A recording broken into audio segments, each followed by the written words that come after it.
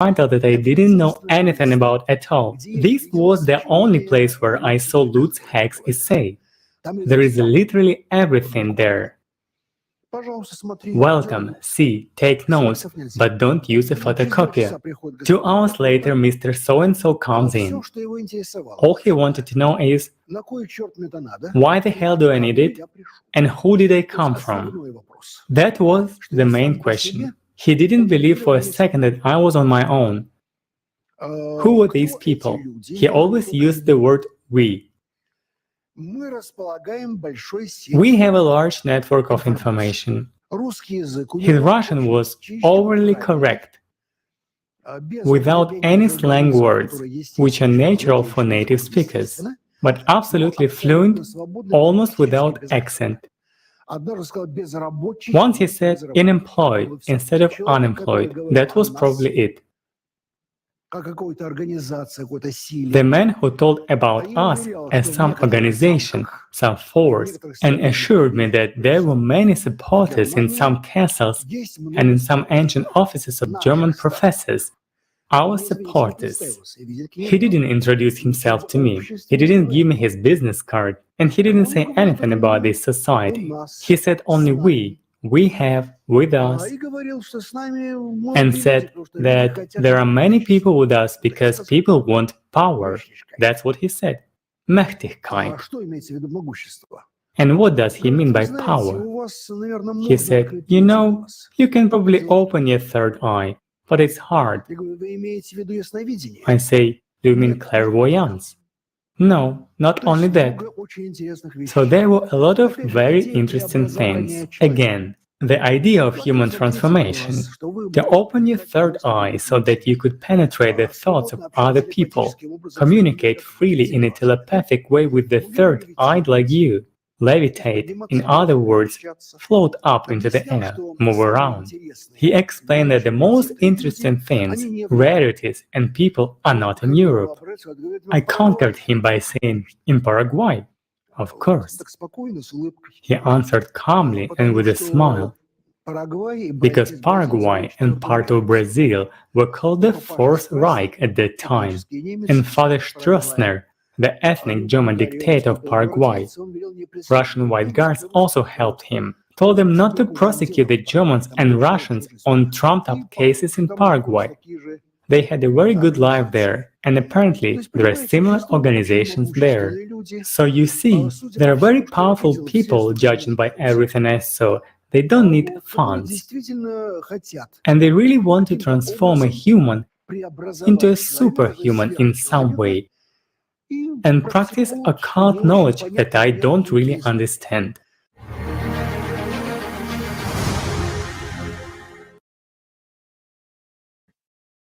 The beginning of the 20th century was full of all sorts of mystical events, as well as personalities who aspired to study magic in order to control entire nations. Everyone knows such dictators as Hitler and Stalin. On the one hand, they seem to be different since they promoted ideologies alien to each other. But on the other hand, they had very much in common, even more than we think. After all, even such seemingly different dictators had the same teacher. I give the floor to David. Vielen Dank. Adolf Hitler ist eine bekannte Figur. Thank you. Ein Mann, der an der Wiener Kunstakademie studierte. Adolf Hitler is a famous person, a man who studied at the Vienna Academy of Arts. Mastered the skills of an artist, became one of the most famous dictators at the head of the powerful state, whose technical discoveries we are still using to this day. The mystical occult ideology of the Nazi state still amazes us in its scale to this day. How did a boy with poor health and dreams of becoming a priest manage to lead to the techno-magical monster called Nazi Germany? When the boy was 8, his mother, being a religious Catholic, sent young Adolf to Austrian town Lambach, to the parochial school of the Benedict monastery, hoping that he would become a priest. and at the monastery happened to be not an ordinary place, not occasionally. The building of the monastery was decorated by swastika, including altar and the entry door. Unter dem Deckmantel dieses katholischen Klosters. The golden swastika was also on the emblem of the superior Theodor Hugen. Under the cover of this Catholic monastery, there was hidden the whole sacred order, which practiced under the guidance of Eastern esoteric knowledge, occult practices of Freemasons use their rights of power. In 1 year, the Orlsheedler stay in the monastery, Theodor Haydn, the superior of the monastery, passed away. After his death, there came the Cistercian monk Joseph Lanz, who showed to the heads of the monastery his letters of credence from the very Vatican. He was given access to some of the most guarded papers from the library of this monastery. These papers included a range of ancient manuscripts which were brought once by Hagen from the Near East when he was fulfilled to the task given by the leaders of this order. Joseph Lanz studied these documents and was amazed not only by the information found by him, but by practical knowledge of occult techniques which evoked certain forces and gave some abilities. But in order to use them, he needed to have his internal cycle. And he got help to solve this problem. Young Adolf got to the circle of chosen by Lanz, and he admired with childish truthfulness and naivety the composers of church holidays and mystical mystery of rites carried out in the monastery. So he didn't just sing songs in the children's choir and serve during the mass. The boy began to change at once. A spontaneous disclosure of some force happened to him. Adolf's mother could not fail to notice that. As Adolf loved his mother, he told her what he had shown on the request of his superiors not to tell anyone. The mother was horrified by what she had heard. Her beloved son was actually taught there. Having known what happened in the monastery, she not only took her son from it, their family rapidly left to another place on decision of the father, who also had fear that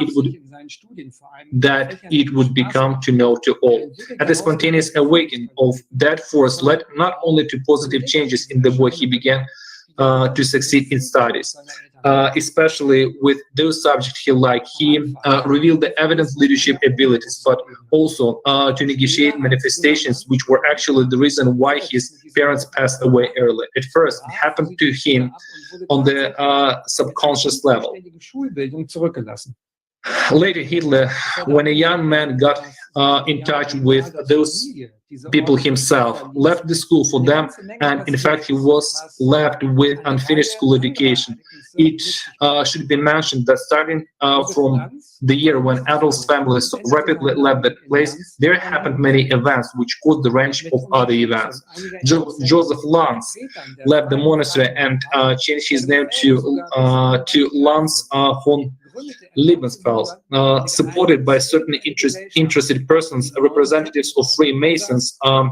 Those threats led to Vatican as well. He found in 1990 a spiritual secret society, the Order of New Temple, or the Order of the New Templars, and located its residence in Vienna. The main topics taught by Lanz were about Hyperborea, Agartha, Shambhala, Asgard, a legendary ancient capital Thule. The Order of the New Temple became one of the centers of the occult trend called as Vienna, what means in Old German initiation. However, not only to the society flourished that years, the same sponsor roots of Freemasons gave birth to many other orders and secret societies. So a few words about Hitler. Adolf took also great interest in those occult trends, read many writings, and not by occasion he chose for realization of his youth plans the city of Vienna. It was not connected with Vienna Academy of Fine Arts, which he tried to enter, but with that secret society as of his old friends who were by that time in Vienna and which he visited earlier, even when under the circumstances he was in poverty and half starved in his city. When the World War began, many people took this far as a matter of course, including Hitler, who had weak health but went as a volunteer to the front under the influence of these ideas. And after the war and such a shameful defeat of Germany forced a revolution in it, the establishment of a Weimar Republic, this state of public opinion became even stronger. Coming back to the war, Hitler visited again his old friends from the old secret order who lived in Munich, that the Freemasons needed to advance their people as many as possible, not only to the state institutions of Germany, but to different political parties in it, in order to have the way to the World War II. Thus, providing conditions for the World War II, Freemasons, following the plans of the Archons, use all their reserves. For such words like Hitler, who were taken in the head, there was a special job. First, Hitler was appointed to the services which were busy with espionage after different petty political unionist parties, a lot of which appeared in Germany at that time. After that, in some time, Hitler was sent to the Germany Workers' Party, which was centered by initiative of Zeventendorf. Taking into account Hitler's ability in political propaganda, his gifts of internal force, considerable influence of mysticism on his conscience, as well as many years presence and dependence of internal circle of secret order. All of that made him one of the candidates for the role of the Führer leader, who had to unleash the war beneficial to the Archons. People of the Archons were seriously working with them. Hitler was introduced to the architect Alfred Rosenberg and the journalist, dramatist Dietrich Ecker, who were members of the Tudor Society. During the next 3 years, they were preparing him actively to public speak. Ecker trained Hitler not only to speak in front of the public, but to completely set out his thoughts in writing. Moreover, they constantly filled him with information concerning secret teaching of the order and general political theory suitable for public meetings. Using some techniques and practices which he learned in the order, Hitler reinforced his personal force to influence on people with the help of special groups of mediums who supported him during the meetings. Hitler was not an outstanding orator. His voice was too rough. He did not always pronounce his words clearly. Stress claimed that as long as the Hitler did not sink completely into his passions, he never rose above the level of very weak mediocrity. But when he let go of his leash and gave himself over to a friend's rage, how everything changed. His listeners literally drowned into waves of brute, violent power that emanated from him. What he said didn't matter at all. One Boreton, who did not speak German, heard Hitler speak at a Nazi party convention. The Briton did not understand the word, but his emotions overwhelmed him so much that he, despite being an English patriot, voluntarily threw up his hand together with the others in the Nazi salute and screamed Heil Hitler. It is well known fact about Hitler's personality that he had the power of suggestion and hypnosis. Hitler had the eye of hypnosis, which seduced the minds and fascinated all who were influenced by him. According to researchers, Hitler possessed certain magical skills of communications with demonic entities that controlled him during his speech. According to occultists, secret leaders and their higher entities do not necessarily reside in a physical body. Some esoteric schools, including, in fact, all those that came out of the Golden Dawn, teach that such entities operate from a different, non-physical dimension. An important part of the practices were the ways to make control with the mentioned entities. During this historical period, another dictator, magician, was growing and developing in parallel with him. Thank you for your attention. I give the floor to John. Thank you, David. You're right. Hitler's personality has left marks on history, but Stalin is also a great figure and is one of the most predominant statements, not only in the former USSR, but also in the whole world. Stalin was feared, hated, respected, and worshipped, not only during his lifetime, but decades later as well. He was a dictator, a totalitarian leader who walked to power on people's head, the initiator of numerous repression and leaders of the country that won World War II against Nazi Germany.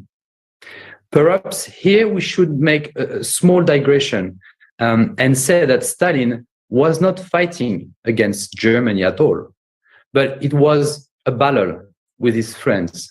That is, former friends Adolf Hitler. What did these two seemingly different people have in common? But where they really differ? And what made Hitler decided to go to war against his friends? Stalin didn't believe to the last that Hitler would attack him, because together they had far-reaching plans. But about that later. So what made people fear and admire Stalin at the same time? This is a very interesting question. And together, we'll be able to sort this out by diving into history.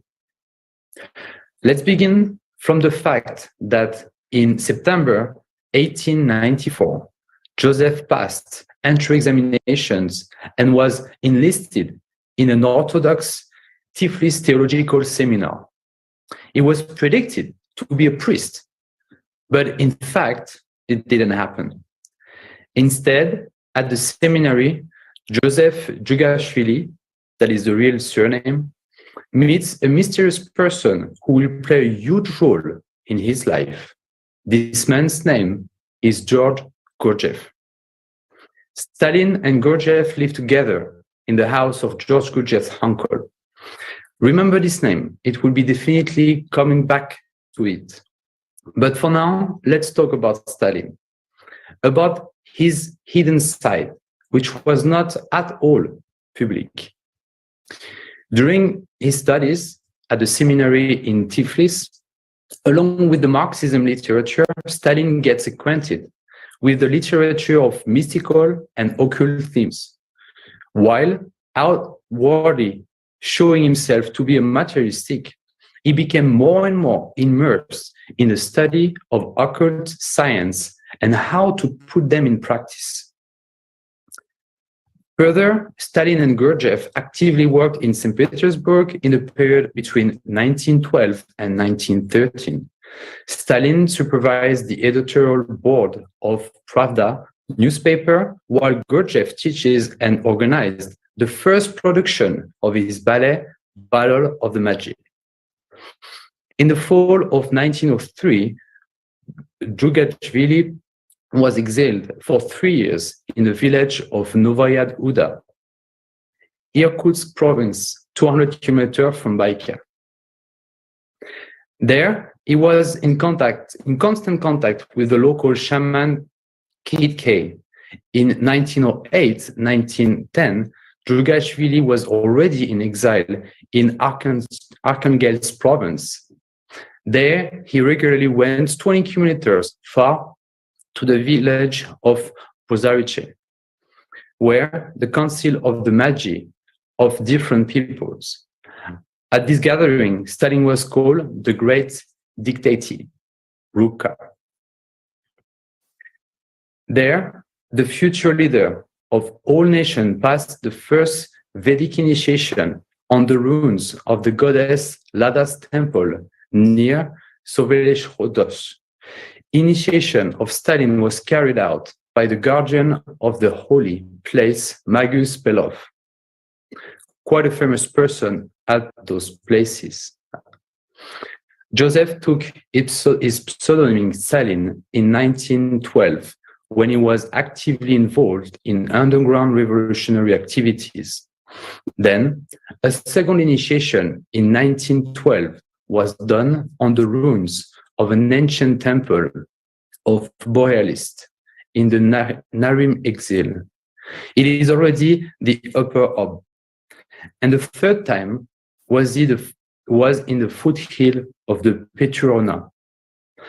After this initiation, Stalin developed an amazing intuition. Not having any military education, he suddenly turned out to be the best strategist in the USSR army.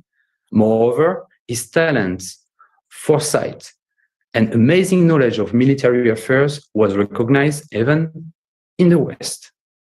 In March 1913, Stalin was arrested at the party arranged by the St. Petersburg Committee of the Bolshevik at the hall of the Kalashnikov Stock Exchange, was imprisoned, and on July 2nd, 1913, was exiled to the Turishkans region of the Yenisei province for 4 years, where he remains until the end of the fall 1916.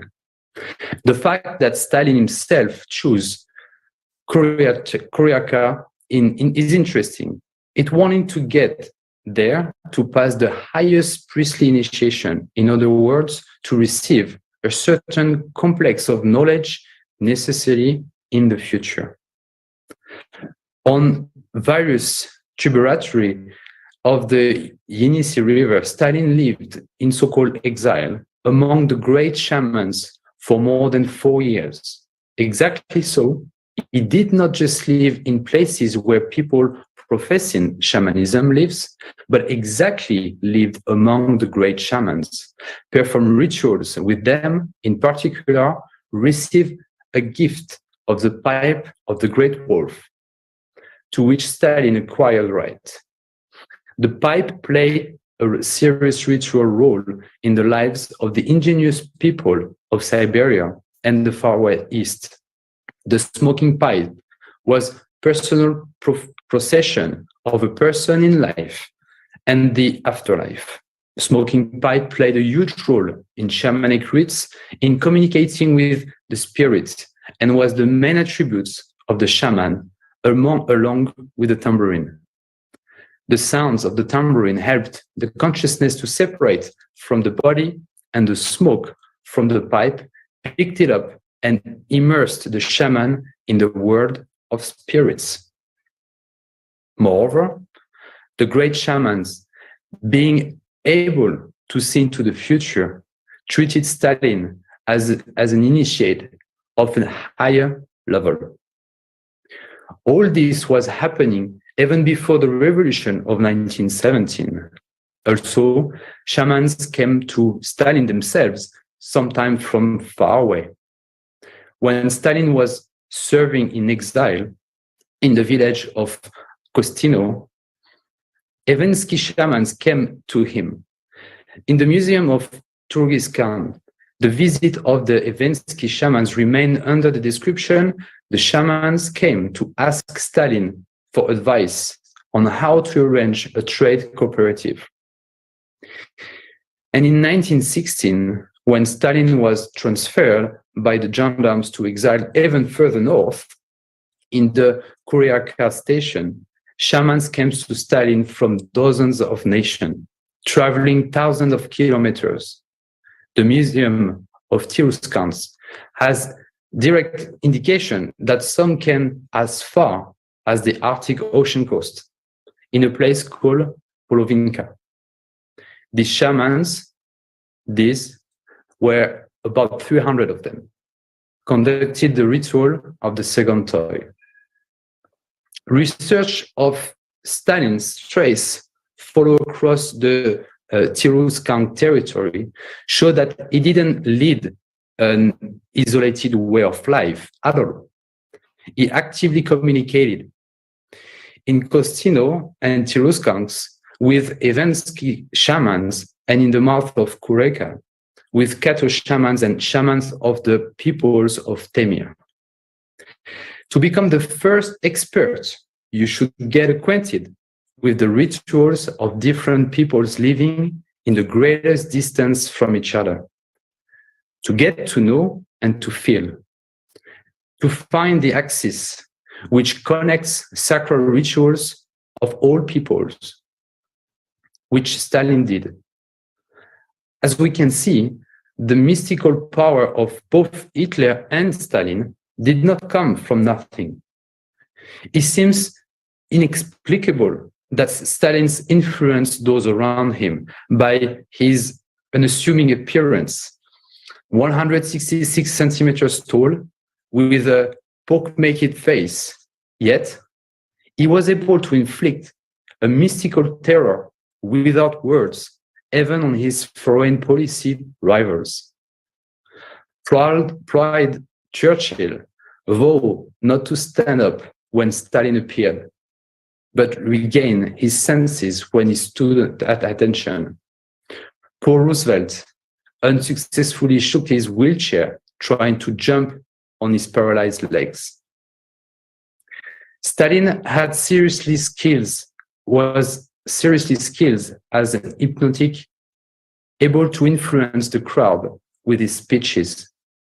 By the way, he wrote all of the texts of his speeches himself. Even having internal preposition to control, subtle energy, people need to work hard and long to this direction to achieve true significant results, which Stalin did with success. Thank you for your attention, and I'll pass the floor back to our host. Danke, Jonathan. Es gibt die Meinung, dass nur Hitler an Mystik und Okkultismus interessiert war und Stalin. Thank you, Jonathan. There is an opinion that only Hitler was interested in mysticism and occultism, while Stalin was not. The materialist ideology of the USSR denied all mysticism and everything supernatural. Such a belief that was imposed on ordinary citizens, while the entire party elite, on the contrary, used and practiced this knowledge, and Stalin was no exception. On the contrary, he was a good hypnotist, dedicated shaman and medium who was able to influence both individuals and masses of people. Of why Hitler was friends with Stalin and then attacked the USSR. We have to go back to early 1900s. And here we cannot do without the iconic figure of George Gurdjieff, who was a mystic, philosopher, and dance teacher.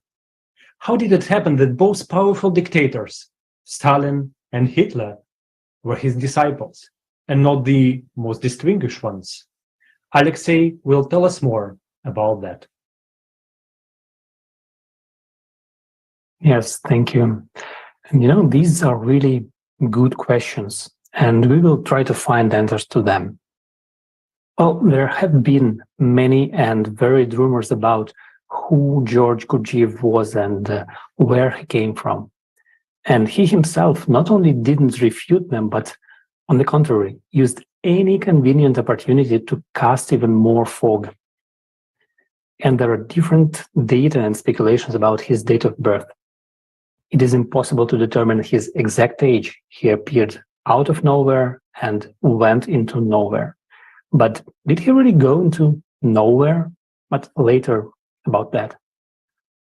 So he is considered the greatest traveler and the ingenious adventurer, magician, astrologer, and healer, dance instructor and teacher to a colossal number of people, around the world. So Gurdjieff was a man of mystery, and some adored him and criticized him at the same time. Others went to him for healing, and some even doubted his human nature. Some said Gurdjieff was a spawn of hell and a servant of Satan, if not Satan himself. So one can only imagine the fear he inspired. And all who met him reported the power of his influence, the power that worked on them. Gurdjieff's disciples said that after only attending his first few lectures, his image appeared in their minds and they heard his voice sounding within them. It was as if they could feel his presence and influence flowing to them from Gurdjieff. So this is how Peter Uspensky, one of the Gurdjieff's closest disciples and the followers, described it in his book. I'm citing. And with this miracle began. I can say with complete assurance that G did not use any kind of external methods. That is, he gave me no narcotics, nor did he hypnotize me by any of the known methods. It all started with me beginning to hear his thoughts. We were sitting in a small room, on the carpetless wooden floor, as it happens in country houses. I sat opposite to G and Dr. S and Z at either side. G spoke of our features, of our inability to see or to speak the truth. His words perturbed me very much, and suddenly I noticed that among the words which he was saying to us all, there were thoughts which were intended for me. I caught one of these thoughts and replied to it, speaking aloud in the ordinary way. Gurdjieff nodded to me and stopped speaking. There was a fairly long pause. He sat still, saying nothing. After a while, I heard his voice inside me, as if it were in the chest near the heart. He put a definite question to me. I looked at him. He was sitting and smiling. His question provoked in me a very strong emotion, but I answered him in the affirmative. Why did he say that? Asked G, looking in turn at Z and Dr. S. Did I ask him anything? And he at once put another still more difficult question to me in the same way as before. And I again answered it in a natural voice. Z and S were visibly astonished at what was taking place, especially Z. This conversation, if it can be called a conversation, proceeded in this fashion for not less than half an hour. And Gurdjieff put questions to me without words, and I answered them, speaking in the usual way. End of quote. So his method of work was, in fact, the training and development of consciousness. Gurdjieff developed highly concentrated mental and hypnotic abilities and was frankly something dangerous. He was popularly called the Tiger of Turkestan. But despite all his mental power, he was haunted by the terror of inner emptiness.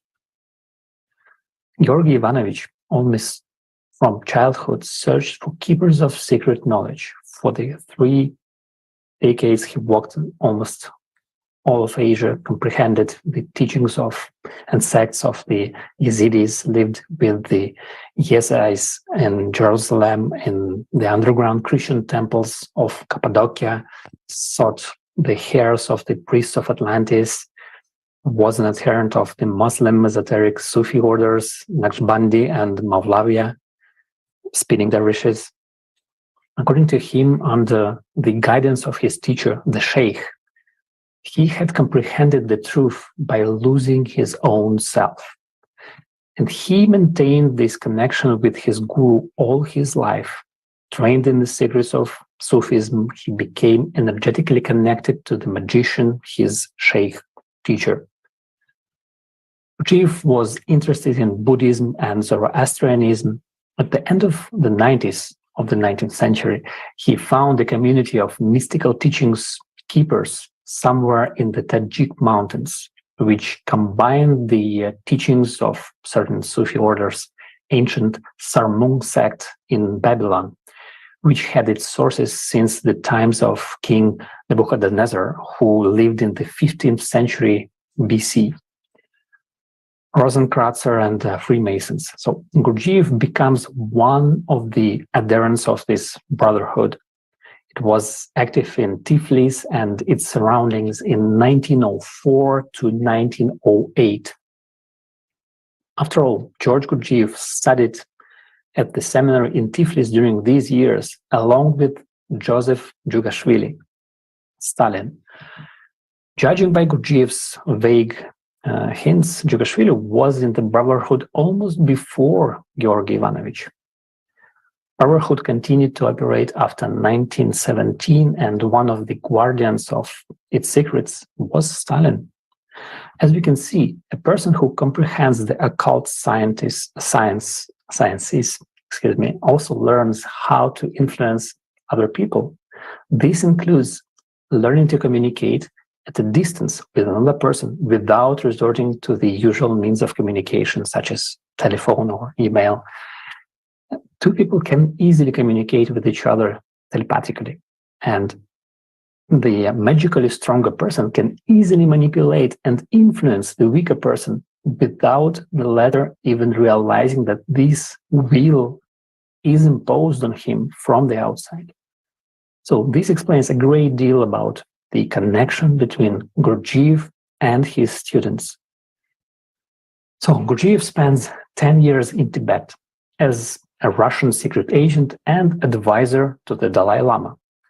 With him in Tibet visits a disciple of Gurdjieff, Karl Haushofer, the future geopolitician of the Third Reich, a member of the Thule Society, and the key person of the SS Tibetan project. So he's there with him from 1902 to 1908, and Gurdjieff does not sit still and is constantly on the move, moving around the world. He recruits disciples and gathers crowds of people around him. Interesting is the information that George Gurdjieff subsequently told his students. I'm citing, everything in the world is material, and in accordance with universal law, everything is in motion and is constantly being transformed. Matter is the same anywhere, but at each different level, matter has different density. Man is as much a transmitting station. People who know these universal laws and know how to use them are magicians. Men of knowledge know how to retain the fine matters in themselves and accumulate them. So man's atmosphere takes up a certain space. And within the limits of this space, it is attracted by the organism. When a man moves, particles of his atmosphere become torn off and are left behind and produce a trail by which a man can be traced. These particles may quickly mix with the air and dissolve, but they may also stay in place for a fairly long time. And particles of atmosphere also settle on a man's clothes, underclothes, and other things belonging to him. So that a kind of track remains between them and the man. Telepathy is analogous to the telephone or telegraph. In these connections, the connections mental wires, but in telepathy, they are the trail of particles left by a man. And the man who has the gift of telepathy can feel this trail with his own matter and thus establish a connection, forming as if it were a cable through which he can act on the man's mind. So many suggestions occur very easily, especially if you don't know that we are being exposed to suggestion. Gurdjieff describes very interesting points about the world order and the structure of man himself, touching on his energy structure, and he actively applies this knowledge in practice. Having gathered the information necessary to create his own teaching, in 1912, Gurdjieff arrives in Moscow, where he attracts his first students, including his cousin, the sculptor Sergei Merkurov, in whose apartment he lives.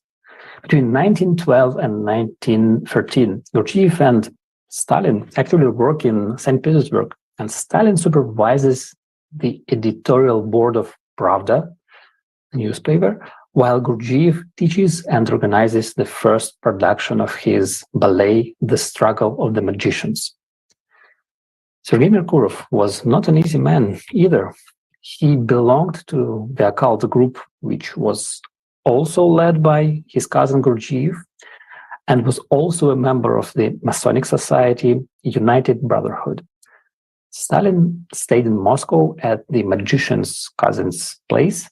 It is their proximity that explains also the special and privileged position in the Kremlin of the sculptor Merkurov, due to which he becomes the official Kremlin sculptor and, by order, creates numerous posthumous masks and monuments of famous people such as Lenin and Stalin. So it was his responsibility to take the posthumous masks from the faces of the deceased leaders of the USSR. And several copies were then cast from the plaster. So Sergei Merkurov holds a record that is unlikely ever to be broken. It is impossible to establish even approximately how many monuments and busts were made in his workshop, where an entire artel of stone shapers and the covers worked.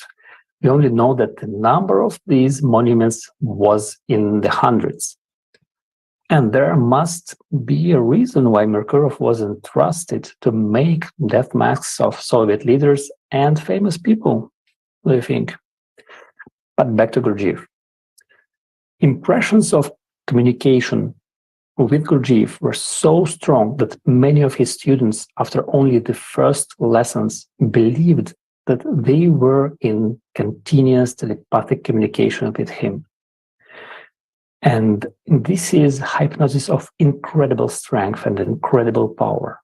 Since Gurdjieff possessed the strongest charisma, students fell into a psychological dependence on the teacher. And the Gurdjieff system drove pupils to a terrible state. So Louis Powell, who practiced it, was on the verge of suicide, nearly went blind in one eye, and became so physically weak that he required hospital treatment.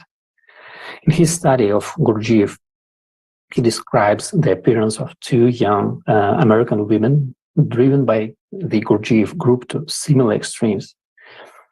They were incredibly thin. You could see how their nerves vibrated, forming knots on the neck and around the heart. They appeared to be suffering from poor circulation. Their faces were gray and their eyes were like those of hypnotized persons. They were on their last breath, enchanted. They were ready to plunge into the jaws of death. In fact, they had almost done so. End of quote. There are several stories indicating that Gurdjieff possessed unusual powers. It is reported, for example, that he once appeared to his followers in one part of Russia while his body was in another. An example of high skill in practical occultism known as etheric or astral projection. And many of his disciples were convinced that it was enough for him to cast a fleeting glance at them, and he would know all their innermost secrets. So beyond the influence he exerted on people, Gurdjieff possessed other astounding qualities. One of them was his incredible resilience. On the night of July 6, 1924, he was found lying on the road, unconscious, with a severe concussion. He was lying next to a mangled car. The causes of the accident were never determined. But what seemed utterly incomprehensible was that Gurdjieff was covered with a blanket, while there was not a single settlement in the area from which he could have been treated.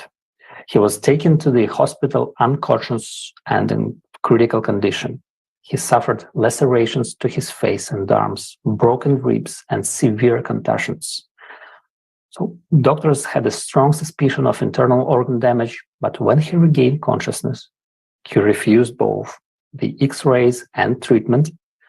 He left the hospital and has cured himself at home so successfully that one of his students noted that Gurdjieff actually looked younger after the accident, as if the shock had strengthened rather than weakened his organism. So Gurdjieff had a second car accident in 1948, but recovered again unexpectedly. So it was, this is a citation, "I was looking at a dying man. Even that is not enough to express it. It was a dead man, a corpse, who had gotten out of the car, and yet he was walking. I trembled like a man who sees a ghost." With iron stubbornness, he managed to reclaim his room, where he sat down and said, "Now all the organs are destroyed. We must make new ones." Then he turned to Bennett, smiling. "You're coming to dinner tonight. I have to take care of the body." As he spoke, a violent spasm of pain shook his body and blood gushed from his ear. Bennett thought, "He's bleeding into his brain. He'll kill himself if he keeps forcing his body to move." But then he thought, he has to do it all. If he lets his body stop moving, he will die. He has power over his body. End of quote. So in Moscow, Gurdjieff creates the mystical United Labor Fellowship, which is then inherited by Barchenko, who renamed it the United Labor Brotherhood. And then in 1915, the dance teacher puts on the ballet The Struggle of the Magicians. And after the October Revolution, Gurdjieff leaves Russia and settles in France in Le Prieuré, in a 14th century castle, where in 1922 he creates the Institute for the Harmonious Development of Man. So this institute becomes the center of esoteric practice, where masses of people come to ask for discipleship to a new exotic guru. Gurdjieff's basic method of awakening his disciples was as follows. So it is necessary to provoke in the interlocutor a sense of inner discomfort. So to tread on the most sensitive calluses of everyone with whom I meet was how he formulated his credo. So he pitted group members against one another and provoked inner conflicts in his students. For example, a man afraid of blood was tasked by Gurdjieff to cut up animals for food.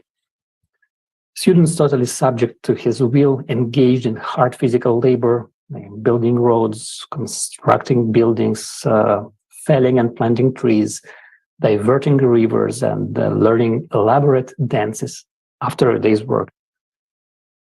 Automatism and precision were the two words that formed the basis of the spectator's experience. Obviously, this was what Gurdjieff was trying to achieve, to implement the plans he had conceived. The dancers of the struggle of the magicians had to perform their movements with mathematical precision. The script of the ballet was simple, but more important was the geometry of movements, their sequence and symbolism. The fact that dance is one of the most effective forms of magic ritual that awakens and activates subtle energies has been known since ancient times. A properly dancing person acquires supernormal powers and can change the world around him. In ancient India, for example, dance was equated with the highest forms of yoga and was considered an act of creation, with the help of which one can form a new space and a new situation. When applied to Gurdjieff, this meant that by using the archetypal symbols recorded in dance, he was engaged in activating the psychic forces that, according to his plan, were to manifest in the life of society and produce corresponding effects. What Gurdjieff staked on in these group dance rallies may be called effectiveness of symbols used in shamanic practices. Some of these ancient archetypal movements, effective symbols, Gurdjieff discovered in Tibet, took something from the dervishes of the Mevlevi order. The meaning of these exercises Gurdjieff explains simply. Doing them, students would achieve complete physical control over their bodies, study themselves, learn to control themselves, gradually revealing within them the highest forms of consciousness. But Gurdjieff himself clearly had other goals. No doubt I have my purpose, he once said to Ouspensky. But let me not speak of it. What that goal was and how Gurdjieff pursued it, we will learn from the next speakers. Thank you so much for your attention, and I give the floor to John Paul. Gracias, Alexei. Como se mencionó anteriormente, Stalin y Gurdjieff se conocieron en el Thank you, Alexei. de Tiflis. As it was stated earlier, Stalin and Gurdjieff met at the Tiflis Theological Seminary. Moreover, they lived in the house of Gurdjieff's uncle. It is not a secret that Stalin was expelled from the seminary for participating in esoteric sect. Both failed priests were carried away by the same muse, revolution. Gurdjieff once shared, I worked in Tiflis in the railway workshops, and Soso was the main revolutionary there. He found out that I was interested in magic and hypnosis and came to me often. He even asked me to join his expedition. He listened to me carefully. I thought Joseph all I could until I looked at his horoscope and I said, you won't become a man with this horoscope, so change yourself. So he changed his date of birth. By the way, the totem of the year was a spider. Gurdjieff told Stalin, born twice, you will have to die twice. So it happened then. Stalin's first death was an ordinary physical one in March 1953. The second, between 1956 and 1961, was characterized by the general disposal of the legacy of Stalin's personality cult. The symbolic endpoint of this process was the removal of Stalin's body from the mausoleum and his burial by the Kremlin wall on the 9th of October 31, 1961. Gurdjieff realized that Stalin wanted power and was interested in influencing people. According to Gurdjieff, Joseph no longer approached him, but this was not true. Communication between them was maintained constantly, and Gurdjieff himself lied, for he knew better than anyone else how to play on the passions of people. He skillfully manipulated them to pursue his interests, raking in the heat with the hands of others. In 1912, Gurdjieff settled in Moscow. There were many reasons for this, but the main one was that his cousin Sergei Merkurov, Stalin's school sculptor, lived and worked here. Alexei told us about him in the previous speech. Sergei Merkurov received an European academic education as a sculptor. He studied at the Munich Academy of Fine Arts, and after its completion, visited France and England. In 1907, when he returned to his homeland, the Catholics of Armenians Mkrtich Hremyan died, and he, as an educated famous, though young sculptor, was invited to remove the posthumous mask of that man's face, and from there the mystical moments can already be traced. Merkurov had been close to a tight circle of Russian Freemasons since his studies in Paris. One of them lived not far from the place where the sculpture's studio was. We're talking about Butov. Behind the facade of his house, where Gurdjieff began to visit in 1920, a lot of secrets were hidden. Bebutov established the Masonic lodge Astreya, where Freemasons gathered. This guy was fond of magic and spiritic sciences. Politics and mysticism were branches of the same tree for him.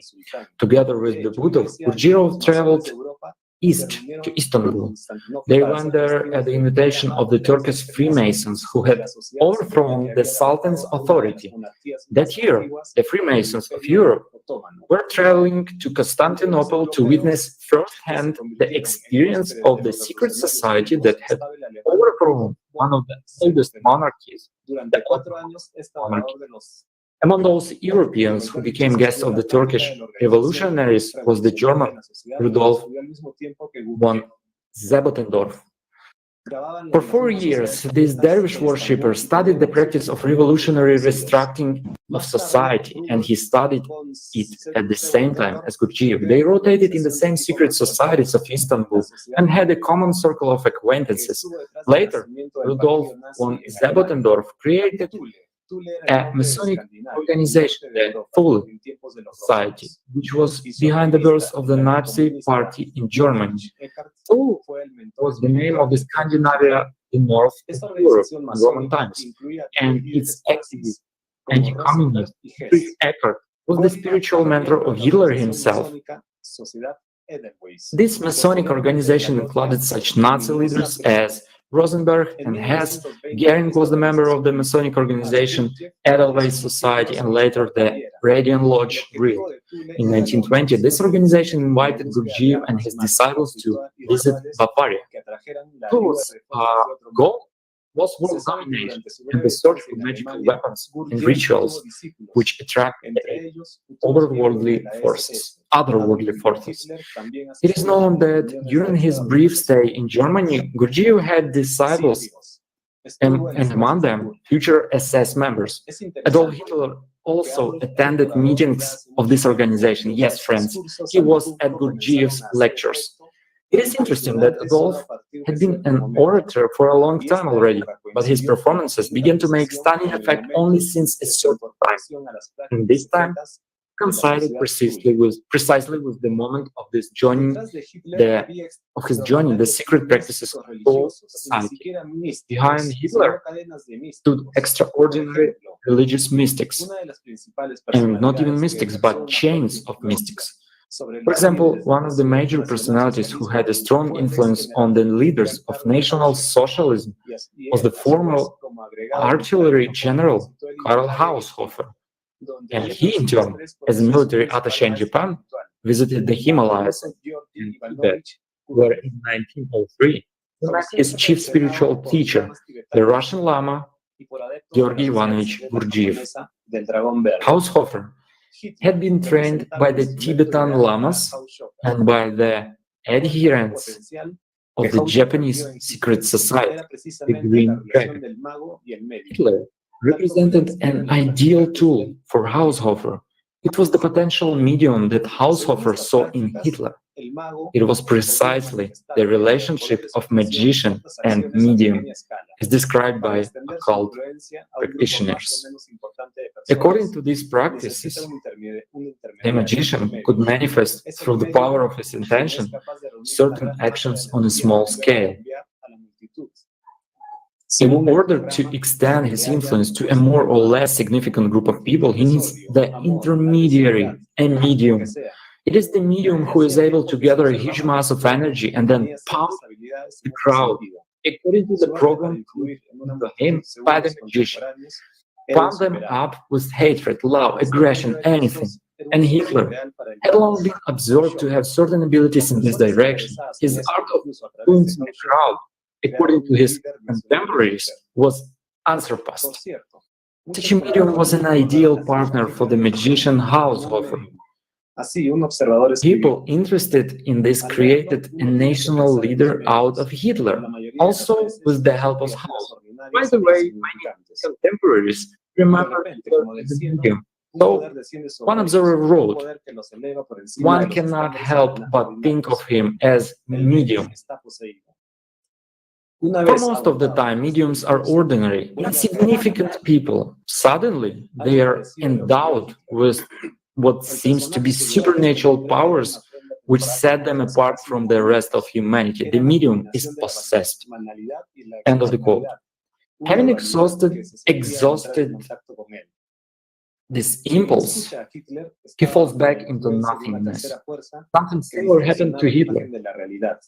The character who bore the name was a temporary garment of quasi-demonic powers. It was the combination of banality and exceptionalism, a duality that was felt when coming into contact with him. Whoever listened to Hitler was under the influence of the third forces, which distorted the picture of reality, influencing human consciousness and creating in it a different reality, thereby imposing alien rule from the outside. After the fiery speech of the Führer, in which he always became very emotional, infecting the masses' emotions at times when wild, afterwards he would fall silent and become just a tired Hitler with glazed eyes. This is how eyewitnesses describe Adolf Hitler as he spoke. I looked into his eyes, the eyes of the medium in a trance. Sometimes there seemed to be a sort of ectoplasm. The speaker's body seemed to be inhabited by something fluid. Afterwards, he shrank again to insignificance, looking small and even vulgar. He seemed exhausted, his batteries run down. An interesting picture emerges. Gurdjieff positions himself as someone who is out of politics, and in fact, Gurdjieff has a direct relation to it. I'm reminded of the words from his book. What the person writing in these papers really knows, or what is going on behind the scenes in the newspaper's office, the readers will never know. It hurts to imagine how much has been hidden from the eyes of millions of people, and that's what the next speaker will tell us. Jonathan, you have the floor. Thank you. So there are many mysteries surrounding Gurdjieff. We can trace some pattern. As already mentioned, Gurdjieff traveled to Turkey with Prince Beybutrov at the invitation of the Turkish Freemasons. Gurdjieff had his own reason for going there. Not that after his departure from Constantinople in 1915, there was a great massacres of Armenians. Massacres gripped the country and continued until 1923. Children, pregnant women, and the elderly were brutally murdered. During this period, 1.5 million of Armenians were massacred. After this, traders and brokers from Germany came to Turkey in large numbers. Gurdjieff's role is classified. Many facts about him are false, but wherever this image appears, big blood flows. It was said earlier that after the Tiflis Theological Seminary, the connection between Stalin and Gurdjieff was not broken. And there is confirmation of this. It is known that in 1918, there was paths crossed again. In the spring of 1918, in Azerbaijan, Soviet power was established in the form of the Baku Commune. In the middle of the summer, it was overthrown though, and both British and Turkish interventionists came to power. And there were military conflicts between the Turks and the British for the sphere of their influence, even in the territory of Azerbaijan. The communists went underground. The entire government was also in the underground, and 26 Baku commissars were shot. Gurdjieff, dressed in dervish robes, accompanied Stalin as he crossed the Armenian village of Azerbaijan into Georgia. And an operation requiring the personal involvement of Stalin and Gurdjieff was underway. Among those who ensured the success of this mission was Lavrentiy Beria, the counterintelligence officer of the Azerbaijani Musavatists. Later, all the witnesses in the Musavatist counterintelligence were murdered at the same time. Afterwards, in 1953, after the fall of the empire, Beria's service to the Musavatists would become one of the changes leading to his execution. Azerbaijan's counterintelligence service was aware of Gurdjieff and Stalin's mission, and so was Beria. Stalin's had an even more radical goal in mind during the negotiation. He wanted to understand how likely it was to split the Azerbaijani Musavat party and prepare the entire Red Army units into the Caucasus. Stalin attached great importance to the Caucasus, the working class, oil industry, etc.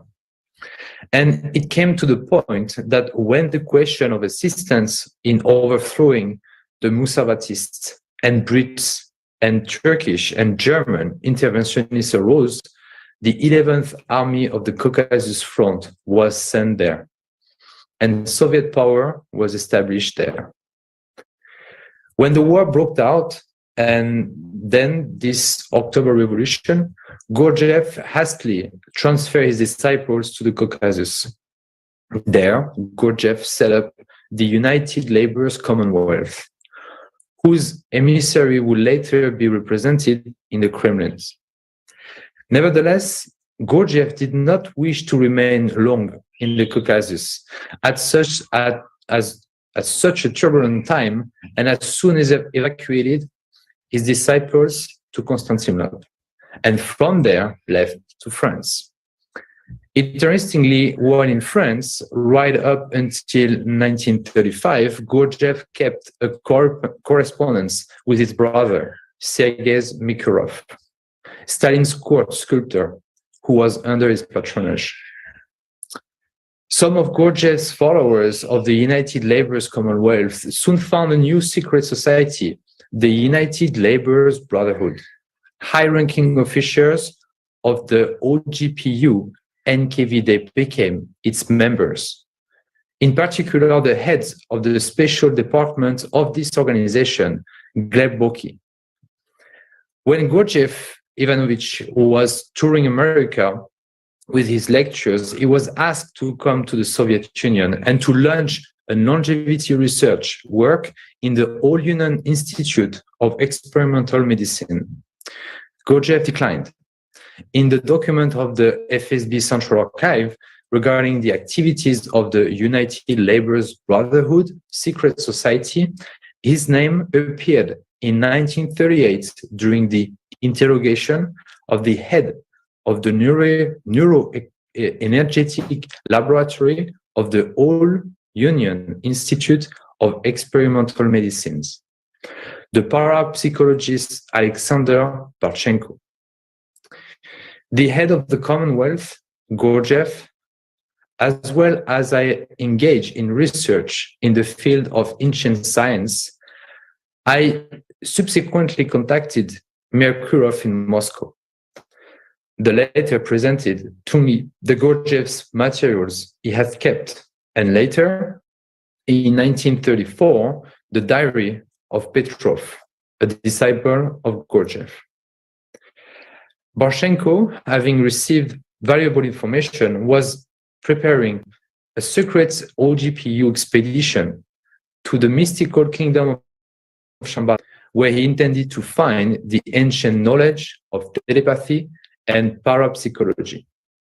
But the expedition never took place because Stalin gave the order to pull away the competitors. All members of the United Labour's Brotherhood were shot. In his later years, Gurdjieff presented himself as a dancer teacher, which of course meant more than just a choreographer. Gurdjieff claimed that each of his sacred dances contained hidden meanings inaccessible to the uninitiated. There is even a theory that with his ballet, the Battle of the Magi, Gurdjieff has instigated the Second World War. But this is not true. More precisely, his Battle of the Magi reflects what he was actually doing.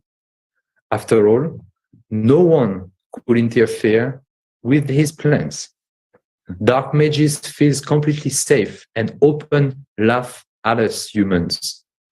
From impunity, they do not hesitate to announce their plans in advance. Around Gurdjieff, there was always been various mystical moments connected with the death of people. Fact are stubborn things. Look, as soon as he appears somewhere, there was murders, brutal massacres, authorities were violently shifted, revolutions takes place. The worst thing is that the Battle of the Magi, supervised by the best disciple of Gurdjieff, is still going on. Let's look into it further. Dusan, I pass you the floor.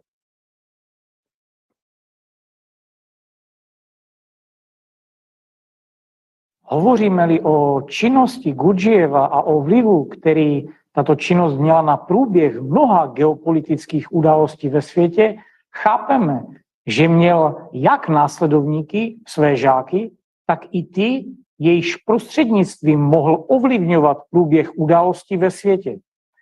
Mezi posledně jmenované patří stoupenec společnosti Zelený drak, otec německé geopolitiky, učitel a mentor Adolfa Hitlera Karl Haushofer.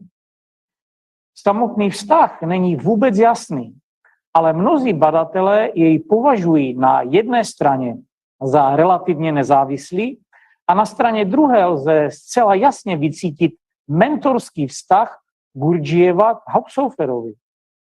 A není se čemu divit. Thank you, Jonathan. When we talk about Gurdjieff's activities and the influence these activities had on the course of many geopolitical events in the world, we realize that he had both those who had followed him, his disciples, and those through whom he could influence the course of the events in the world. Among the latter is a follower of the Green Dragon Society, the father of German geopolitics and Adolf Hitler's teacher and mentor, Karl Haushofer. Well, their relationship was far from straightforward, but many scholars see it as relatively independent. On the one hand, but on the other, there is a clear sense of Gurdjieff's mentoring attitude toward Haushofer. And this is not surprising, given the fact that Gurdjieff was a mage, an active subpersonality with 1,000 years of history, while Karl Haushofer was only a recent convert, albeit with one of the most powerful orders in human history, the Green Dragon. Their relationship, however, had begun long before Haushofer was accepted as adept of the Green Order, and it remained memorable for both of them. All those whom Gurdjieff deemed worthy of his attention and viewed as his equals in some respects, he incorporated into the so-called Society of the Seekers After Truth. The society was formed, in Gurdjieff's words, for the purpose of exploring the sanctuaries of the authentic tradition. But in fact, this society denoted the worthy, those whom Gurdjieff took seriously, distinguishing them from his disciples, toward whom he had an purely exploitative attitude. After all, someone had to be his genuine pigs. One of the seekers after truth was Karl Haushofer. It so happened that he, with his lively character, felt burdened by constant military service in Bavaria. The leadership, noticing this, gave Haushofer the opportunity to travel to many countries on various diplomatic assignments. At the time, the intelligence services of many countries were actively studying Tibet and the possibility of infiltrating this region still of 1872. The British were even trying to subdue it using military force. In 1904, a military expedition to Lhasa was organized. Before British troops entered Lhasa, the Dalai Lama XIII fled to Urga, Outer Mongolia. Under the pressure from England, the Chinese government wanted to deprive the Dalai Lama XIII of his secular authority in Tibet. In any case, the situation was alarming, and the Green Dragon ordered orders took an active part in resolving it due to the different circumstances. The paths of Gurdjieff and Haushofer crossed in Tibet. Both had an intelligence mission. The only difference was that these gentlemen worked for different countries. On one way or another, the Apathos crossed in Tibet in 1903 and 1905 to 1908. And these were important years for Haushofer. It was during this time that he gained access to occult knowledge and realized that he could prolong his life many times over using certain practices prevalent in Tibet, particularly in the Gelugpa sect, as well as Gurdjieff's precepts. He was impressed and fascinated by this. However, Haushofer was determined to achieve their utmost goal. It is in Tibet that he realized that the power of the Green Dragon Order could not be overstated. Yes, the Order of Yellow has certain power, but all its activities are focused on Tibet, while the activities of Green Dragon are carried out all over the world. Contacts with Gurdjieff and the representatives of Green Dragon Order undoubtedly lead to the appointment of Karl Haushofer as the German military attaché in Japan in 1908, 1910. In Tokyo, he was initiated into the secret order of the Green Dragon, becoming a member, through which he became intimately close to the imperial family, the Japanese samurai elite.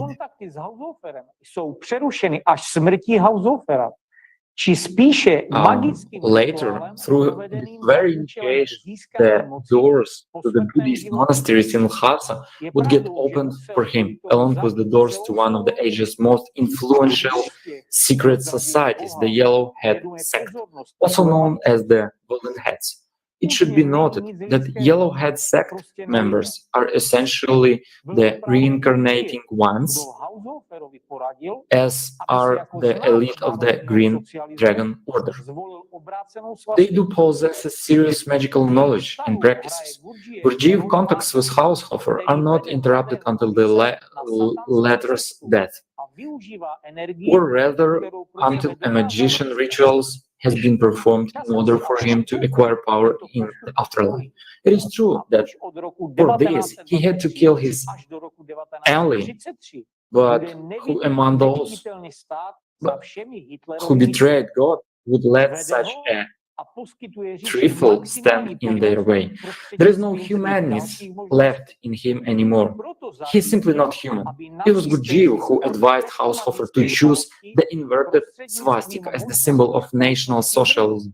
In their relationship, Gurdjieff played the role of a mage, guiding the young neophyte into the satanic path, using the energy he was able to obtain for himself. In time, however, Haushofer would internalize this course of action, and from 1923 to 1936, he would invisibly stand behind all of Hitler's actions, directed him, and provided visible assistance to the Reich through his alternative activities. Thus, he arranged for the Nazis to gain techno-magician knowledge through the capabilities of the real society, which he in fact founded. But that's not all. The victory of the SS Tibetan project dates back into 1922. The main role in this was played back to the very own Haushofer. He invited several Tibetan lamas to Germany, trying to learn divine wisdom from them. It stands to reason that he called himself a disciple of the Eastern mystery and believed that the main German colony should be Tibet, which could bestow mystical power onto the new Reich. In 1926, the Tibetan Society was founded in Berlin at the instigation of Haushofer. At the same time, he introduced the Tibetan culture and mythology to Hitler, recently released from prison. The future Führer was seized by the mystical story. He was in an awe reading the lines of the French esoteric Rangalion Gion, who wrote about the mysterious land of Shambhala. It should be noted that Guillon substituted the signs from plus to minus. After all, Shambhala never tried to seize power on earth, unlike the descendants of the Atlanteans, who named their underground country Agartha, a country where the descendants of El, the mages and worshippers of the consumers format of society, lived for 6,000 years. So this is what Guillon writes. After all, the disaster of Atlantis, the teachers of high civilization, the possessors of knowledge, the sons of the outer mind, settled in a vast system of caves. The heart of this cave, they divided into two paths, the right hand and the left hand.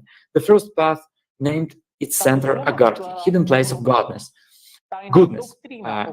and indulged in contemplation without interfering in worldly affairs. The second path established Shambhala, a center of power which governs the elements and the human masses.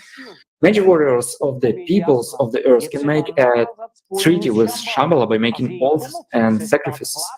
Those words astound Hitler.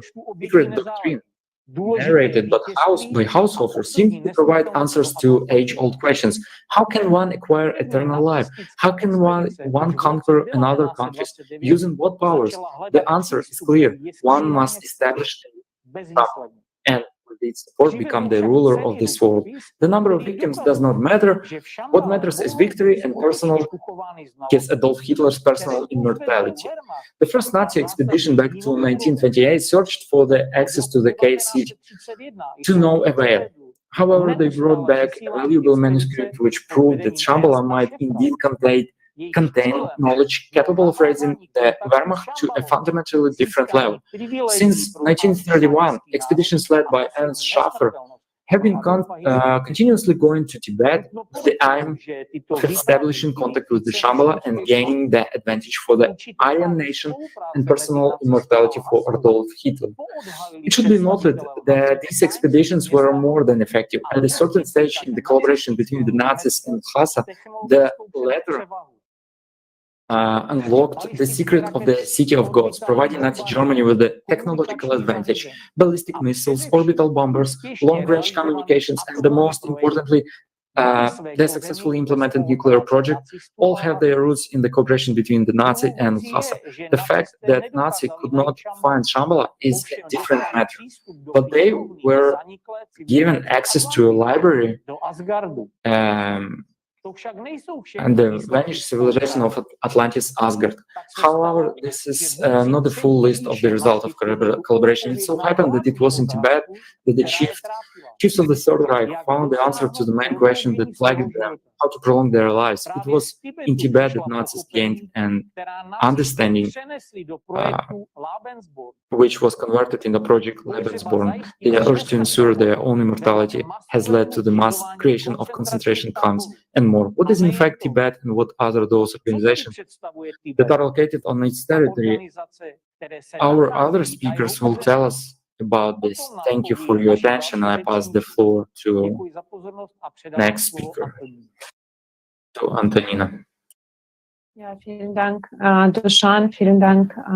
you very much, Dushan.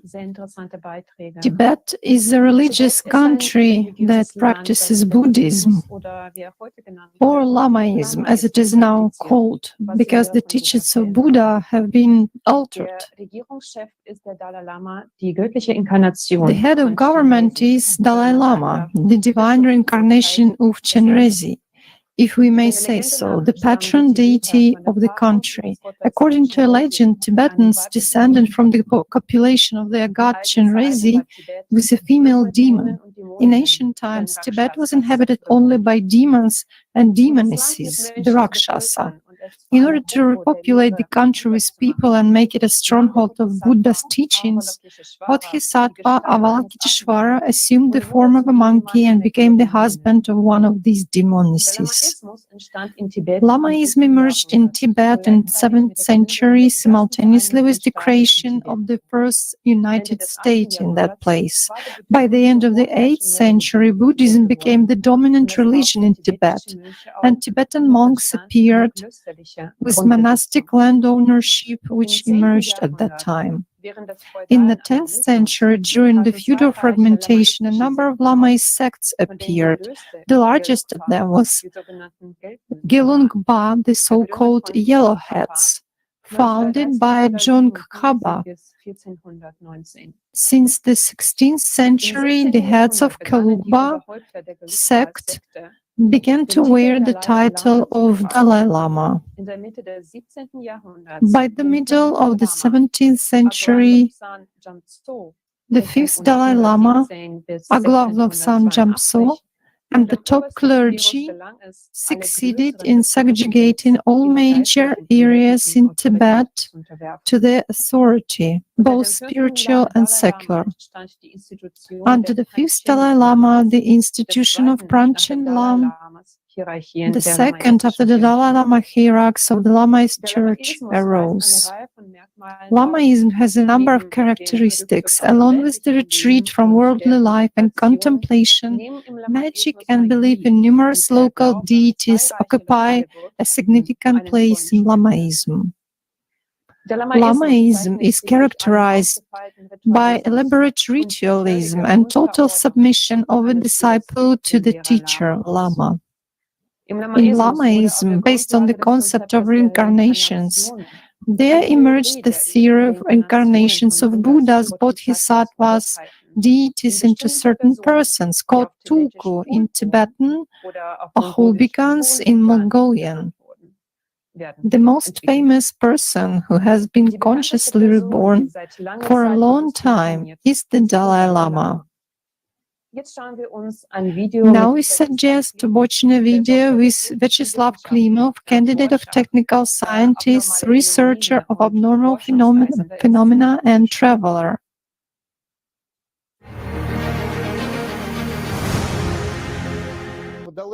As for the Dalai Lama, I can say the following. He is the leader of the Buddhist religious movement, and for this, he as a leader needs to be incarnate. There is a story that the very basis of the soul that incarnates in the leaders of the Buddhist movement, in Buddhism, the Dalai Lama, because Lamaism is a separate branch of Buddhism, meaning Lamas also reincarnate. They have their own names, Tulku, for example. They are supposed not to just reincarnate from body to body. They are supposed to occupy, so to speak, the same administrative position and remember their previous incarnations. I mean, he has another task. He has to lead a whole direction of people who work in a certain way in this tradition.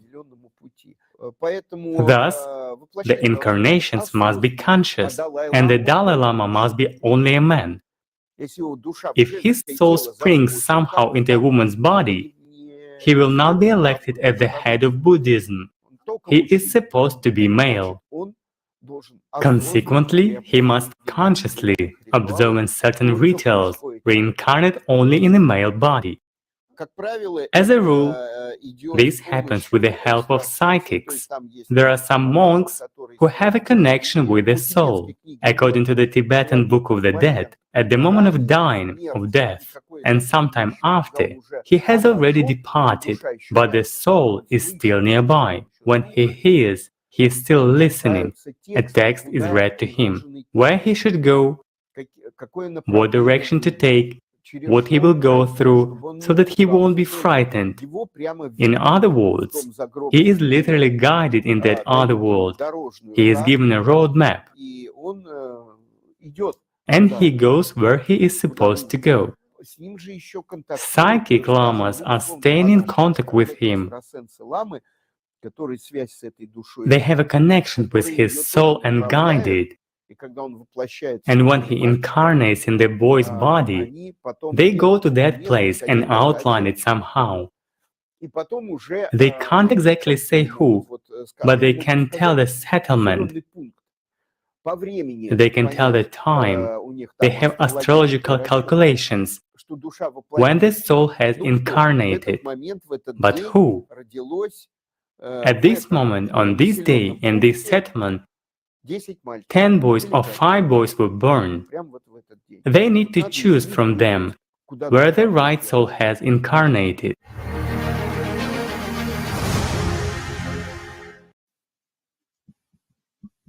Thank you, Vyacheslav. The Dalai Lama is the secular and spiritual leader of Tibet. All of the Dalai Lama's inner circle also possesses techniques for conscious rebirths.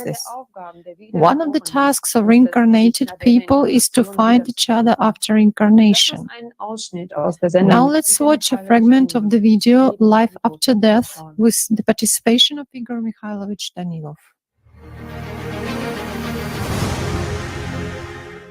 And here I recall the search For Dalai Lama. for Dalai Lama by means of his items, and it turns out that monks have to find him before a certain age, before 4 years old. Well, of course, as a rule, they must already find him before the age of 5. And he should take up the post of the Lama before the primary search. Otherwise, later on, a problem arises. Later on, he might not recall. Why? Because the Dalai Lama, I explain, is not a bodhisattva. He is merely a subpersonality. Yes, an active one. Yes, punished by Gautama. And he knows it. And that's the paradox. It is the truth of life. And it is reflected in all his reincarnations, in all his conversations, behaviors, and so on, and in his desire to end his misery. Right. But nothing will work out for him. He doesn't want to be reborn. Well, you know, when people deserve such a destiny, they do deserve it, let's say. And there's no getting away from that. If they don't find him before that age, what happens? They will find him. They will find him. Because this is punishment. They cannot get away from that. They will not find peace until they find him, because it is actually his henchmen who search for him. They are around for a reason too. Although he looks like a very nice, cultured man who talks about the need to develop consciousness, that God doesn't exist and many other things. How come he doesn't deny Buddha yet? I have a simple question. Although inside he hates him. And you know, behind this entire happy picture, there is actually emptiness and great fear. Look into his eyes. There is nothing but terror there. That's true. And he talks about peace that he will give people through his teaching.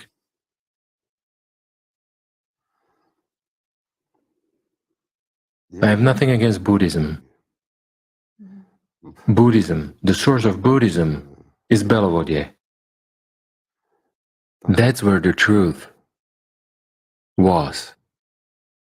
In what Gautama conveyed. He didn't distort anything.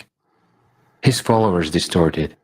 His body was still warm when 18 trends were formed, and everyone altered it in their own way and claimed it to be true.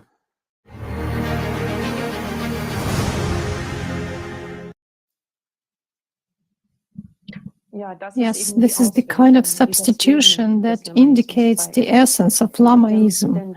After all, the Buddha himself was not reborn.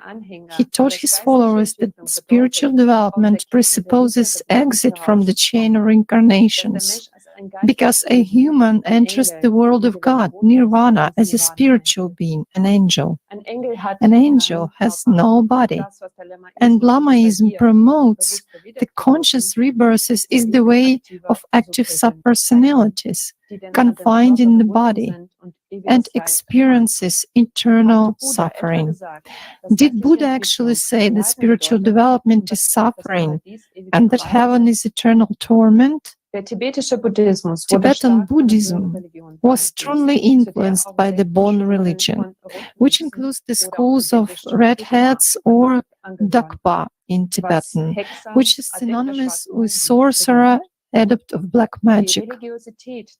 Monks who are going to marry, they are allowed to join the Red Cap sect and marry, and one of them becomes a monk. The Red Cap sect was named in such a way because monks wear red hats at official events. This sect includes 3 of the oldest 4 major schools of Tibetan Buddhism, namely Nyingma, Sakya, and Kagyu. The fourth school is called Keluk, which is known as the Yellow Hat sects. In religious life, the governing class was formed from people who had taken a vow of celibacy from the Yellow Hats sect.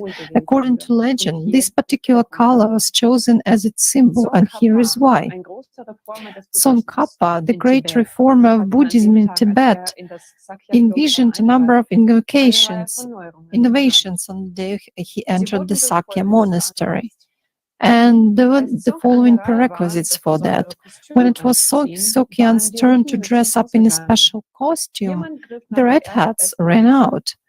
Someone grabbed the first yellow hat he saw, so Kappa wouldn't have to leave his hat uncovered and put it on. And he never parted with this yellow hat again. Yellow became the official color of the Reformed Church. The Dalai Lama always wore a yellow silk hat at receptions and ceremonies, and the objects immediately surrounding him were always yellow. He was the only one who had the privilege of using the yellow color.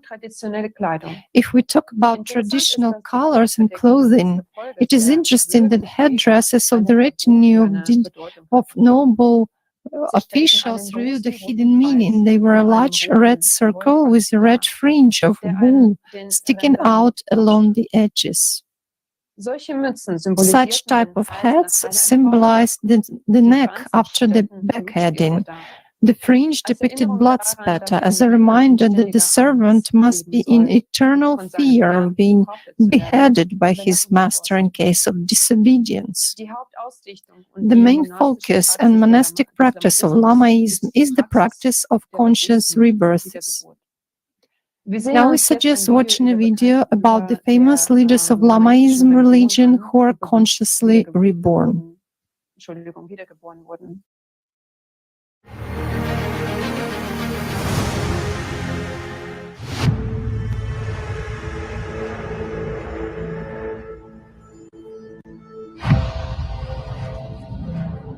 What do we know about reincarnation and conscious rebirth? Is it a myth or truth? Let's open the veil of the past and look at reality as it is. Dalai Lama 14. Concerning reincarnation, those people who undergo certain spiritual training, their ability to remember increases. They are able to remember the existence of past lives. That's when we appeal to more subtle, deeper layers of consciousness, because more superficial layers of consciousness are not capable of this. When we turn to the deeper layers of consciousness, memories from the past lives appear. If we further refine our consciousness, we have the ability to anticipate events that will happen in the future.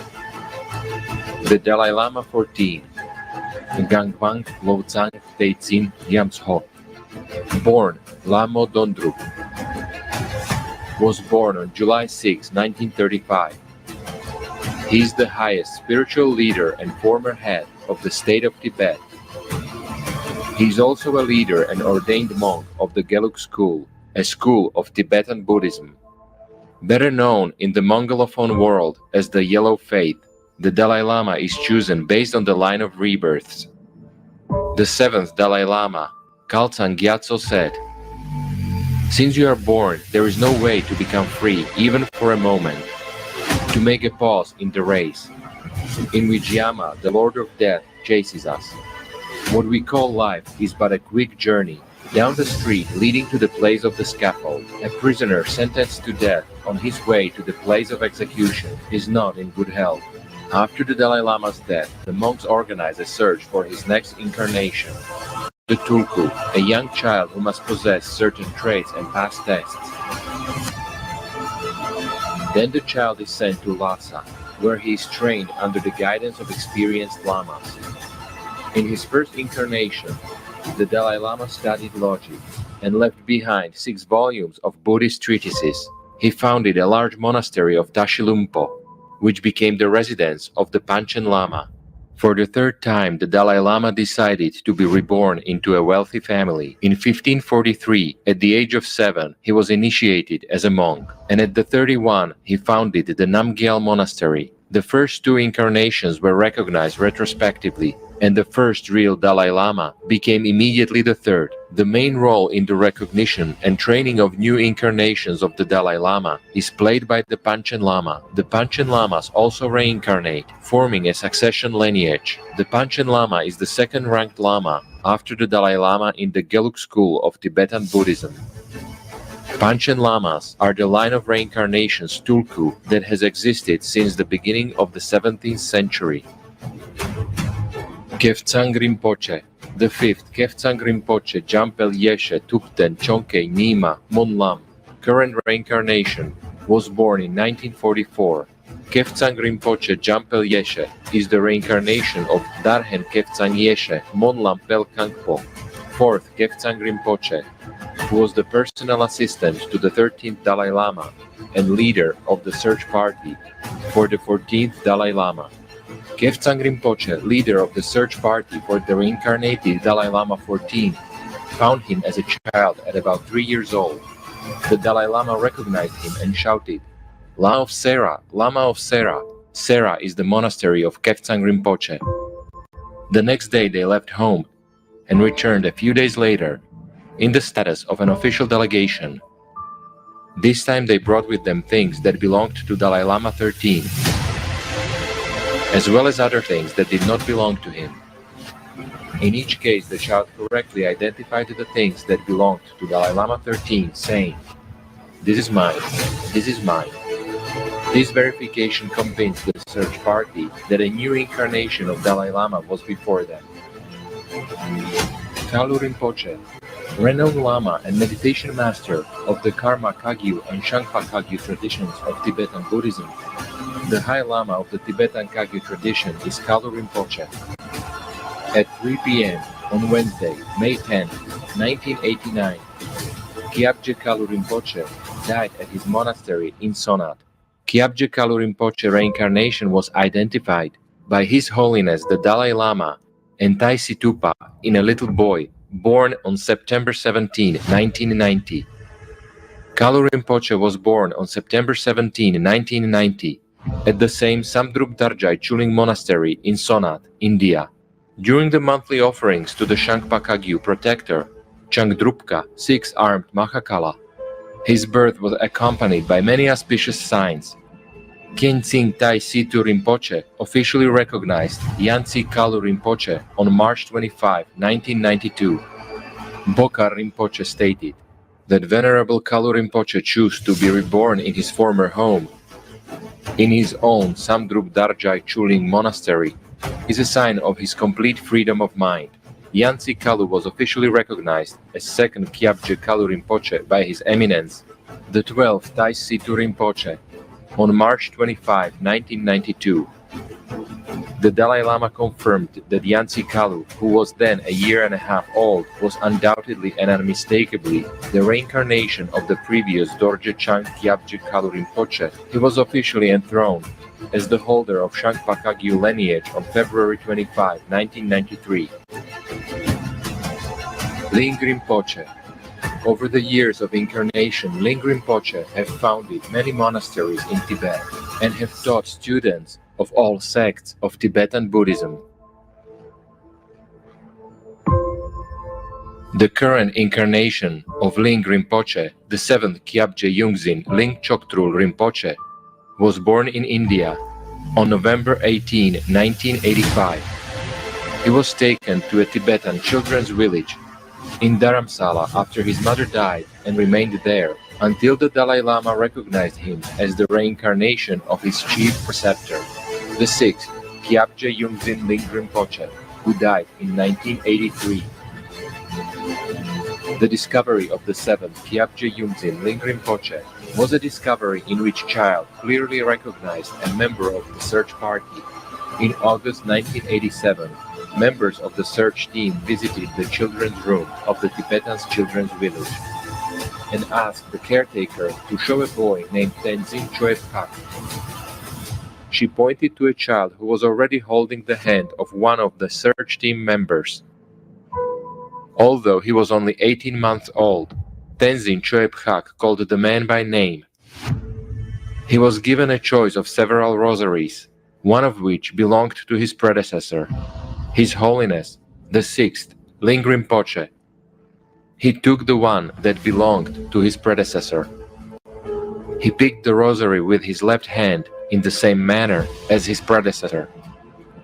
As he recited something, he counted 21 beads while doing so. The young boy also called by name other people who were close to his predecessor. Taktser Rinpoche. Taktser Rinpoche was born in Amdo, Tibet, in 1922, and as a child was recognized by the 13th Dalai Lama as the 23rd incarnation of the previous Taktser Tulku. Thus, even before the birth of his young brother, the Dalai Lama, he was a prominent figure in the hierarchy of Tibetan Buddhism.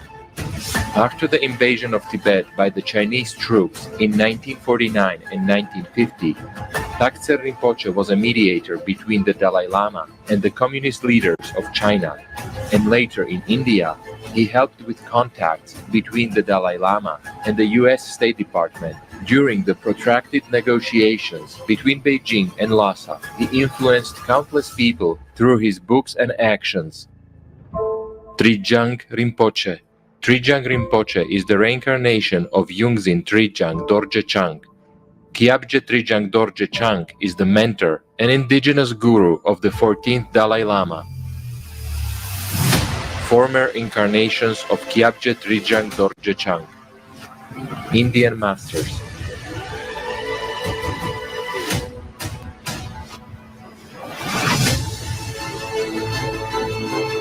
Former incarnations of Kyabje Trijang Dorje Chang. Tibetan Masters.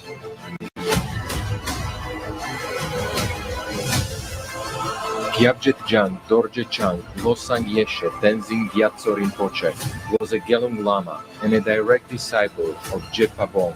He was the first guardian of the 14th Dalai Lama and the indigenous Lama of the most important Gelung Lamas in the West. In 1906, at the age of 5, he moved from the Trijang residence to Chusang Ritro, where he met Pabongka Rinpoche. He received his first teaching from him. The Manjushri devotional kid of Je Tsongkhapa's secret lineage of succession. Their strong relations lasted a lifetime, and he became Pabongka Rinpoche's closest disciple. Kyabje Trijang Rinpoche reincarnated into the body of Kyabje Trijang Choktru Rinpoche. The supreme reincarnation was born on October 15, 1982 in a Tibetan family in Dalhousie, northern India, and was officially recognized as the 14th Dalai Lama. Pabongka Rinpoche. After you die, your consciousness does not end. It must definitely take rebirth. There are only two places in which it can take rebirth: the upper and lower realms. If you are born in the hell, without respite, you will have to stay there with your body, indistinguishable from the hellfire.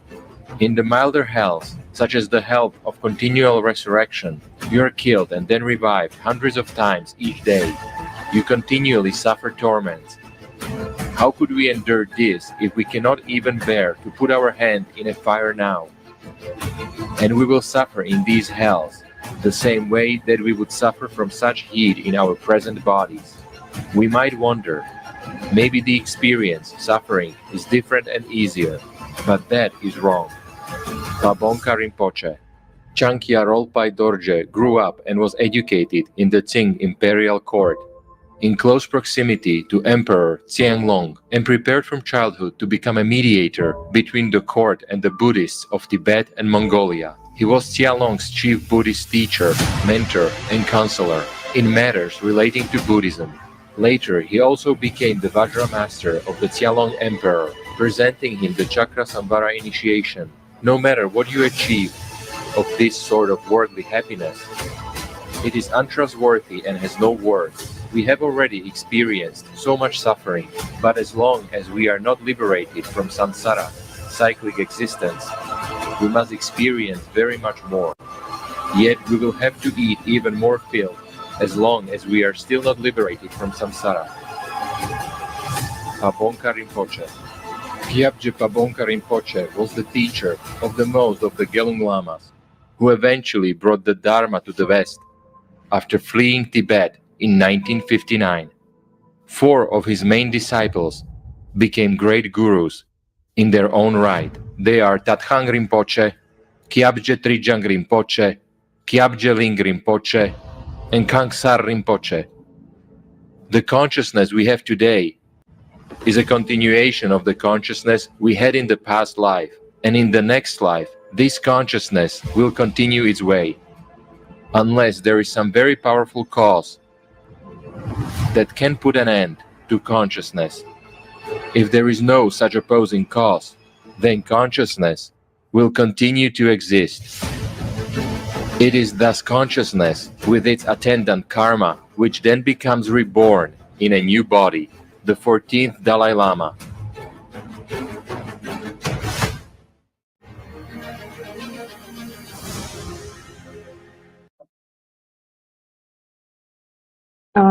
Ja, das ist ziemlich schockierende Information. Das ist auch für mich, This is such a shocking information, muss of einfach ehrlich course. sagen. Ja, aber welchen Einfluss die Lehre der tibetischen Lamas auf As die for how the Spitze des teaching of the Dritten Tibetan Reichs Lamans influenced the top leaders of the Third Reich, we will find out from the following speakers. I thank you for your attention and give the floor to the hosts. Vielen Dank, Tonja. Ja, wie ihr bemerkt habt, gab es im Dritten Reich keine Kleinigkeiten oder As you have already noticed, the Third Reich has no trifles or fortuities, friends. I always wondered how such a small, even well-organized bunch of people managed to manipulate the minds of millions. What tools did they have in their hands? Jamie, the floor is yours. Muchas gracias. Una de las herramientas para influir en la conciencia de las masas era y sigue siendo Thank you. los signos. One of the tools to influence the consciousness of the masses were and are signs.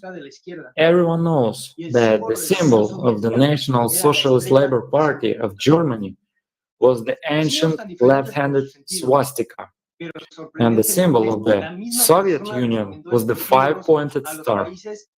Such different in meaning signs, but the amazing thing is that the same person recommended these signs to the countries of irreconcilable ideologies.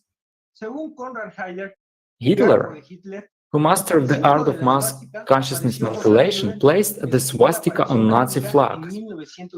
According to Konrad Heiden, Hitler's biographer, the swastika symbol appeared next to the Führer at his first public speech in 1921. A new red flag with a black swastika in a white disc was unfurled for the first time. The effect was like a bombshell, Hitler later wrote. I'll digress a little, but today few people know that there are two swastikas in nature, and now we are talking about the one aggressive reverse swastika, that is, in the form of a cross with the ends bent to the right. It symbolizes the counterclockwise movement. It activates the lowest animal demonic qualities in a person, such as swastika, turns against the movement of the sun, and is a symbol of death and destruction. It is with the help of such a sign there is an invisible preparation of people's psyche to influence their subconscious in such a way that they unconditionally fulfill the manipulator's veiled commands, but at the same time believe that they do it of their own free will and desire. There is also the correct swastika, that is, in the form of a cross with the ends bent to the left. It sets the movement in a clockwise direction and is a symbol of creation and development. By the way, translated from Sanskrit, the old Indian word swastika comes from the word su, means associated with good, i.e. su or asti means the beautiful exists, good existence. It's an interesting fact that Hitler originally chose this very creative swastika, but George Ivanovich Gurdjieff, who as we know was the conductor of the will of the Black Elders of Tibet, offered another solution. Recomendó que el Führer llevara la esvástica girada no hacia la derecha, que significaba el servicio del sol. Through Karl Haushofer, who was his disciple and Hitler's future mentor, he recommended that the Führer take the swastika turn not to the right, which meant serving the sun, but to the left, moving against the sun. Such a sign creates imbalance in the psyche, narrows consciousness, and imposes on the individual a state of fear, hopelessness, and servile behavior. And in such a state, the confirmation presented by the speaker is perceived by a person without critical analysis. And now, let us move on to the Soviet Union. Few people know that the reverse swastika was also depicted on some banknotes in the early years of Soviet power. You can see them on the screen now. Not everyone has heard that some units of the nascent Red Army in 1917-1919 also used swastikas on their flags, patches, and awards before the adoption of the Red Star as a unified sign. In November 1919, a commander of the Southeastern Front of the Red Army, issued an order approving the distinctive armband of Kalmyk formations using the swastika. The swastika in the order is called by the word lungt, i.e. lungta, which means whirlwind, vital energy. And this is how the award sign of the commanders of the Southeastern Front of the Red Army in 1918-1920 looked like. However, the reverse swastika did not stay in the USSR. With the Red Star, with the start of World War II, it was taken away and attributed only to Hitler. Friends, we come to an interesting point. The sign that was presented on the flag and coat of arms of the Soviet Union and was also the symbol of the Red Army is the pentagram. It is interesting that from ancient times, the star has served as a symbol of the victory of the spiritual over evil. The sign of the star only gives a positive impetus, a surge of energy to some change, and where it is later directed by people is a matter of human choice. In history, the sign of the five-pointed star was often used to make revolutionaries and hopes. The star encouraged a positive impetus on the masses. It gave aspiration, motivated to action, stimulating in people the desire for the best in the concept of their inner worldview. Therefore, people went through these transformations in society with faith, with a positive attitude, with hope for a better life and future, with the desire to gain the long-awaited freedom. This is the manifested effect of the impact of the sign on the masses. But where and with the help of what settings all this power was redirected by the leaders of such hopes? Naturally, in the direction of power for the implementation of the material requests and programs. What do you think? Stalin chose the star as the main sign of the Soviet Union, and he was not without the invisible influence of Gurdjieff. The question arises, why Gurdjieff gave one dictator an aggressive, destructive swastika, and the other more neutral in nature, the star? As mentioned earlier, the functioning of such a sign as a star depends to a large extent on people's choices. What did Gurdjieff have in mind? What plans did he have for these dates? The following speakers will answer these questions for us. Thank you for your attention, and I pass the floor to the host and to Evgeny. Thank you.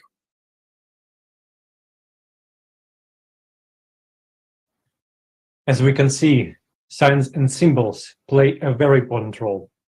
We'll come back to this topic many times in our Kaleidoscope. Signs are directly related to physics. Unfortunately, modern humanity has lost this knowledge, but various occult societies are very well aware of it, so they use them to implement their goals. Moreover, Occult societies widely practice rituals, murders, and suicides. Why did the top leaders of the Third Reich practice them? The next speaker, Eugen, will tell us about this. Eugen, the floor is yours. Guten Abend, Freunde. Good evening, friends. Als die Lage für Nazi-Deutschland wirklich When the things got really bad for Nazi Germany and it was clear that the war was lost, wählte Hitler die Hitler Taktik des chose the verbrannten scorched Erde. earth strategy. Ordnete an, He ordered die Berliner the U-Bahn Berlin zu fliegen, subway to be flooded, wobei nach verschiedenen killing, Quellen zwischen according to 20 various und sources, 300.000 between Menschen ums Leben kamen. 20,000 and 300,000 Wie people. auch sein Hitler, like his fellow Streiter inmate Haushofer, Haushofer, beschloss, decided dass die einzig that the only acceptable akzeptable Art way zu sterben for him to ein die ritueller Selbstmord was to sei. commit a ritual suicide. Hitler hatte Hitler had keine no Angst fear vor of dem death, Tod, da er as he wusste, knew it was not dass the es end. nicht das Ende ist. Er hatte He had weitreichende Pläne, far-reaching plans, allerdings in einem but neuen in a Körper. new body. In der Nacht zum On the night 26. of April April flogen die ersten 26th, the sowjetischen first Soviet Geschosse shells im hit the Kanzleramt ein. chancellery, Und and Hitler Hitler zögerte was immer noch. still hesitant. Wenn man diese letzten If Tage one studiert, studies these last bekommt man days, den Eindruck, dass Hitler one gets the offensichtlich auf impression etwas that gewartet Hitler hat. was clearly waiting for something. Ordnete He an, ordered seine his Leiche body to be unmittelbar burned nach seinem Tod immediately im Bunker after zu his death, verbrennen. right Zu outside diesem the Zweck bunker. wurden 180 Liter For this Benzin purpose, geliefert, 180 die liters of dazu petrol bestimmt were waren, die delivered, Leiche darin zu which were verbrennen. intended to burn the corpse. Hitler wählte den Hitler Zeitpunkt, chose the time, und damit and sein Tod for the am sake of his death festgelegten Tag to eintritt, come on the war appointed day, sogar bereit, he was das even Risiko willing to einzugehen, in risk die ending Hände up von in the Russen hands of the zu geraten. Russians. Am 28. On April April heiratete 28th, Eva Braun. he married Eva Braun. Seine letzte Stunde sah His nicht last hour besonders did not look dramatisch particularly aus. dramatic. Adolf aß zu Mittag Adolf had und lunch verabschiedete sich and, in accompanied Begleitung by von Eva Eva Braun, Braun mit der Hand von said seiner goodbye by Gefolgschaft. hand to his retinue. Dann zog sich das Then frisch the newly married vermählte couple Ehepaar retired to their in private seine Gemächer quarters. zurück. And a few Wenige minutes Minuten later, später tötete Hitler Hitler killed Eva Eva Braun Braun und erschoss and sich shot selbst durch himself den Mund. through the mouth. All dies geschah am 30. All April. this happened on April 30th. Arrangierte alles, He arranged um everything so to viel get Energie wie as möglich much energy für den as Übergang, possible for the für eine transition, bewusste for a Wiedergeburt conscious zurückkommen. rebirth. Der 30. On April April ist das 30th, uralte Fest April Beltane, 30th is das fließende the ancient feast of Walpurgisnacht übergeht. Beltane, which is smoothly turning Im into Kalender der Walpurgisnacht. Satanisten ist es It is einer one der of the most wichtigsten important Daten, dates in the Satanist da sie calendar, in dieser Nacht as it is die the Möglichkeit night haben, on mehr which they Energie have zu the erhalten. opportunity to receive more energy. Außerdem ging durch die Flutung der Moreover, U-Bahn und by flooding the damit subway and verbundenen thus Lebensentzug depriving a great einer number großen of people Anzahl of von lives, Menschen ein Teil der freigesetzten part of the Lebensenergie released an ihn, energy of life went ein to Teil him, an denjenigen, and in part dessen went to the Energienetz one in er sich whose befand. energy web he Und der was, Rest, das meiste, the one nämlich who is higher in 90%, rank, so to say. wurde vom System And the rest genommen. of it, most of the energy, Hitler which is tötete Eva Braun zum 90%, selben Zweck, was taken by the ihre system. prana Energie zu Hitler erhalten, killed Eva die Braun for the für same den purpose, Übergang benötigte. getting her prana energy he needed to make the Was transition. Haushofer betrifft, As for so Haushofer, beging he also auch er committed am ritual 10. suicide März on March 10th, 1946 rituellen Selbstmord. 1946. Sein Selbstmord His suicide erwies sich would prove als to be ebenso as strange seltsam and und mysterious as geheimnisvoll wie his sein entire ganzes life. Leben. Haushofer tötete Haushofer nach killed his japanischem wife Brauch seine according to a Frau Japanese custom und begann dann and in then seinen began to carve seine out eigenen her Eingeweide entrails with his own herauszuschneiden. hands. Trotz der Nachkriegswirren Despite the post-war waren die confusion, the polizeilichen police Ermittlungen investigation sehr gründlich was und nonetheless very ergaben, thorough dass das and Ritual, established mit dem der that the Professor ritual sich the sein professor Leben nahm, performed to nur end his oberflächlich life dem only traditionellen superficially Samurai resembled traditional samurai Harakiri harakiri. ähnelte. In Wirklichkeit In fact, bestand es it aus consisted einer of a strange merkwürdigen sequence of Abfolge von actions, Handlungen, the essence of deren Sinn die which the Polizeibeamten nicht police officers verstanden. never understood. One thing became clear to them: the way in which the enigmatic general killed himself was far more gruesome than the usual seppuku. Nicht unbemerkt bleibt auch Wolfram Sievers, General Secretary of Ahnenerbe and SS Oberführer, who performed the strange ritual before his death, was not left out either. Am 2. Juni On June 2, 1948, before his execution, he requested the opportunity to read a prayer, and for some reason, Dr. Hilscher was allowed to see him. Ironically, he was allowed into the convict cell as a visitor. Although being one of the founders of Ahnenerbe, he escaped punishment. Hilscher performed a ritual incomprehensible to the uninitiated ones. There was mention of the strange hand position, runic passes of Dr. Hilscher. Sievers knelt down in front of him and said a word, or rather, not even a word, but a runic mantra, meaning eternity. Ar is os ur. Then he began to draw some sorts of signs in the air with his hands. All those present were shocked. It looked as if the former SS man was performing a bizarre shamanistic ritual. When he had finished, Sievers calmly and strangely smiled, announced that he was ready to die. He was then hanged. All three, as we said earlier, received practices from Tibetan lamas, according to which they could perform a conscious rebirth. Let's see a video on this topic.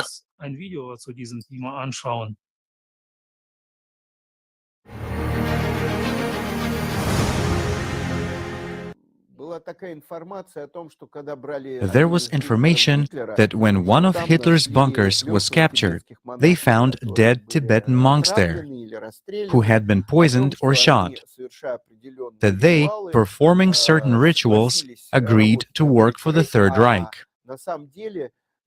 But in fact, there are two known letters from the Tibetan Mahatmas. One is to Stalin, and the other is to Hitler, which they sent. Technically, they saw in these regimes, let's say both the Soviet and the German, some progressive sprouts.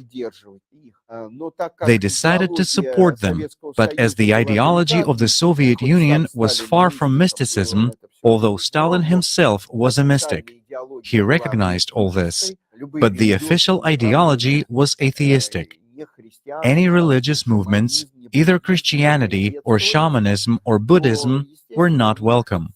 Then, naturally, their sphere of interest of Mahatmas and Lamas shifted to Germany, and they helped. We can say they were a core of this SS order, and they resisted really fiercely, because they had ideology. They were a kind of Tibetan magicians. They were not afraid of death. They knew that they risked only their bodies, because they had mastered the technology of reincarnation. And what were they doing at Hitler's headquarters, as a matter of fact? Naturally, they had been performing some kind of rituals. It is likely that these Tibetans were Bon direction. They made musical trumpets from a human tibia. There are Gabalas as well. It's a lid made of a human skull. This top part, an arch framed in silver, which was used for certain rituals. Those dark Bon rituals allowed rebirth. Yes, indeed, Karl Haushofer murdered his entire family. Before Hitler died, he married Eva Braun and killed her. Magda Goebbels also killed all her children by injection. They committed suicide. So, these are obviously some kind of black rituals that by sacrificing the blood of others allowed the soul to be reincarnated for the next incarnation. Naturally, Adolf Hitler used this occult technology And most likely his death was, let's say, not just accidental. Namely, and most likely, some ritual could have been performed to reincarnate the soul, meaning the immigration of the soul from the old body into some new body that was either to be born or had already been born. In other words, the soul transfer was done. So, we can say that unequivocally, because these monks who could, and let's say performed those occult rituals, wouldn't have just sat next to Hitler in the headquarters. They wouldn't have been there. More likely, some kind of ritual could have been performed. Not by chance he just ended his life there. More likely, a ritual could have been performed, and then the corpses of Eva Braun and Adolf Hitler were burned. The corpse was burned. Most likely, this is that cremation ceremony of getting rid of the avatar, so that the soul could be reincarnated into some other body. And it's more likely that his soul may still exist. They did have the idea of resurrecting another next Reich, the Fourth Reich, so to speak. They thought about that. They collected gold, took out valuables, made bases in different places, in Antarctica.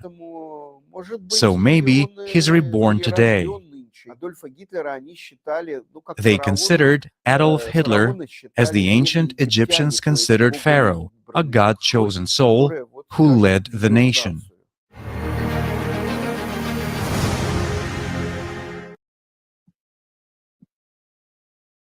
Vielen Dank an Vyacheslav.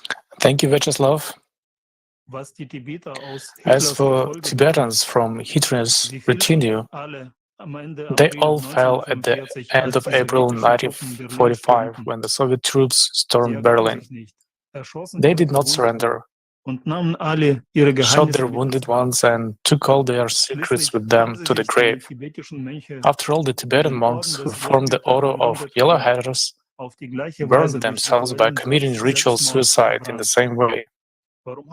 Why did they do that? Knowing the techniques of controlled rebirth, imitating their master's teachers, they wanted to be consciously reborn into the new bodies.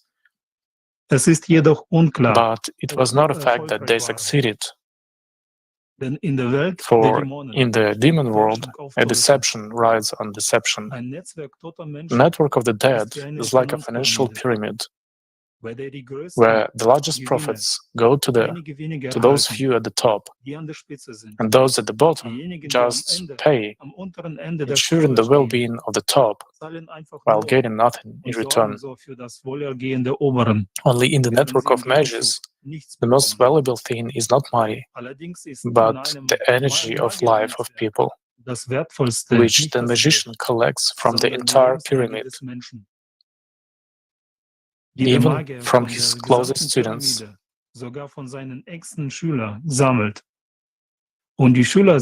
And people's students may not even be aware that this is happening. You can read more about how this mechanism of collecting energy works from in the book by Anastasia Novych Ezoosmos. It is important to remember that no matter how strong a magician is, and no matter how big a network he has, over him there will always be the master of the whole material world, Satan, or the system of the animal mind, which will collect taxes better than any tax collector. And the stakes are very high. 90% of all the energy collected by a mage will be taken by the system, leaving him with only 10%. Every mage strives to be at the top of this energy pyramid, or more simply, the richest with the most real power. All this leads to the fact that in the visible world, we are faced with veiled sacrifices, wars, revolutions, all sorts of riots, in which a few 2 million of people die. Although all these conflicts in the invisible world are explained by all kinds of economic, social, and political crises, on the invisible side, those who are hungry for food and are behind all of this. Everyone knows that Hitler was very ambitious, one of those who dreamed of becoming superior to Satan himself in this world. Although he himself was one of the links in the chain of magicians of higher order, such as George Gurdjieff. In spite of this fact that Hitler was quite a clever magician, yet he was deceived, and was only a tool in the hands of Gurdjieff. Another delusion the Führer had was that he could take the place of Satan himself. This is impossible. After all, an element of the system cannot be about the system itself. I wonder, so what did one of the men who set up this battle of mages say before he died? Thank you. I give the floor to Alex. Thank you, Eugen. The mage died on October 29, 1949, in an American hospital near Paris. A physician who was presented at the Gurdjieff death recalls, "I was present at the death of many people, but this particular death shocked me. How strange it was. I could not imagine anyone dying like that. At the moment of his passing, he opened his eyes, sat up in bed, supported by pillows, asked for a hat, put it on, a beautiful red hat with a white brim as a symbol of the cult of Satan. He took a cigarette in one hand, a cup of coffee in the other, started smoking and sipping his coffee." End of citation. All life was gone from his body, but his face was bright and his eyes were shining. In the last moment he said, citation, "Does anyone have any questions? Because I'm leaving." According to another version, as Gurdjieff was dying, he said to his disciples, "What a mess are you in?" Stalin read Gurdjieff's book called All and Everything. In this book, the main culprit who destroyed the most sacred writings is Lentro Hamsanin. Stalin guessed what the first part of the name means. Len for Lenin, Tro for Trotsky, but who is Hamsanin? The soul of this Lentro Hamsanin was on the planet Eternal Vengeance, where the main torture is the agony of conscience. These torments are accompanied by a full understanding that they will never cease. Doesn't it remind you of the state of subpersonality is in? Stalin ordered that George Gurdjieff be found whenever he is. Stalin received a call from Beria, who reassured him and said that Gurdjieff had died a year ago, earlier in Paris, at the American hospital Ney. Stalin asked Beria what Gurdjieff had said before he died. Beria replied that Gurdjieff said, "I leave you in a very difficult situation." Which version of Gurdjieff's dying words is correct is unknown.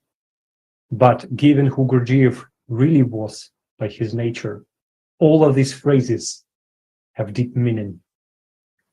An unusual death. But I would like to draw your attention to the doctor's words. He put on a hat with a wide brim as a symbol of the cult of Satan. What kind of symbol is that? Interestingly, according to mythology, Saturn represented the Greek titan Kronos, also known as Chronos, or time. Saturn, in his turn, got his name because he was saturated, or more precisely said, saturated by years, he regularly devoured his own children. The followers of the cult of Saturn describe him as an ancient, horrible ancestor. He's associated with another world.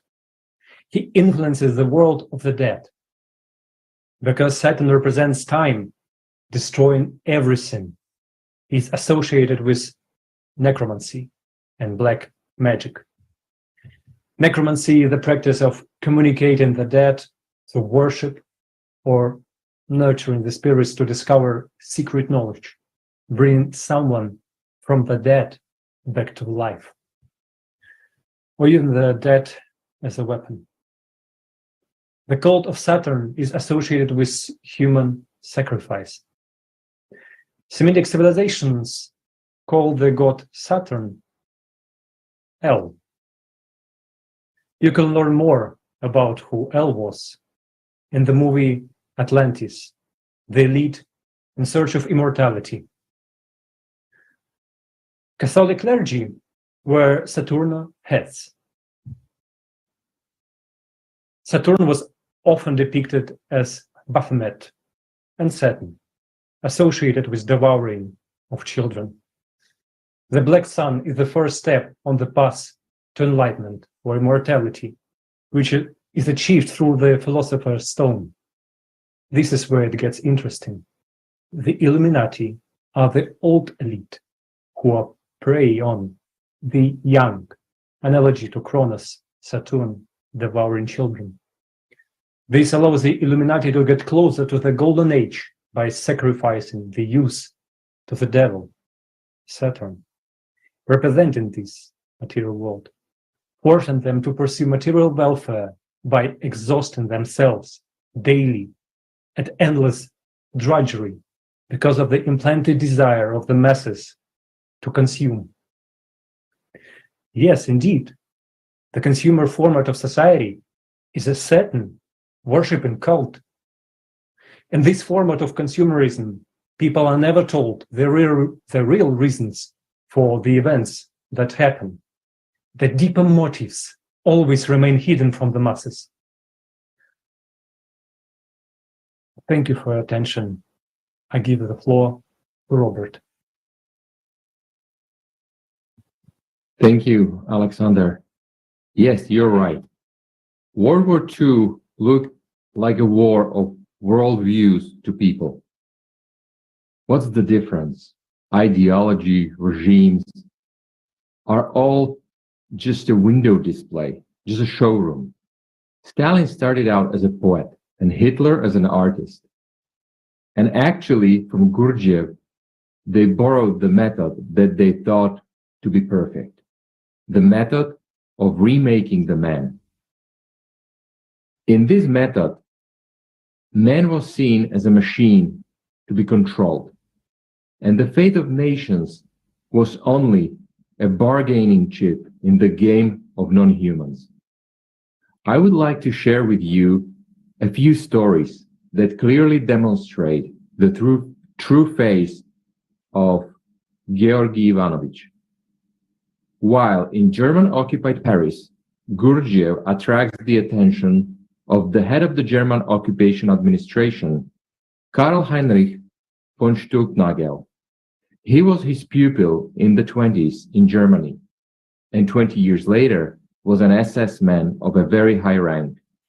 In the summer of 1944, Stulpnagel took part in the Stauffenberg conspiracy and carried out a one-day bloodless coup in occupied Paris. This was during the occupation when the head of the Paris branch of the SS, and you know it was a secret occult organization, was in the building for a meeting. And in front of the building, of course, there were 10 times as many guards. There were men with sheepdogs. There were snipers present, and all aimed at one man. It was none other than Georgy Ivanovich. He waited for his student, and when Stulpnagel came out accompanied by 2 SS men with huge dogs, Gurdjieff took him by surprise, kicked him in a butt, and shouted in English, "Remember, Gurdjieff acted like a Zen teacher, hitting his pupil with a wake-up stick. Here, of course, everyone aimed at him with machine guns, and Stumpnagel shouted in a wild voice in German, "Teacher!" He rushed to him and hugged him. As can be seen, Gurdjieff dared to kick the head of the German occupation administration in Paris in the presence of a crowd of his subordinates. He towered over all the German military leaders, and with this kick showed what they were worth. Such was his power over the people. They all obeyed his will, and you couldn't touch him. And nobody could touch him. Not Hitler, not Stalin. Gurdjieff raised two mages who were obsessed with the idea of world power, and this desire blinded them. This is what Gurdjieff took advantage of. He used the weaknesses of people to implement his selfish plans. Perhaps I will tell you another story that clearly reflects the true state of affairs. 1942. More and more territory was being seized by the Nazis. Hitler repeatedly invited Gurdjieff to come to Germany. Gurdjieff did not accept and once replied, "Darkness is over Germany, Adolf. All of you are in darkness. Your only hope of breaking through to the light is by climbing a mountain, a high mountain. You will find light only on the top of Mount Elbrus." Was this an allegory of the master, another riddle, or a hint? Hitler took it literally. The Edelweiss division stormed Elbrus and put the Nazi swastika symbols there. And immediately, Stalin sends to install the symbol of the Soviet country on Mount Elbrus. Strange, isn't it? Divisions and armies are being killed. The fate of the war is being decided, and the leaders are preoccupied with the outcome of the King of the Hill game. Who will stay on top? This is the highest mountain front. Battles were fought at the altitude of over 4,000 meters. Friends, just think about it. What is the value of this territory? Is it a strategically important site? Maybe there are reserves of precious stones, metals, or oil. In general, this area has always been considered a cursed place. How many climbers, masters of sports, tourists die and still die on Mount Elbrus? Often, nobody even picks up the bodies of people. So back to the subject. There is a global game in which two mages, two leaders, Hitler and Stalin, act as pawns. How did it happen that despite serious agreements, one went to war against the other? It is known that Stalin, until the very last moment, did not believe that Germany would attack the USSR. Why? Because both dictators had originally set out to unite their war machines and divide the world between them. And indeed, if the troops of Nazi Germany had united with those of the Soviet Union at that time, no one could have stood against them in terms of military power. But the main question remained open. How to resist the occult forces of the dead? This can only be incomprehensible to people who have never encountered the manifestation of occult forces. However, those who stand at the levers of great power know that such things should not be underestimated. Hitler, in particular, was well aware of this. Although in the eyes of ordinary people, he represented unrivaled power. In fact, he was well aware that his power, compared to the real power possessed by the elite of the Green Dragon Order, was nothing. He himself, since his childhood, has been confronted with the manifestation of occult forces that were simply frightening by the mystery and power of their impact. Hitler witnessed the action of these invisible forces during his rise to power. He saw the occult practices of the Green Dragon Order in action when Hitler repeatedly faced assassination attempts, and he emerged from these situations unexplained to ordinary people, alive and unharmed. He knew how controlled his actions were, but these invisible forces of real power could only be resisted by an even greater force, which, according to ancient sources of different people, was either in Shambhala or in what people later called the Grail. That is why both Hitler and Stalin were so diligently engaged in their search. Hitler was especially eager. He generally cherished the dream of himself to take the place of the ruler of this world, taking power from Satan himself, to live forever and rule forever. So when Hitler's search for the Shambhala failed, he stepped up his search for the Grail. And it must be said that Hitler approached this matter very seriously. His team was not only engaged in the search for the Grail, but also began construction, planned for 20 years, of an entire complex, where it was assumed the Grail would be stored.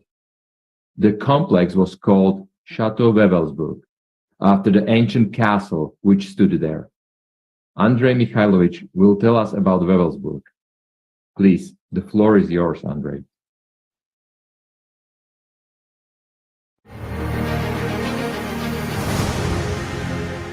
Wewelsburg, or Wewelsburg Castle, was not chosen by chance.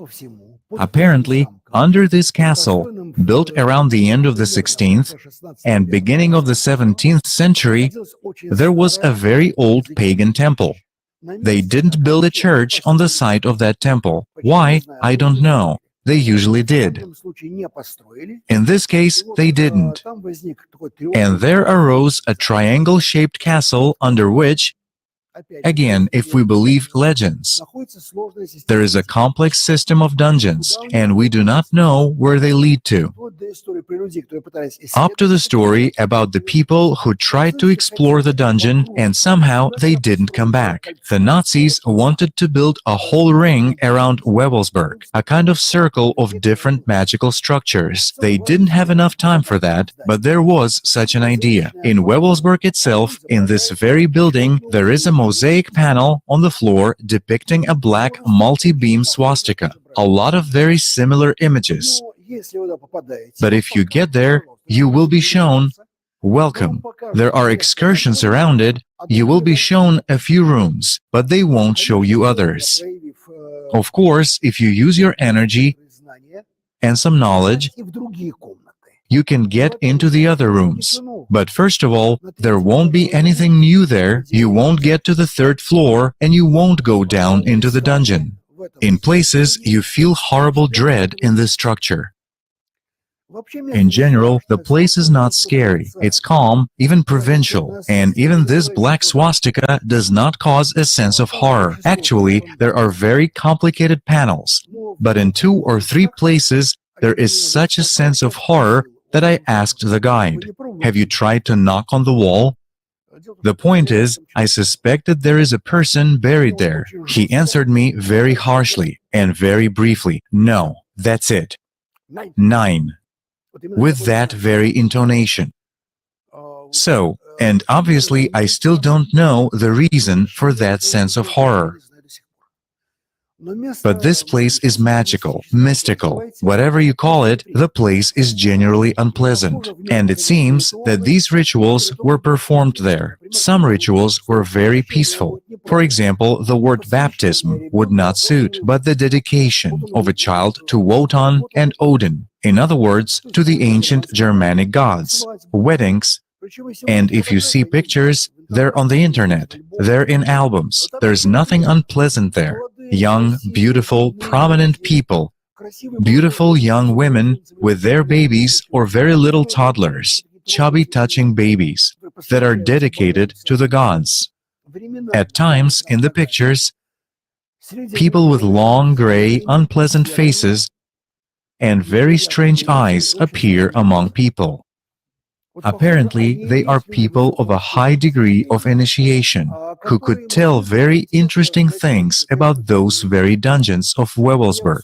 But I assure you, they will not do that. And I suspect that most of these SS youths who had their rituals, their feasts, their weddings, and their dedications of infants to the gods didn't know everything, I suppose. I have the full impression that very many people were blindly used. And these old men who say something, they were the ones who were blindly used, who are now trying to pretend to be incredibly knowledgeable.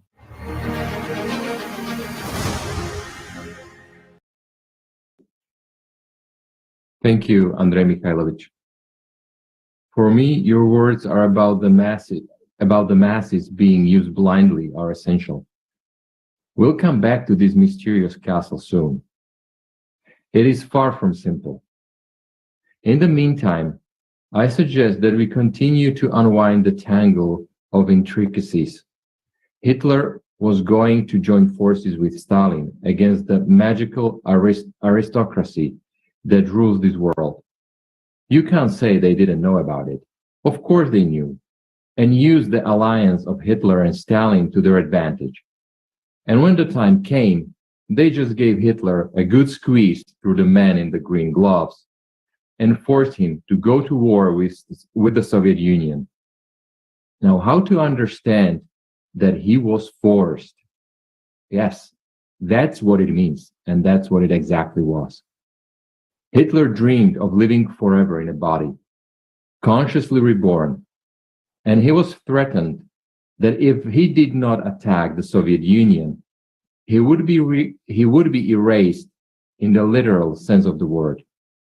After all, it is in the power of the top of the Green Dragon Society to tear the soul from the chain of reincarnation and to destroy all the information aggravating it. And the subpersonality, even an active one, is nothing but information. Therefore, if to remove from the soul all the shells that weigh it down, it will return to its home, the spiritual world. Hitler, being a subpersonality, like any other dead person, was afraid of the final death. That is why he broke his agreement with Stalin and went to war against the Soviet Union. Now let us return to the castle. Castle Wewelsburg. It was from this location that the world was supposed to be ruled, establishing there the center of the Nazi new religion, which the SS elite was developing as a synthesis of ancient Germanic beliefs, Christianity not poisoned by Jews, and occultism. The plan for the complex was approved, in which the triangle of the castle, resembling the tip of a spear, fit into a giant ring of structures corresponding to the shape of the silver deadhead ring that each of the SS members had. This image of the spear symbolized not so much the legend of the spear of destiny, according to which the Roman centurion wounded the crucified Jesus, as the legend of the ancient Germans and Scandinavians. According to the latter, one of the most worshipped ancient gods of these people who lived in the heavenly city of Asgard was Odin, Germanic Wodan, the god of war and military honor. The constant attributes of this god were the lance Gungnir, which never missed the target, and the ring Draupnir, which begets its own kind. So the northern tower of the castle triangle was aimed at the legendary island of Thule in the Arctic. I will draw your attention to the fact that the castle itself had not only apartments for all 12 top SS generals. There were 3 main halls erected on the same axis, but on different levels. The lower hall was called Valhalla, which represented the world of the dead from the ancient sagas, with an eternal fire in the middle and a crypt tomb for the Obergruppenführers, as well as to store the rings of all members of the Black Order after their departure from life. Further up the floor was the Midgard Hall, the name given to the world of the living according to Germanic Scandinavian mythology. The room was painted down to the floor with special rune symbols. There were 12 pillars in it. This hall was intended for the acts of power of the inner circle, meaning the 12 knights of the Black Order, who were to decide the fate of the mankind here. Finally, crowning the northern, which at the same time symbolized the ancient Germanic world of the gods, the Asgard.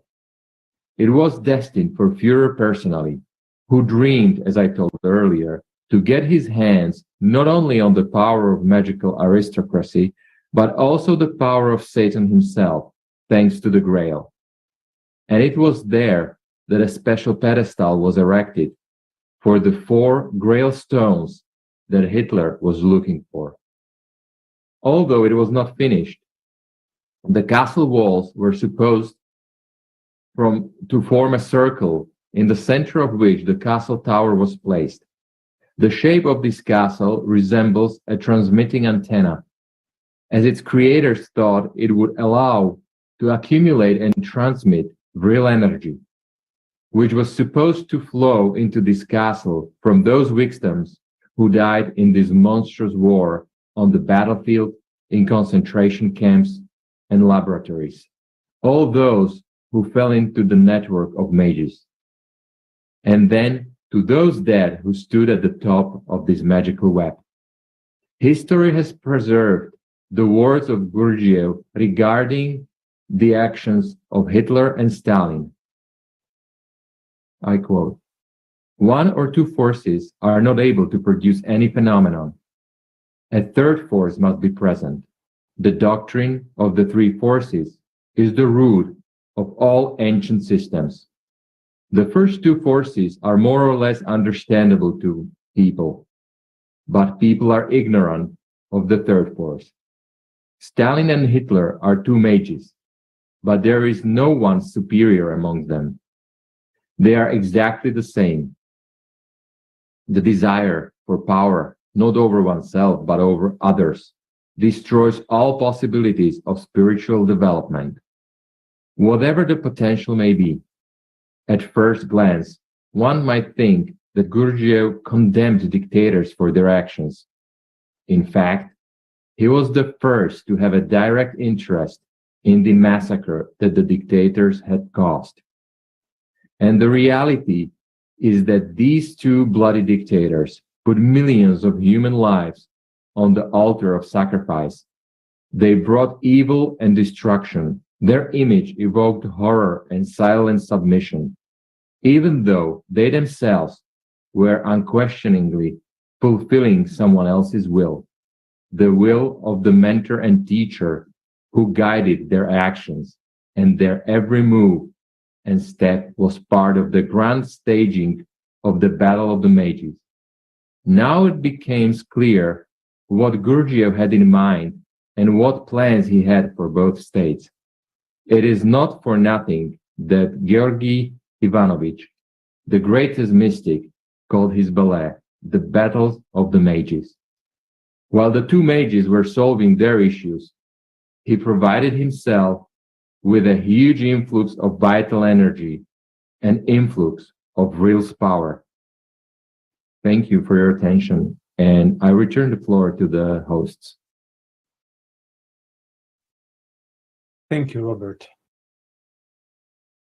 It's incredibly difficult to believe that dictators who controlled multi-million armies and masses of people were skillfully manipulated by a dense teacher.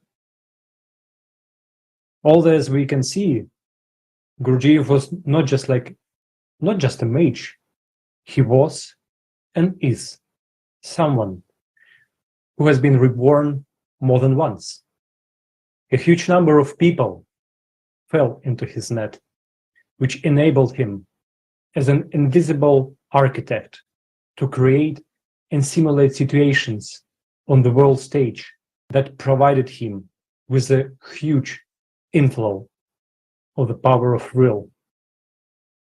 For the same purpose, the Wewelsburg Castle was also built, where acts of power were performed, and the Knights of the Black Order received that power, which enabled them to control the masses and provided with enough willpower to go through consciousness rebirth.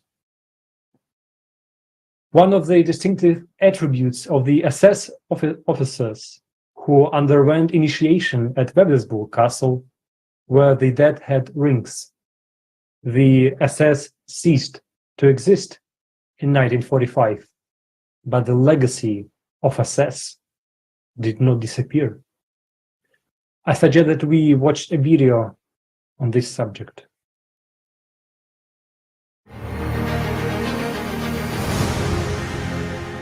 Death's head ring is a personal decoration awarded personally by Heinrich Himmler to members of the SS.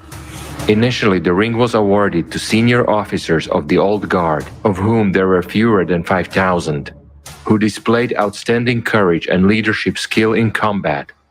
Later, the rules for receiving the ring were simplified, and by 1939, almost every SS officer who had served for more than 3 years could have this award. The rings were made of silver. The rune's design of the ring reflects Himmler's interest for mythology and the occult. Swastika, reverse swastika, the direction meaning destruction and annihilation. The Sieg rune, attribute of Thor, the god of war, the sign of power, energy, struggle, and death. The Heilzeichen rune, literally the sign of salvation, symbol of success and good luck. The Doppel rune, Hitler at the suggestion of the head of the Black Order, Himmler, established the coupled rune as the emblem of the SS. Coupled rune, the unity of the elite force and the energy of the sun, was to symbolize the mystical power of the warriors of the spirit, true Aryans without admixture of foreign blood, ready to destroy the enemies of the Third Reich at the First Order and, if circumstances require, to die without hesitation. The Hagel rune symbolized the unbending faith in the Nazi sense of the word, required of every member of the SS. This rune was widely used in various SS ceremonies, particularly at weddings. On the inside, the ring was engraved with an abbreviation SLB, Seinem Leben, from German, his favorite, the owner's name, initials, last name, a facsimile of Himmler's signature, and the date of awarding. A special round box decorated with SS runes was presented, along with the ring. Together with the ring, the member of the SS also received a rewarding letter from Himmler personally. I award you the SS Death's Head Ring. The ring symbolizes our loyalty to the Führer, our steadfast obedience, and our brotherhood and comradeship. The Death's Head reminds us that we should be ready at any time to lay down our lives for the good of the Germanic people. The runes diametrically opposite the Death's Head are symbols from our past of the prosperity which we will restore through National Socialism. The two Sieg runes stand for the name of our SS. The swastika and Hagel rune represent our unshakable faith in the ultimate victory of our philosophy. The ring is wreathed in oak, the traditional German leaf.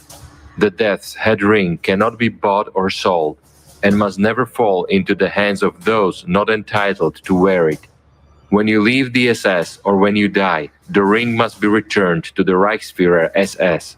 The unauthorized acquisition of duplicates of the ring is forbidden and punishable by law.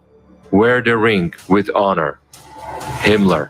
In the event of death of the owner, the ring had to be given back to Himmler, to be returned to the Castle Wewelsburg as a commemoration of the owner. If the owner of the ring was killed in battle, his comrades in arms were to make every effort to recover the ring and prevent it from falling into enemies' hands. The rings of the slain SS officers were used in the display of the tomb of the owners of the Dead Head Ring Memorial at Castle Wewelsburg. But let's go back to the present day. Many will say that the SS and its destructive ideas ceased to exist with the Third Reich, with the fall of the Germany in 1945. But is this really so? Then why do we now see the same symbols and signs and attributes used by the Third Reich all around us?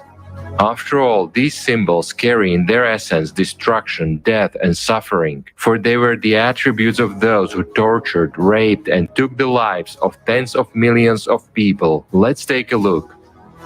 If you think that the fashion for rings with a skull, the symbol of death, was gone with the era of Nazi Germany, well, it did not. Today, the fashion for the symbolism of the dead is actively promoted in the masses. Many famous people wear jewelry and clothing with these symbols, thus advertising them. Some of them do not just wear skull rings, but are also members of various secret societies such as Masons, Freemasons, the Illuminati, etc. So, I'd like to ask a question. Why do we worship death so much? Do we want to die? The life of society consists of choices each of us makes. Before you do something or wear something, think about what you bring to this world, life or death.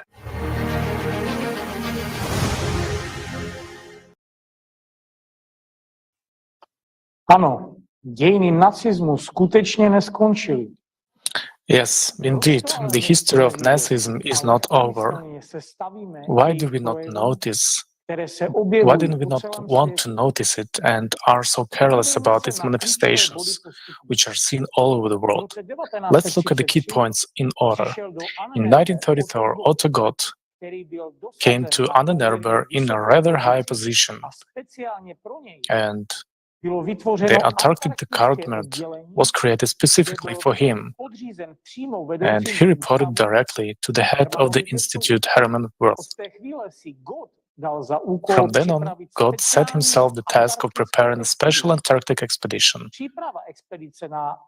Preparation for the expedition to the ice continent began in 1934. It was then that a special interdepartmental Group A was set up, which included representatives of the Annenerber, the German Navy, and several well-known scientists of polar expedition.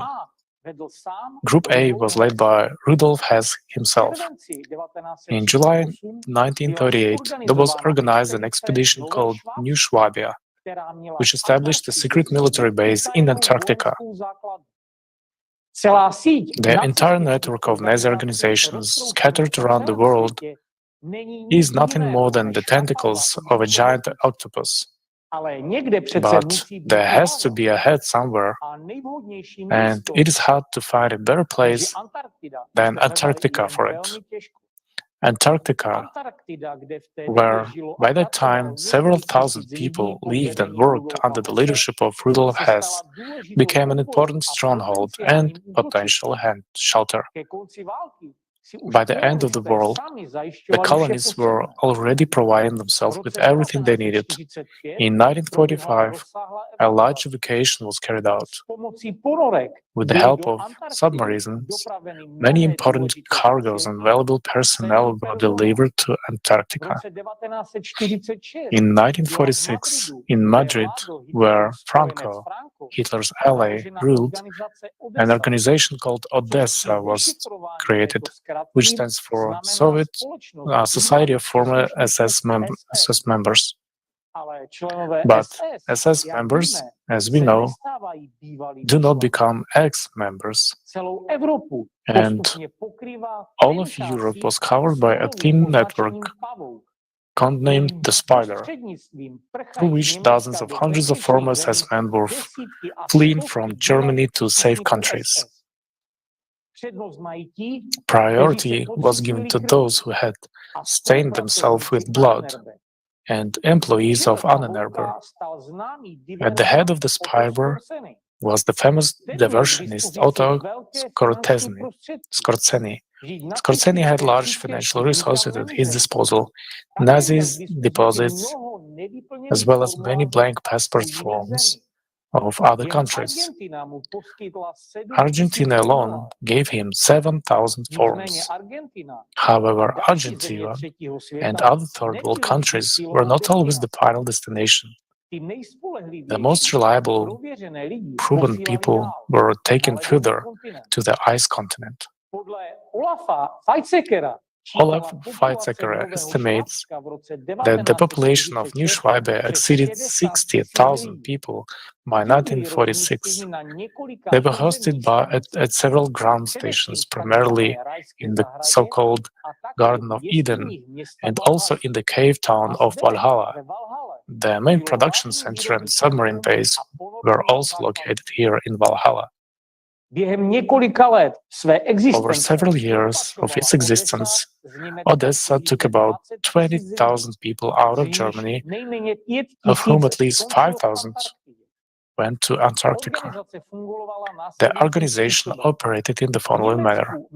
It had a developed network of agents in Germany, which had large financial resources.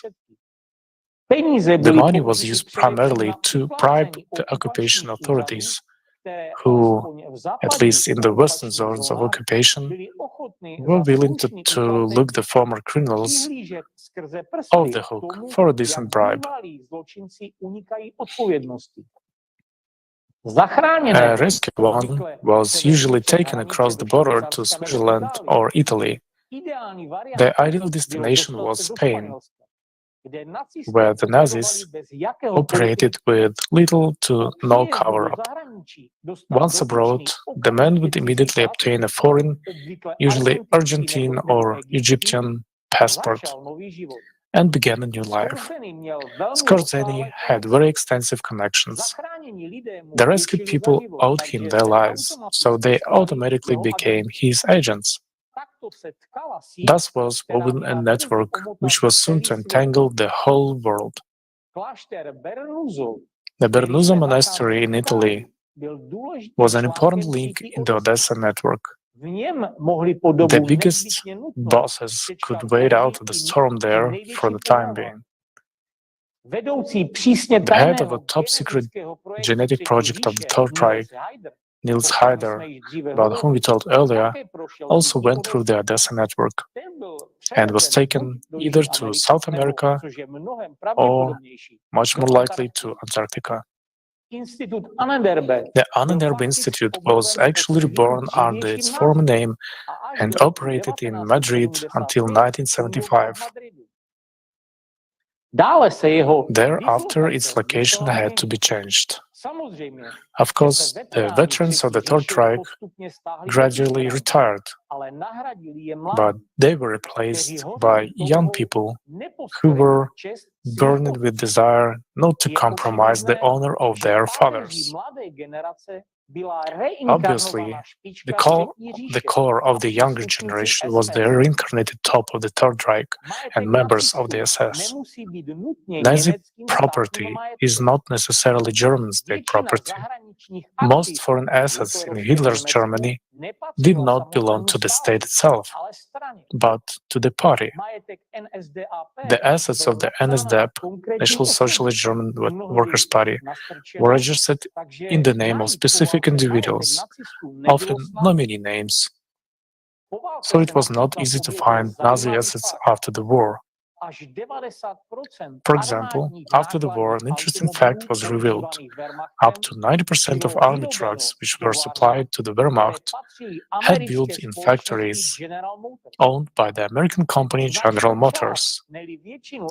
A significant portion, if not the majority, of General Motors shares were bought out by Nazi leaders through frontmen. All of the NSDAP foreign assets were not held in the name of the party, but in the name of specific people. So the party disappeared, but people remained. As for World War II fades into the past, the history of Nazi organizations and Nazi money becomes increasingly difficult to trace.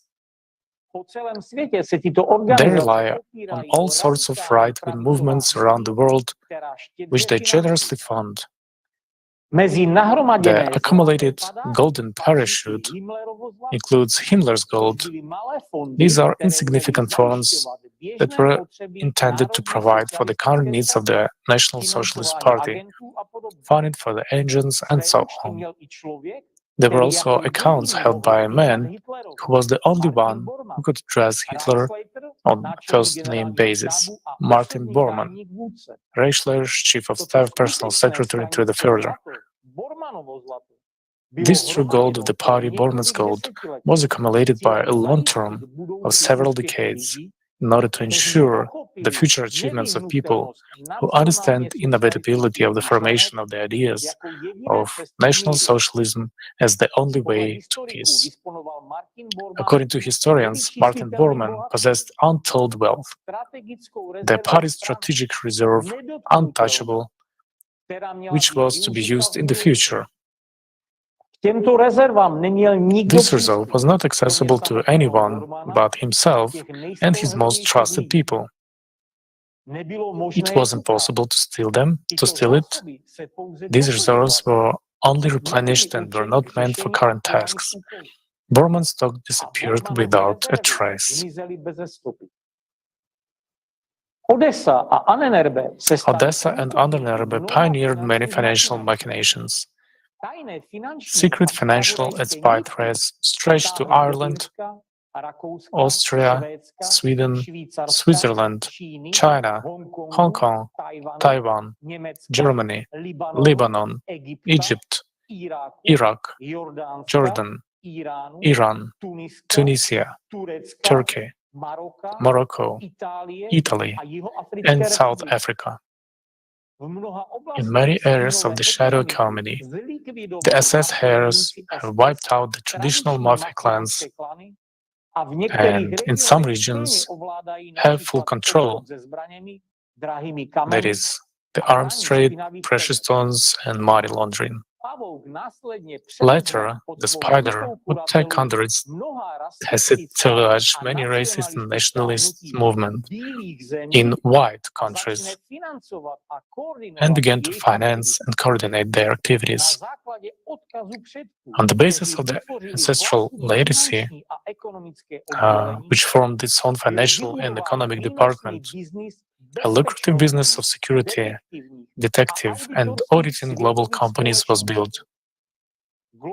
The global financial empire of the Nazis is represented by Flick concern, which includes the famous Mercedes-Benz, the IG Farben Industry, Trust, the United Australian Iron and Steel Works, the Stebach Company, the Ferreich Stahlwerk concern, and hundreds of other multinational companies, trusts, and corporations.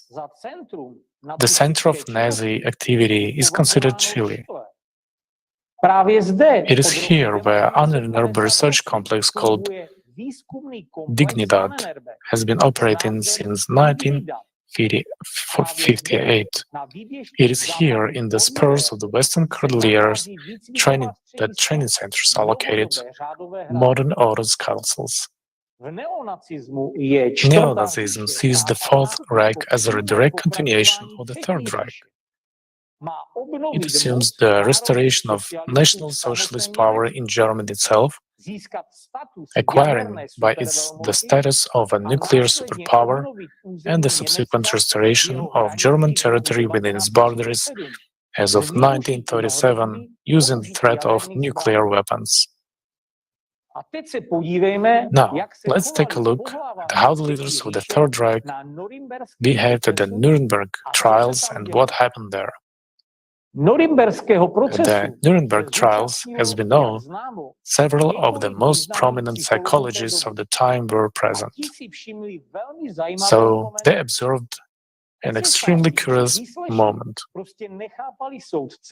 SS officers during the interrogations simply didn't understand judges when they were told about their guilt for millions of human lives. Indeed, what kind of guilt could there be if all these people had been sacrificed for higher ideals?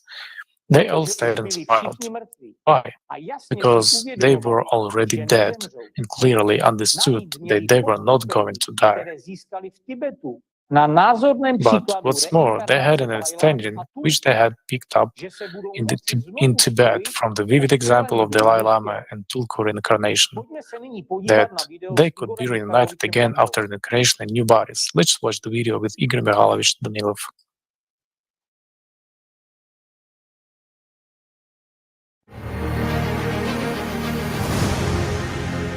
Subpersonalities that were together some time ago and probably committed some atrocities be able to meet after a certain period of time in a new generation and continue to destroy this world? You know, I'll answer this way. Yes, they can. And there are examples of that. Again, we have to return to Anand Erbe. They studied there and trained people. And when we already recall the trial over them, some high-ranking officials and their hierarchy laughed at the trial, and they were absolutely not afraid of anything. Do you know why? Because those high-ranking officials were part of a certain circle of people who were involved in accumulating power and the like, who used secret practices, so to say. What did those practices give them? They learned how to operate and accumulate the energy of real. Naturally, they understood that after death, they would be dominant subpersonalities. And after their physical death, they would be able to take over personalities anyway. Moreover, they would be able to connect with each other. Is it possible? It is. Yes, it is possible.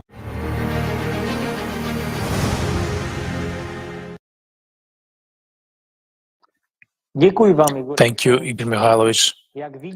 As we can see, in addition, they can contact each other after conscious reincarnation in new bodies.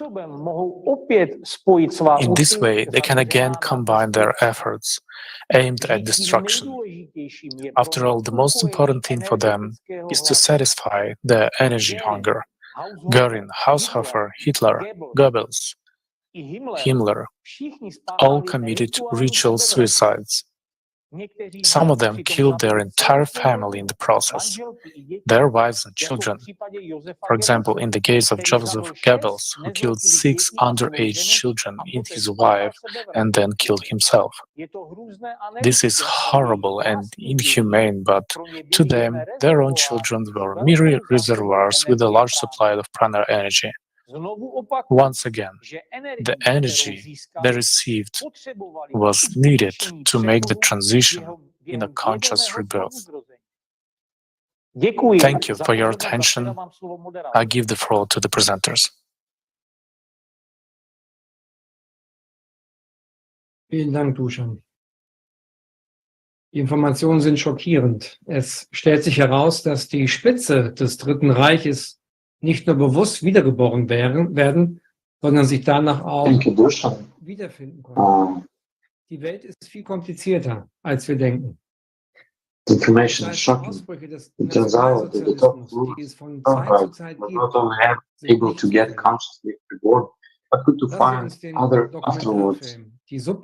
afterwards. The world is definitely much more complicated than we believe. Therefore, the outbreaks of Nazism that make place from time to time are not accidental.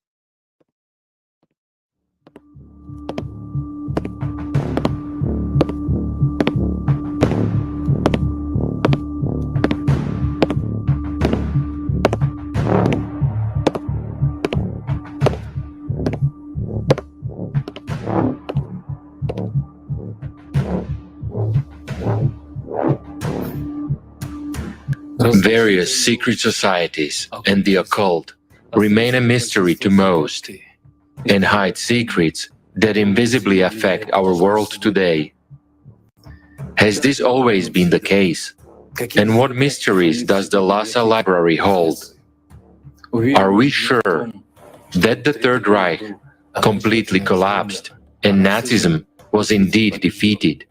What role did play the Ahnenerbe and the strange man who accompanied Hitler all the time? This strange man was a Tibetan monk, whose nickname in the West was the man in green gloves, who in fact was far from being a monk, and not the last in the structure of the occult secret order, the Green Dragon.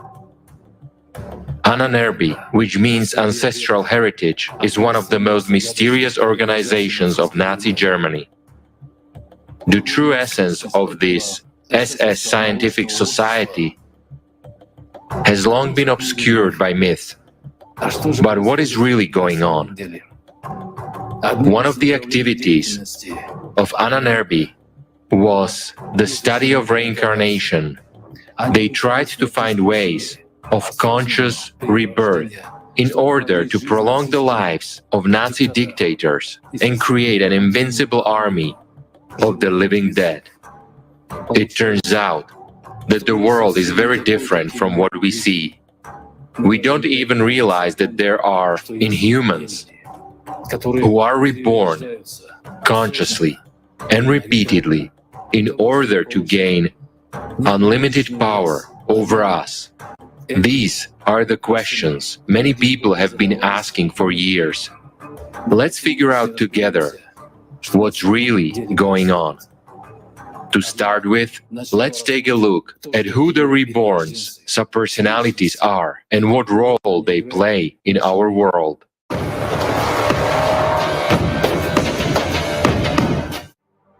So, reborns. History knows the facts that speak for themselves. Here are some of them.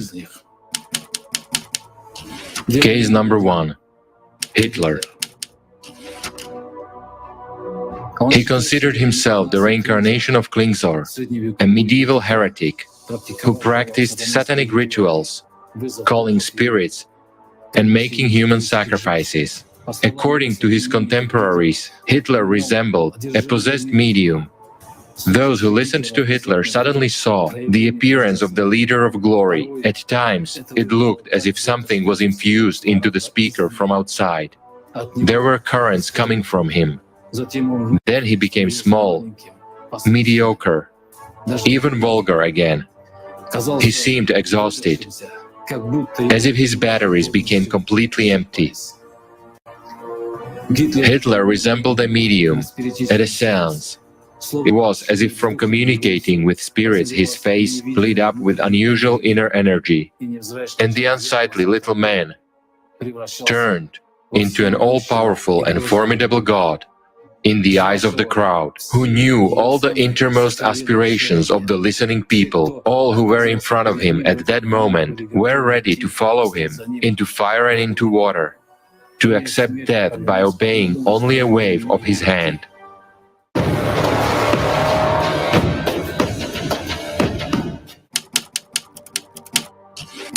Case number 2. Heinrich Himmler.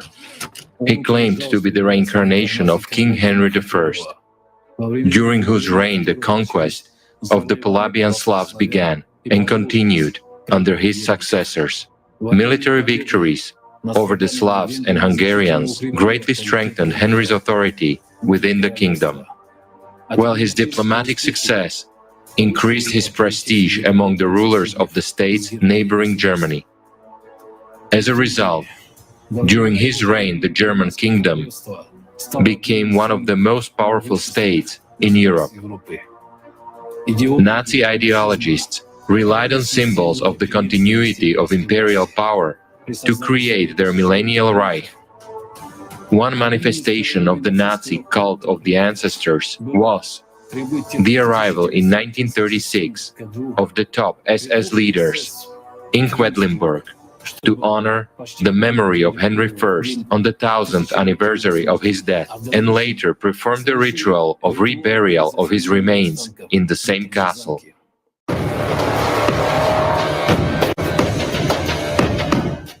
Case number 3. Karl Maria Willigat.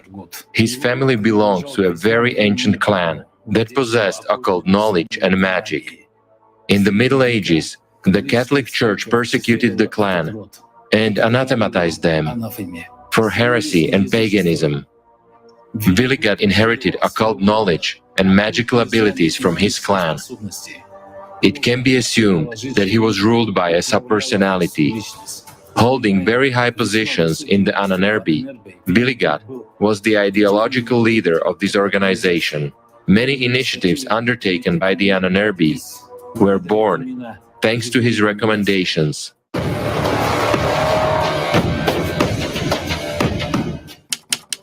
Case number 4. Ferenc Speer. The story of one person. Our contemporary, a researcher of the Third Reich, Hans Ulrich von Kranz, describes the story of a man named Ferenc Speer. Here are some excerpts from Ferenc's past life. It was as if I were there myself, in the past. I saw my home in Berlin, my father, my mother. Only other, not my real parents. My wife, 2 daughters. I remembered the name. It turned out to be Ferenc too. Saw how I served in the SS. I started with the stormtroopers, joined the party in the first ranks. Then I joined the SS combat units, was awarded by the Reichsführer, rose to the rank of Sturmbannführer, and died in April 1945 in the street battles in Berlin. Then I began to collect information about other people, those who also felt and remembered something, like me. And I found quite a few such people. I am quite clearly aware of these 2 parts in me, the former SS man and the current journalist. I wondered for a long time who that Sturmbannführer Ferenc was. My father had already died by then. There was no one to ask. And yet I dared to, and once asked my mother if she happened to know any other Ferenc besides me. Of course, I didn't tell her anything that I had recalled about. I didn't want to worry her, and I doubted that she would immediately believe me. She said that one of my father's best friends when he was young was named Ferenc. Apparently, my father had told her about his life in Germany. When she told me that Ferenc was an SS Sturmbannführer who had served with my father and had been killed in the battles for Berlin, I almost fainted. Apparently, that was me. A few years later, something very strange began to happen to me. A part of that Ferenc in me seemed to grow. I now think, and most importantly feel, completely differently than before. One day it was as if I woke up with it. I believe in it, or rather, that Ferenc believes in it and makes me believe in it. I am having dreams. I am also dreaming about a man. He tells me about honor, justice, truth. He tells me about our just and wonderful ancestors, and most importantly, about our gods. I thought I had made this man up myself in my dreams, until I recognized him. Do you know who it was? Heinrich Himmler. I can feel him calling me. Now something changes in me every day. I don't want to become an SS man or a Nazi. I didn't approve of Hitler and I still don't approve of him, but I know that in a few more years I won't be able to resist it. This is a real story and there are many of them. Isn't it an important topic for research?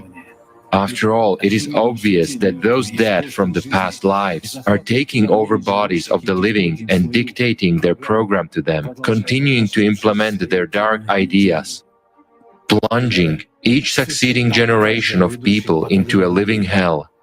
Thousands of Nazi criminals managed to escape justice after the end of the World War II, taking advantage of the help of the Vatican. You can find this information in open sources under the name Rat Trails, an organization Spider Network, an organization of former SS officers, Odessa.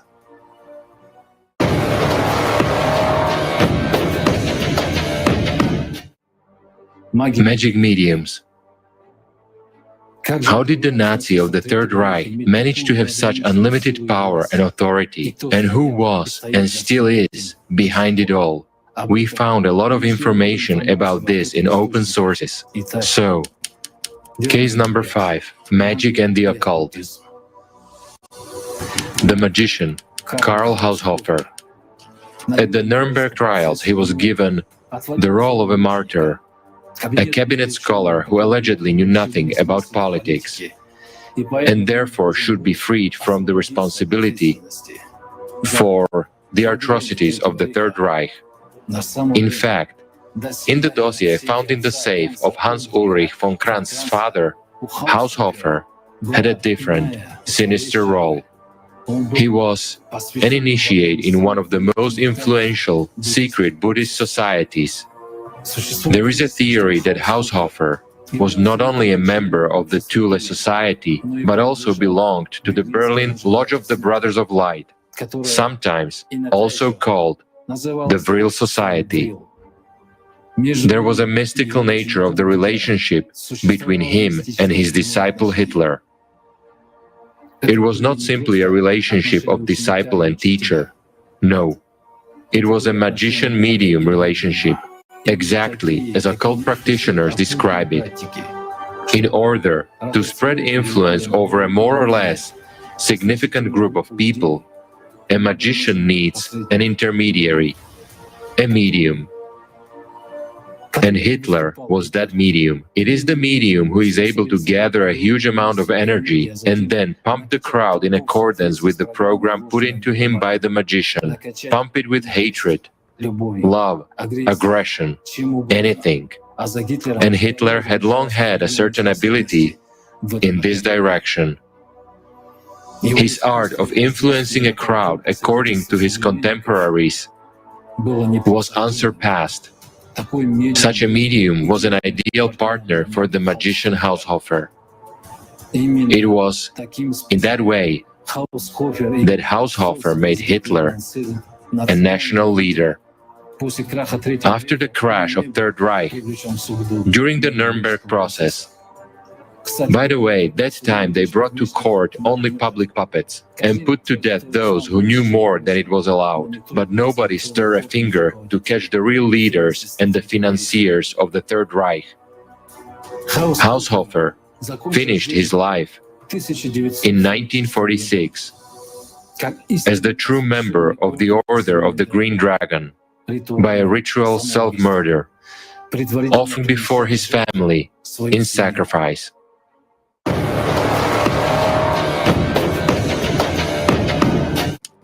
The SS Vatican. Wewelsburg Castle, also known as the SS Vatican, is shrouded in legend and mystery and is located in Germany in North Rhine-Westphalia.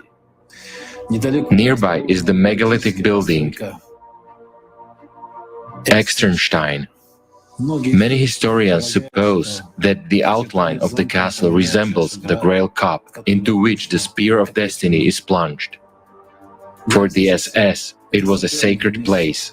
During the Third Reich, the castle was the forge of the SS cadres and the center of the annual meetings of the top ranks, as well as the headquarters of the Black Order of the SS. It's an odd phrase, the SS Vatican, isn't it?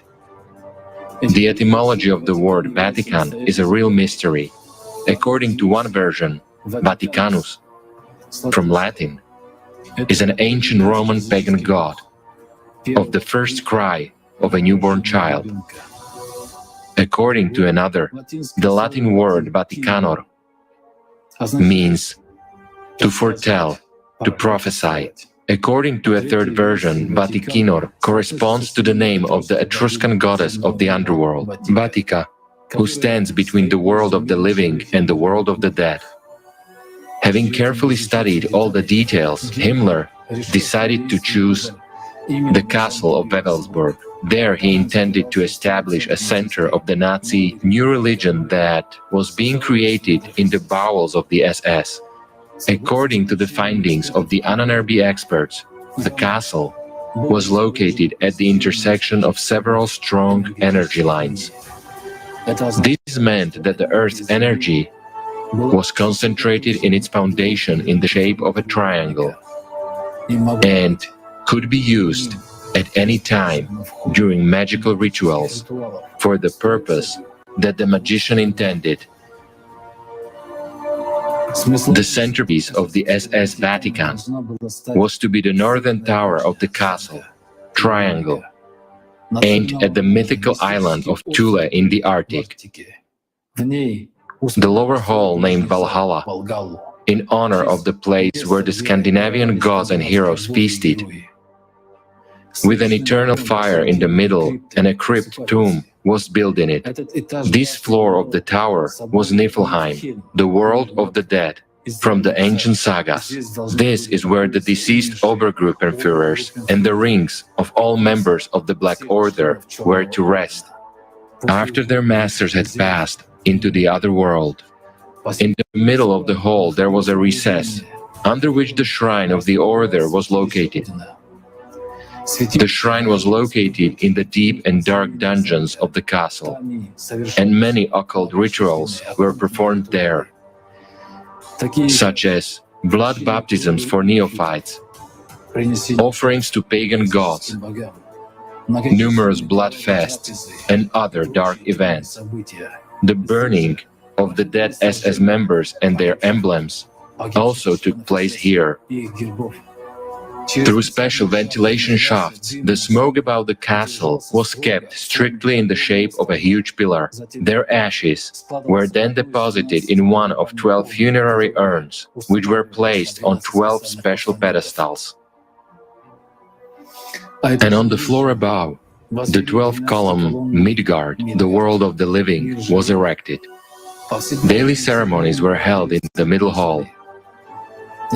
Influenced by the mystical tales of King Arthur, Himmler also decided to have a round table of 12 selected Obergruppenführers, Knights of the Black Order, who were to decide the fate of mankind.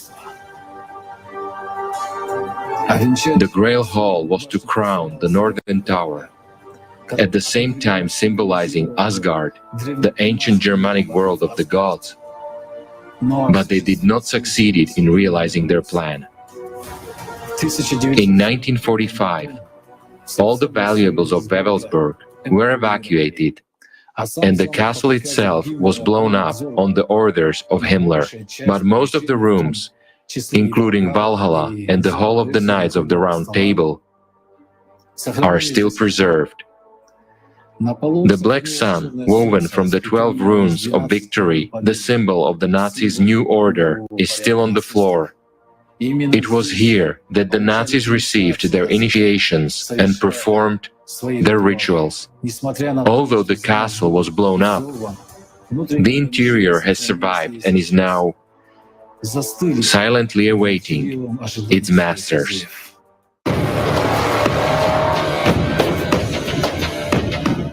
Secret doctrines of the Third Reich.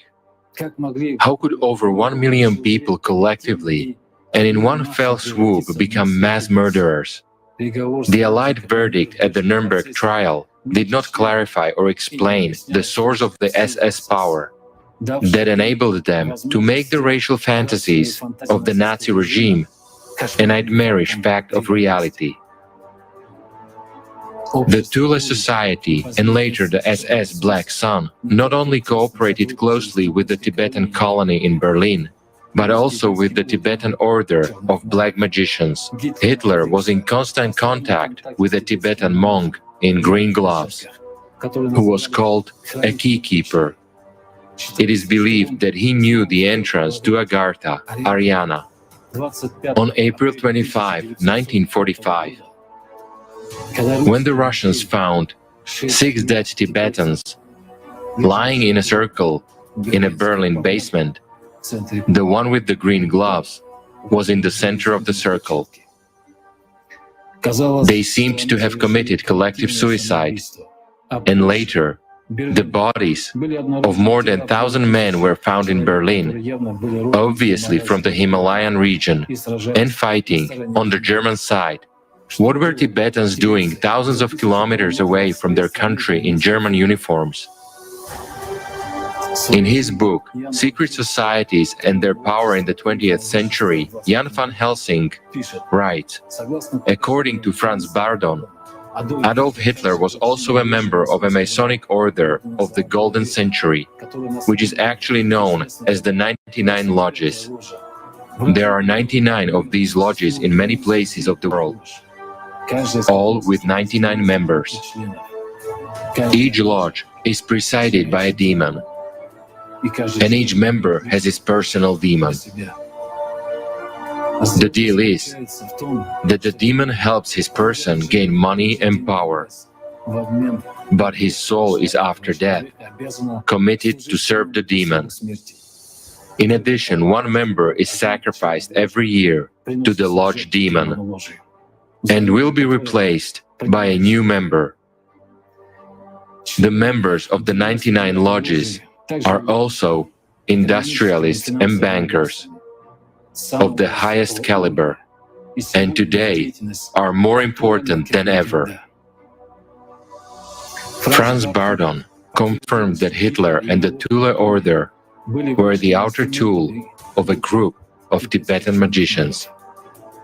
Countless numbers of young men had been trained by the Black Sun during the Third Reich, initiated in Wewelsburg, and sent to Tibet to survive there and to prepare for the great final battle at the end of this century. This letter is from the personal archive of the leader of Ananervi Sievers, which turns out to be kept more than 60 years in Potsdam, and it was discovered quite by accident. I will quote you this document, which is dated November 29, 1942.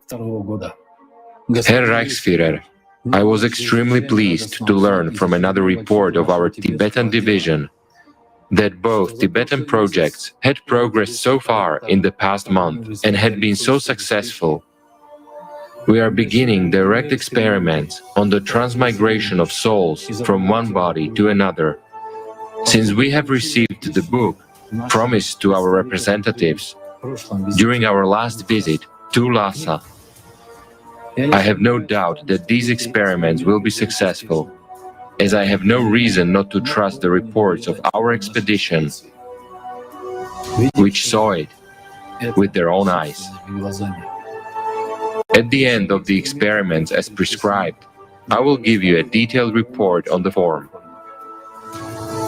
The significance of this discovery for us is immeasurable and equals practically to the discovery of immortality. The transmigration of the souls of the great figures of our era into young, perfect, pure Aryan bodies will enable us to achieve the rebirth of our great nation.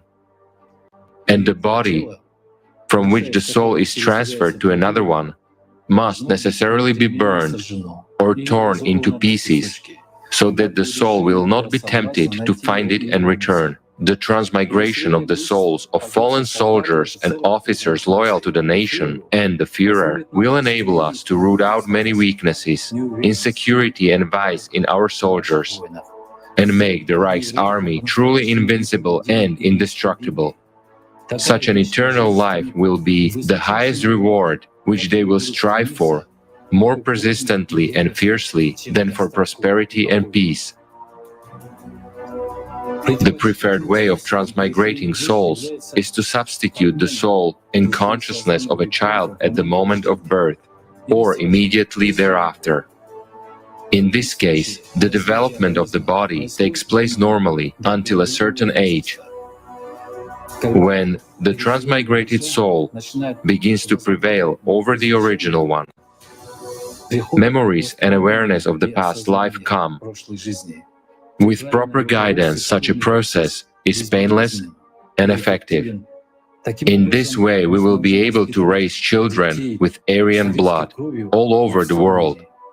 In the future, we can call them into the service for the Reich, as it is the sacred duty of every person in whom Aryan blood flows.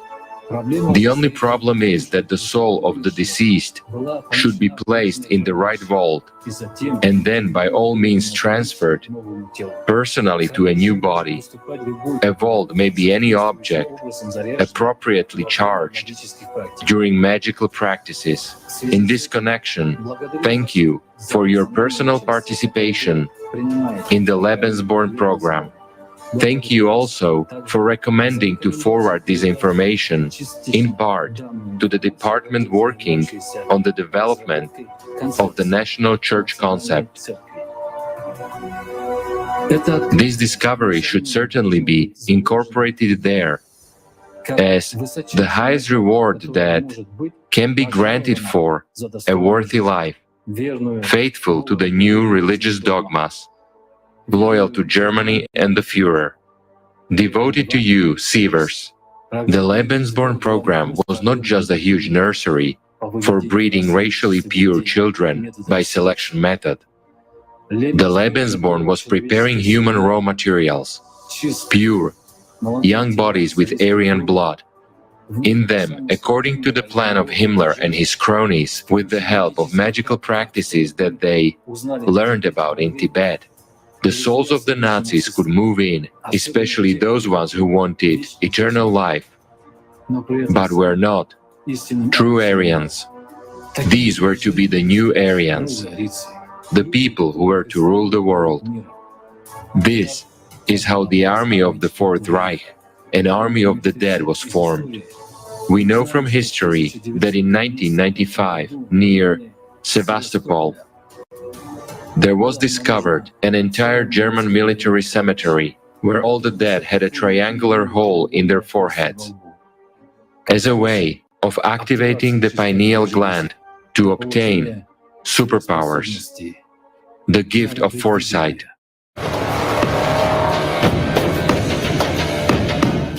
Nazism today. Today, the Nazis, acting all over the world, are preparing the new 1933, taking over the leading positions in the economy, advancing in the political sphere. They have the treasures of the Antarctic Reich at their disposal, billions of dollars in Swiss bank accounts, perhaps even help from an unknown civilization of the Antarcts and other, even darker and more terrifying forces. How could this happen and why do we accept it? Who or what is really behind it? There are right-wing radical movements in every country right now. In many countries, for example, they are very close to winning elections. And on a global scale, a Nazi victory should not be admitted under any circumstances. What has happened to us? Why has violence become a way of life almost everywhere in the world? Why is humanity now out of fashion? It seems like people are artificially forced to hate each other and want to die. All the dark forces always fight against humanity all the times, and we help them with our ignorance. Let's take a look at the facts. United States, 19 years after the war, former Nazis already held key government posts, namely 20 members in the US government, 189 generals and officers in NATO, as well as 1,118 prosecutors, 244 executives, and 300 police officers. There are currently 939 extremist groups operating in the United States, including neo-Nazi groups. According to an FBI report, between October 2001 and May 2008, about 200 military veterans returning from hotspots joined such organizations as the Ku Klux Klan, the Aryan Nations, the National Socialist Movement, and others.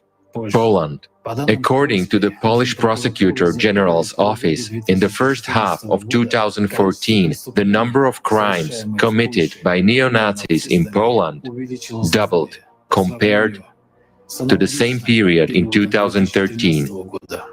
427 cases were initiated in total. Hungary. In 2013, the Constitutional Court lifted the ban on the use of Nazi and communist symbols. The swastika is now among the permitted symbols. Britain. The Britain Above All party, founded in 2011, opposes the Islamization of Britain. The British National Party puts forward anti-Semitic theses and calls the Holocaust a historical hoax.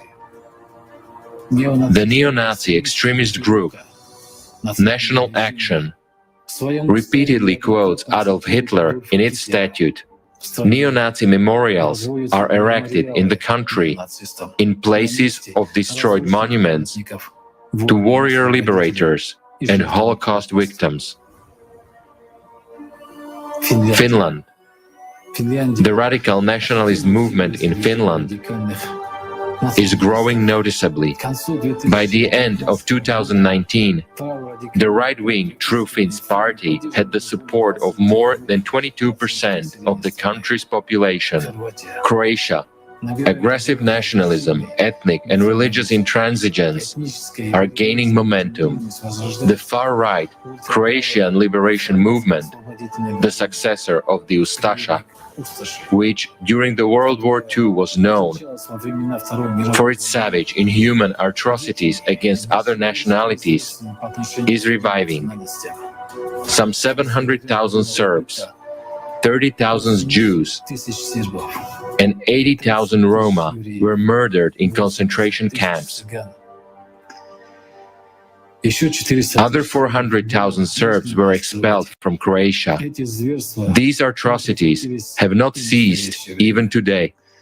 And the worst thing is that since 1991, the activity of this neo-Nazi movement on the territory of Croatia has been legal.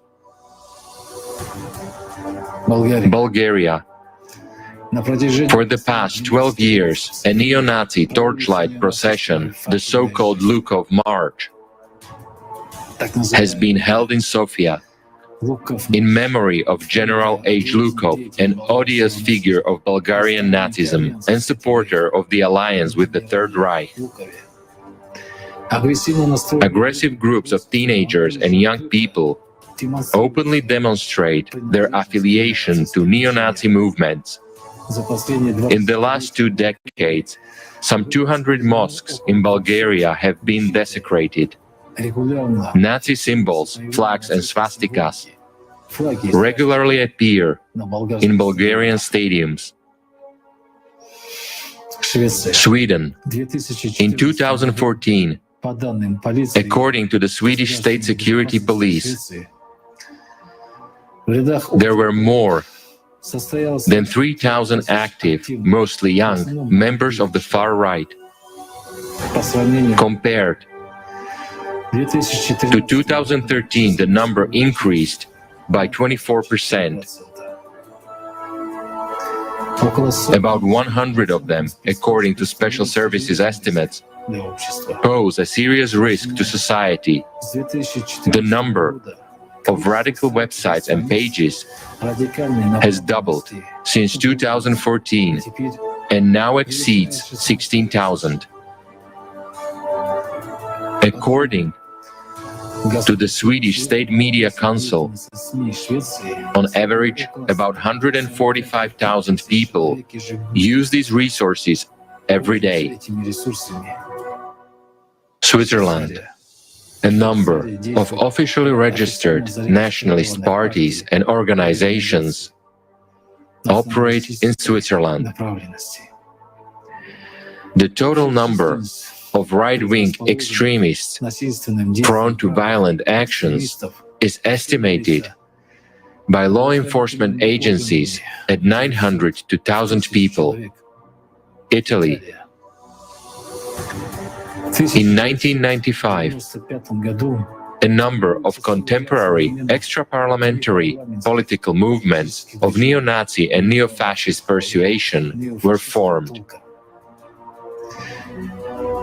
In 2015, in the Apennines, there were branches of European neo-Nazi organizations and groups, skinhead and racist communities, and others. Canada. In 2015, various kinds of odious associations and structures that support an extreme right-wing ideology were openly active in Canada. At that time, nationalist parades, clashes with pacifists, and other things were proactively organized. From the 1920s to 1930s, the far-right racist terrorist organization Ku Klux Klan was active.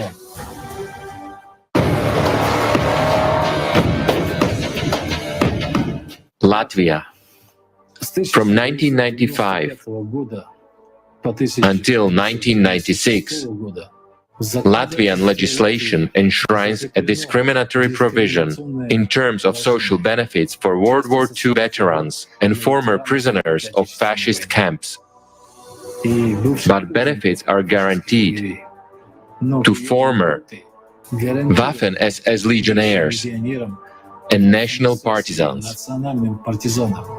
In 2012, in Bauska, a monument to the SS executioners responsible for numerous atrocities against civilians in Russia, Ukraine, and Belarus was erected with the assistance of the local government. The country's leadership continues to pursue a policy of justifying and glorifying former SS members and their accomplices. Lithuania. There are 2 annual marches in Lithuania, on February 16 in Kaunas and March 11 in Vilnius, during which participants carry flags with swastikas and shout the slogans "Lithuania for Lithuanians." Norway. There are a number of right-wing extremist groups in the country that profess the ideas of national and racial exclusivity.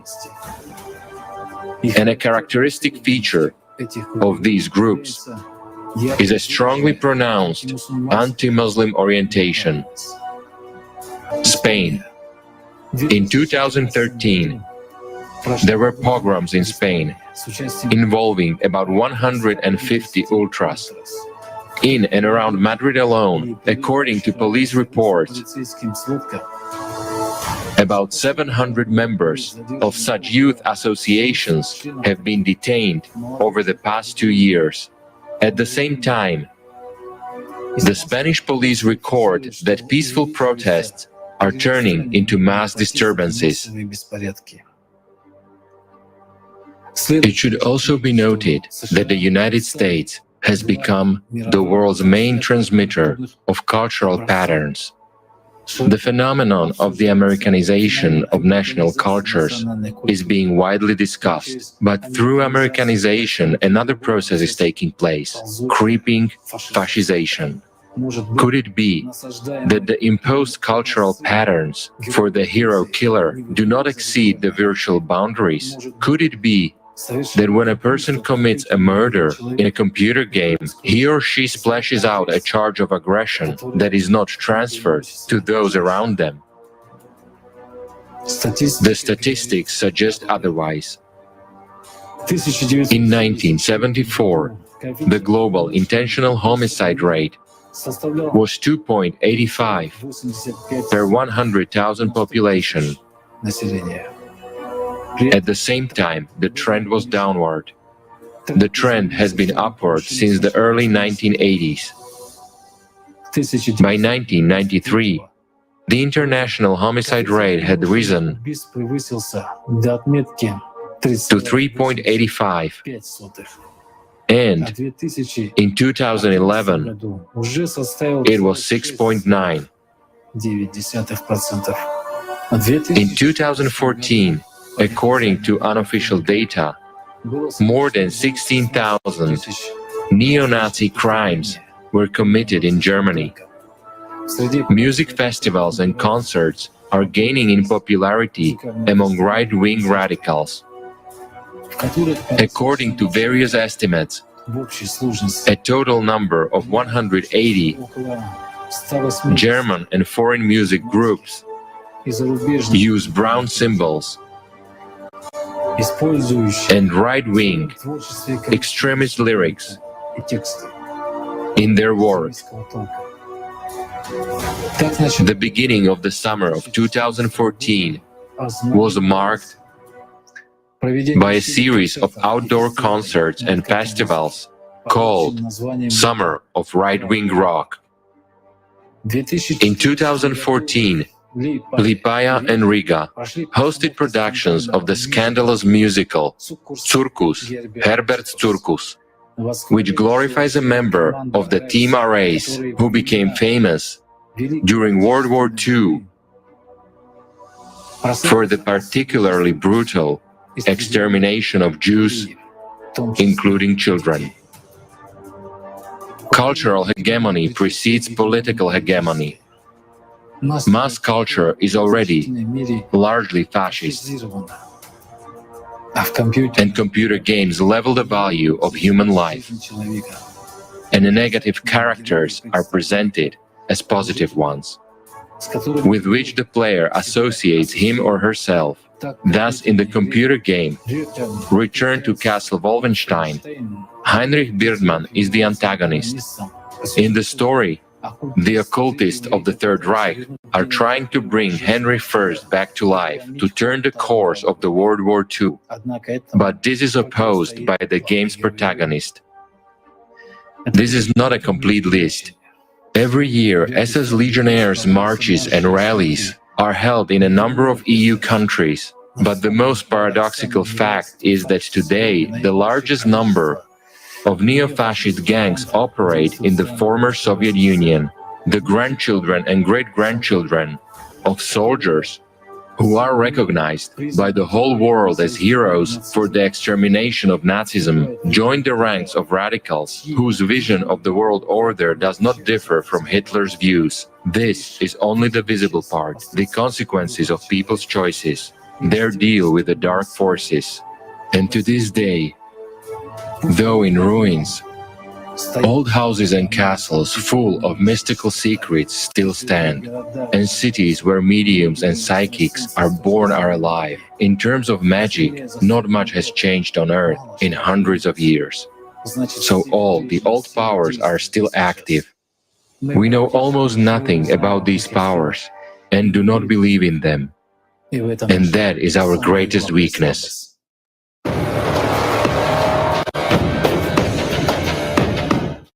What kind of world do we live in? Wars, violence, destruction, crisis, double or triple standards. People live in a constant race and struggle to survive. And you still don't believe that the dead rule this world. Evil is always well organized. Its adepts are constantly learning and mastering their skills, creating hellish conditions of existence for the rest of us. They take advantage of our ignorance. But what about a human being? Why do we mindlessly get caught in what is presented to us like a flock of sheep, taking everything for granted and beyond our control? With our lots of desires, we are too busy to find out the essence of what's going on. The Third Reich was and still is one of the worst and most brutal dictatorships of the dead in the human history. The dead do not need the victory of one leader or the other. They need the war to go on and on. Human pain and suffering is their food. They have a vested interest in seeing wars continue indefinitely. That is why history cannot be falsified. And the danger of the Hitler clique and its followers cannot be underestimated. And it is even more impossible to keep silent about those secret dark forces that were behind the Nazis. After all, it is clear that they exist and operate to this day, although they have not been fully explored. And official science does not take them seriously. Could this be done on purpose? Knowing the truth about the past, we are able to understand what is happening and foresee what is to come. And by foreseeing it, we can change it for the better. Humankind still has a chance before the dead swallow us up entirely. We have created what we have by our own silence and ignorance. Knowing the truth, we can create a happy reality for ourselves and our descendants. We shouldn't let the dead rule the living. Let's bring the world back to the living.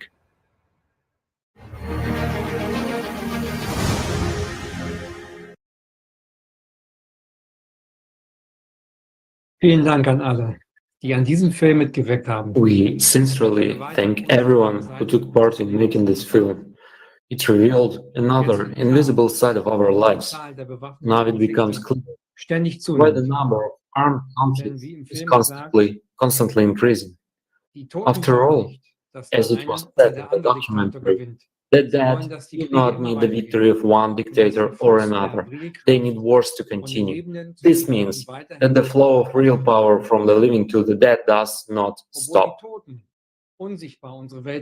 Yet, even though the dead invisibly rule our world, everything depends on us humans and on our choices. The dead actually do all their dark deeds with the hands of the living. And the destiny of our civilization depends on what the living will choose, darkness or light. Dunkelheit oder Licht. I completely agree with you, David. The unity of the living constitutes a great power. Member of ALLATRA, International Public Movement, show this in practice. Only through unification of ordinary people around the world makes it possible to create such documentaries and projects. I would like to express my sincere gratitude to those people who are now behind the scenes, to the friendly team of technical support, the team of designers, editors, the team of information search, the team on script writers, to those who contacted scientists and experts and interviewed them, and of course, the team of translators and interpreters, thanks to whom we broadcast live in 18 languages. Ja, ich schließe mich dem Dank an und möchte mich auch bei den Rednern. Yes, I join in gratitude and would like to thank our Kaleidoscope Effect speakers and guests who shared their research and interesting facts with us. Hinterlassen Sie We also thank our esteemed viewers for their attention. Leave your comments below the video with questions and topics that touched and impressed you the most. Proceed to part 3, from which you will learn how not to get into hell. Hell is considered to be the scariest place. To get there means to ultimately die. Let's see how hell was imagined in Tibet. After all, who better than the reborn people know what it's like to be in hell? Let's watch the video about hell in Tibetan beliefs.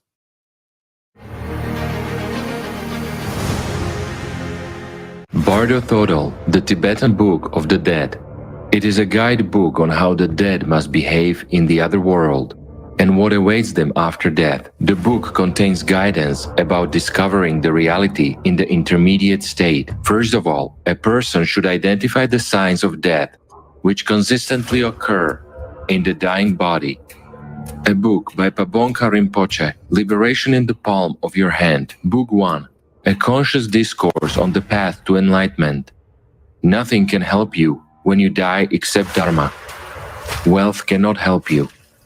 You may be like Brahma, Indra, or a universal emperor, for instance, but when you die, you will not take a single servant with you. You will not be free to take even a single possession with you. These are no help at such a time.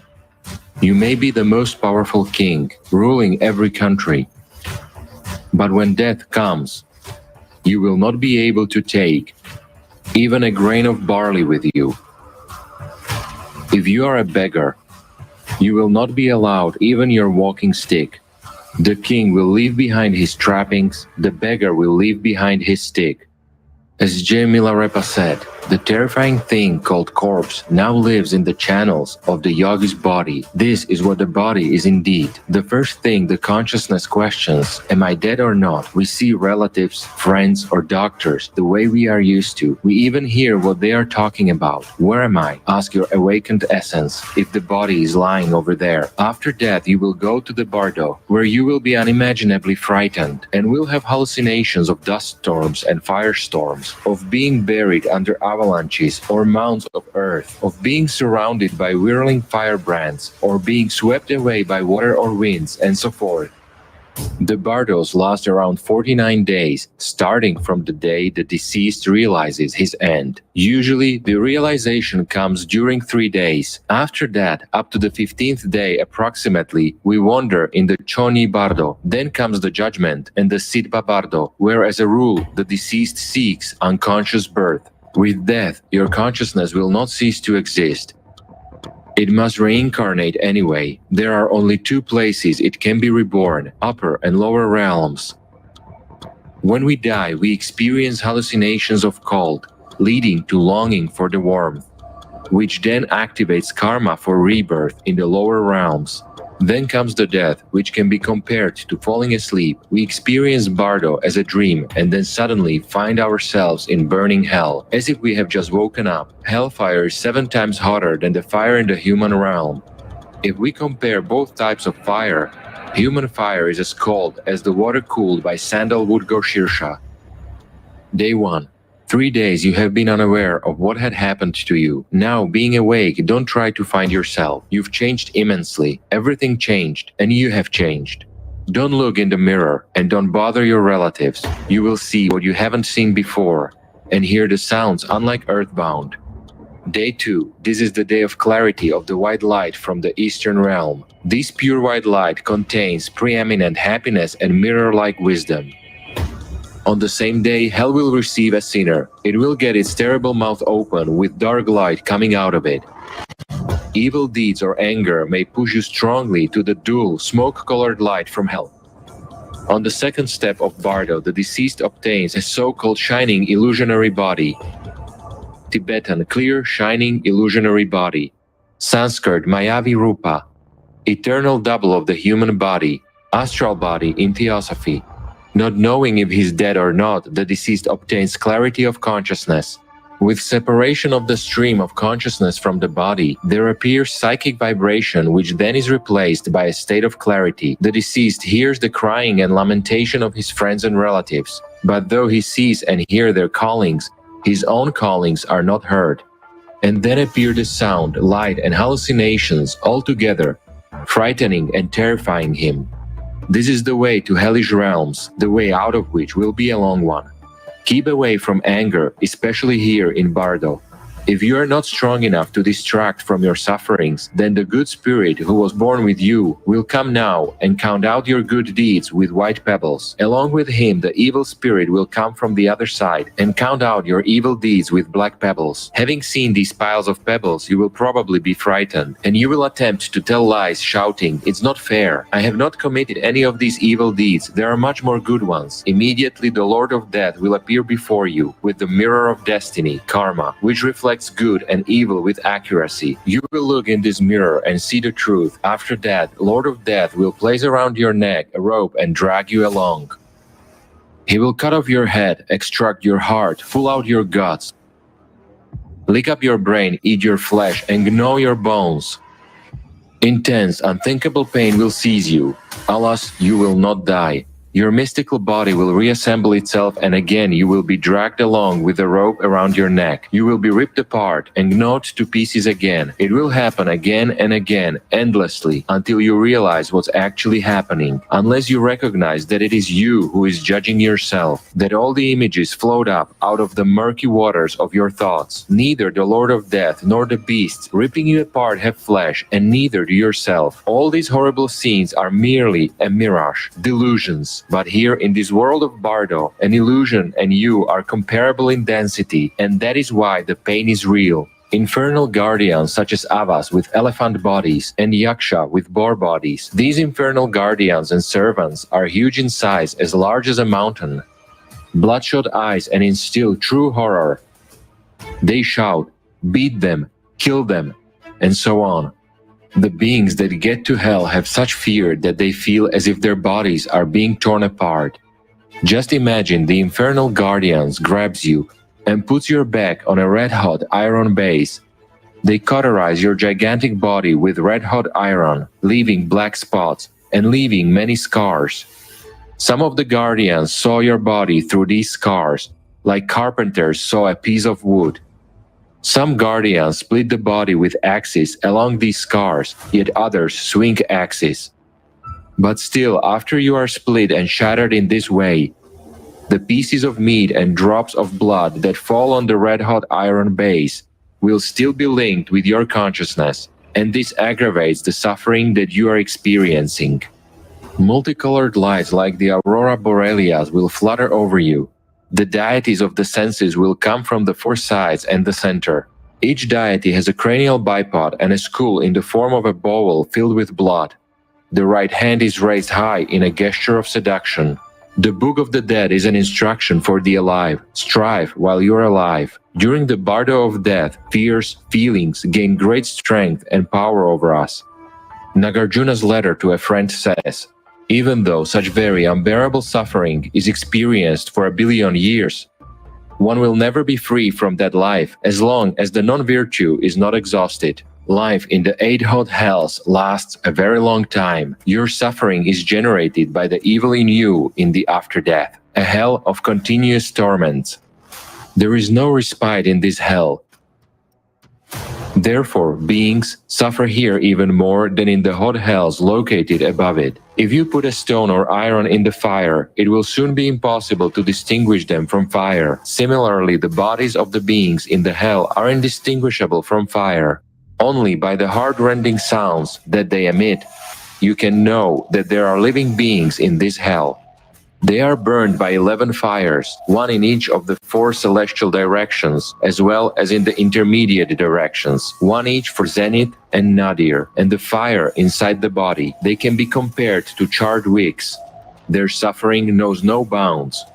Nagarjuna's letter to a friend says, just as the extinction of craving is supreme happiness, so too is the suffering of Avicii hell, the most horrible of all sufferings.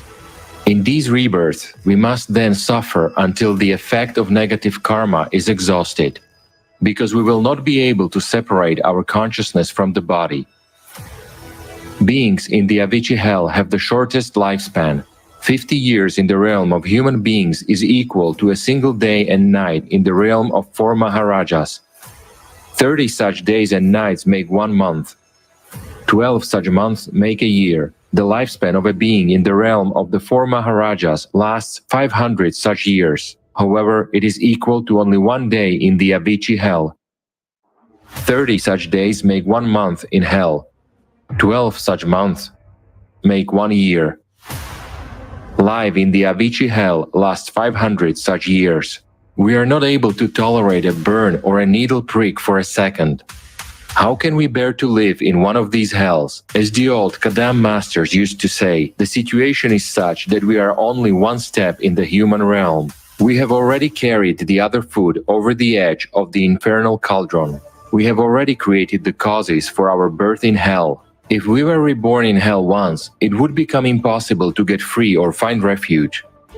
Therefore, we must make intensive efforts while we have not yet been reborn there. And while we still have a little bit of our lifespan left, we are all destined to be reborn in hot hells.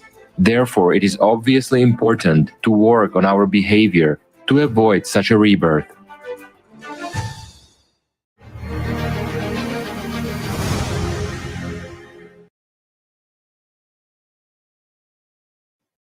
In allen Religionen herrscht der brutale Irrglaube, dass der Mensch nach seinem Tod in seinem Körper in die Hölle kommt. There is a raw misconception in all religions that a person goes to hell in his body after death, and all the torments of hell will be experienced by his body, including the gnashing of teeth, destruction by fire, and resurrection, and again destruction of the body. And that resurrection after God's judgment will also take place in the body. To put it mildly, many believers are not satisfied with such an explanation by the priests. It undermines their faith and provokes doubts. And nothing is so destructive to a person's spiritual development as doubts. Knowledge of the real processes that take place after the death of one's physical body gives people an understanding of how to live their temporary life and why spiritual development is important. Today, we have voiced many facts confirming that a human is not a body. Yes, David. The experience of conscious rebirth tells us that entity reincarnates from one body to another. After all, the body is like a machine, a biosuit that wears out and simply replaced in the right moment. The body is not reborn, but a new one is formed every time.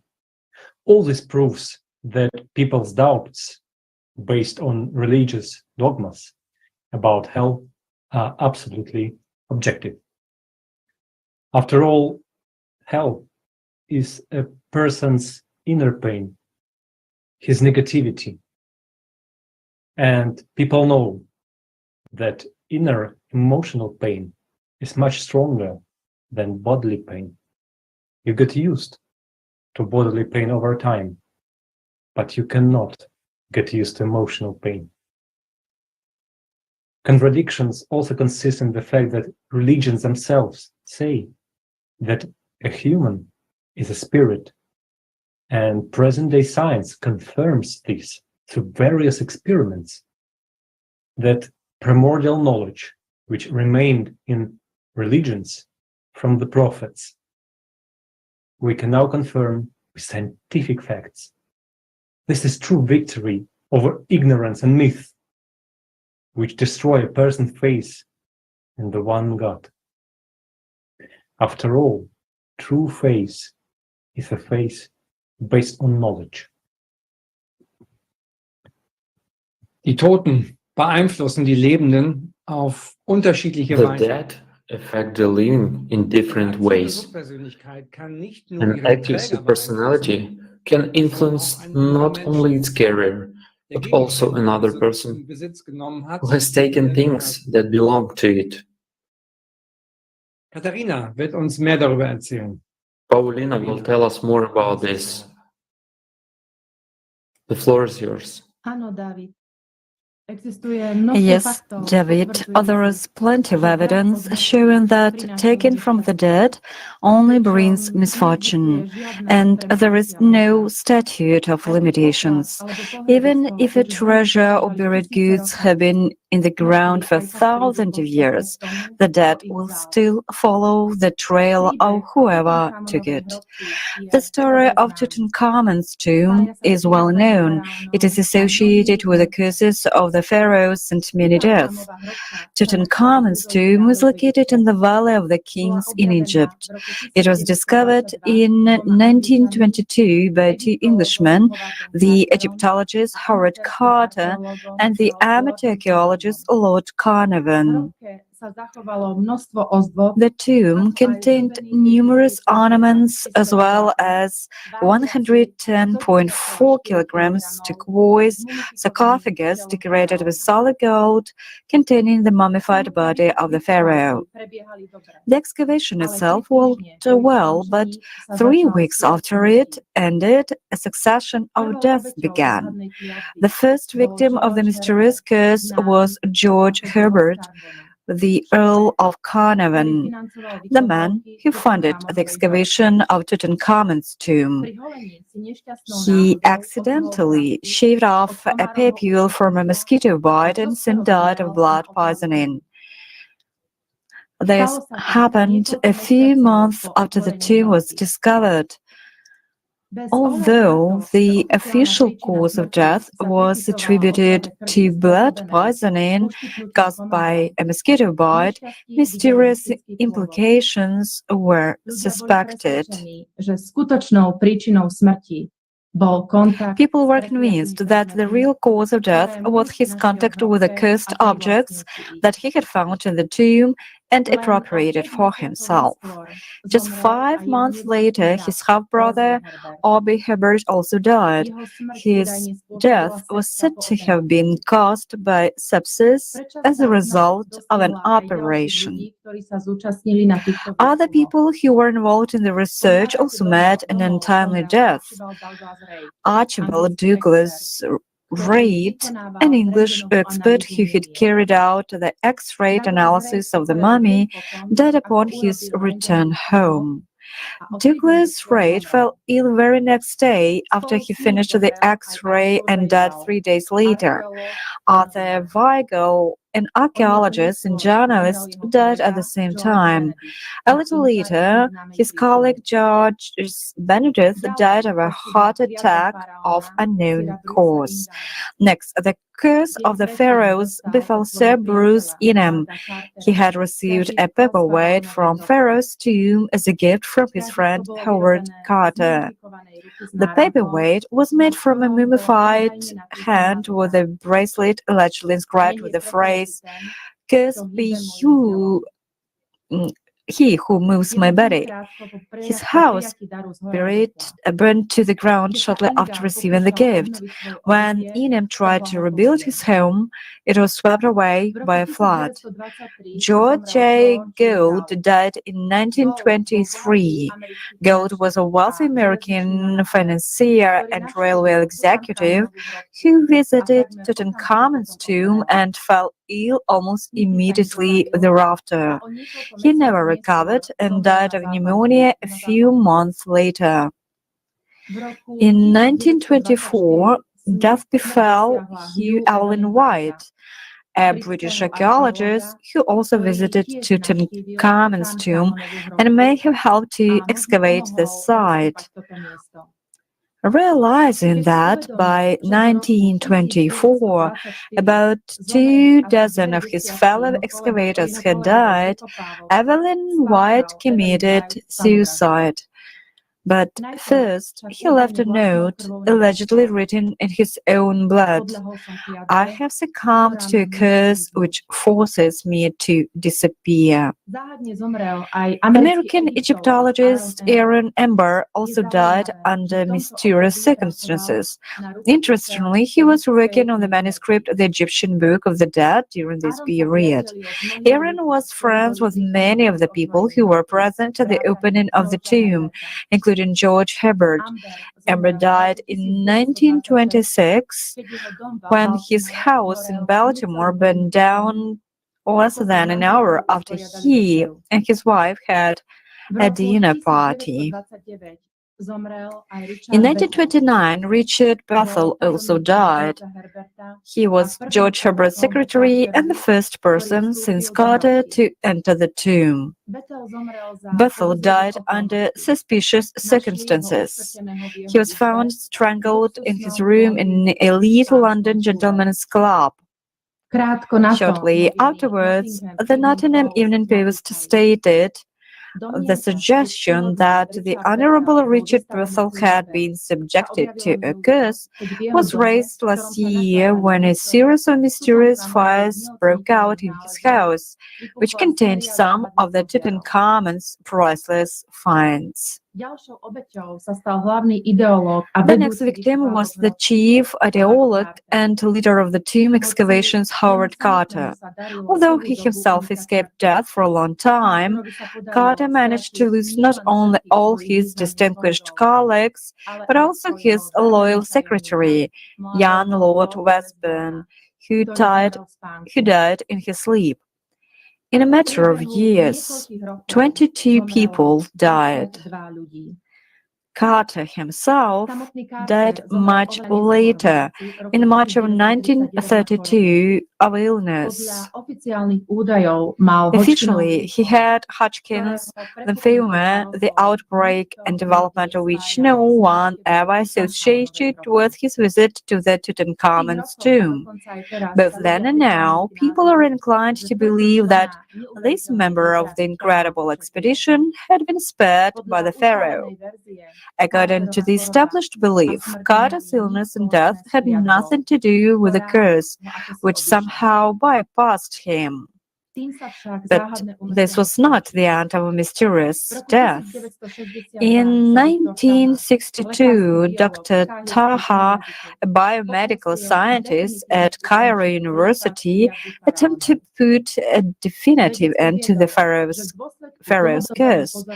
The scientist said that as a result of long observation of the state of archaeologists and prominent employees of the museum, he managed to make an important discovery. It turns out that there were fungi accumulated in their bodies, causing fever and severe inflammation of the respiratory tract. Separately, he singled out a pathogenic agent living in airtight crypts, pyramids, and even mummies. But contrary to expectation, the next news from Dr. Taha was not the revelation of the death of everyone involved in the ancient excavations, but the news of his untimely death in a bizarre car accident just a few days later. His car crashed into a limousine on a completely empty road, 80 kilometers from Cairo. An autopsy revealed that death was caused by an embolism. And in 1972, Dr. Gamal Mihres, who was shipping the pharaoh's death mask from Cairo to London, simply dropped dead at his workplace. A little later, death befell Rick Leroy, the pilot who transported Tutankhamun's mask to England. 6 years later, in 1978, the curse of the pharaoh befell unsuccessful robbers who tried to steal the mask from Cairo Museum. They were caught in the act and were sent to prison, where 2 of the criminals died before their trial, 3 died after their sentencing, and another one, Adolf Zinner, died after his release. This could have been considered a coincidence, had it not been for a message that he left before his death, saying that a curse had also come upon him. Not so long ago, a woman from South Africa, seeking to get rid of the curse of the pharaoh, decided to return to Egypt the amulet stolen from Tutankhamun's tomb. In a letter to Egypt's culture minister, she cites a long list of the misfortunes that have befallen owners of the scarab-shaped amulet, which was stolen from the pharaoh's tomb by an Egyptian excavation work in 1922. The first owner to buy the amulet in Cairo was a British sailor who sometime later died in a shipwreck. The next owners of the amulet also died under mysterious circumstances. Deputy Minister of Culture Sharif Ashabashi told reporters in Cairo that the owner decided to return the amulet to Egypt on the condition that it is placed back in Tutankhamun's tomb. Only some of the death could be attributed to the presence of spores in the tomb and the venerable age of those involved in the excavation. But a number of other cases could in no way be linked to the spores. It also begs the question, why did the curse of the pharaoh befall some people and leave others untouched, including the discoverer of the tomb, Howard Carter?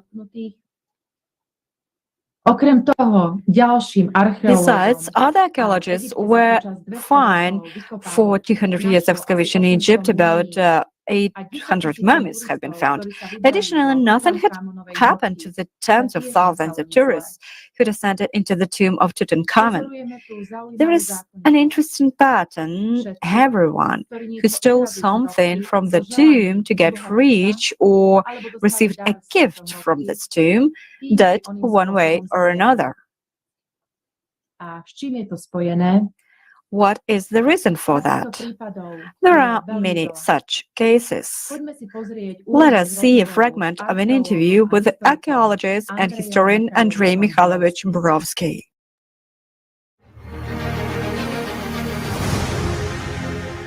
One shouldn't take the gold of the ancients. Again, when it's taken out and placed in a museum, that's science. But when a person takes it for themselves, even temporarily, to hold it for a while, that's a little bit different. A man who went digging in Central Asia told me about it. In the 80s of the 20th century, Uzbeks were so thirsty for gold.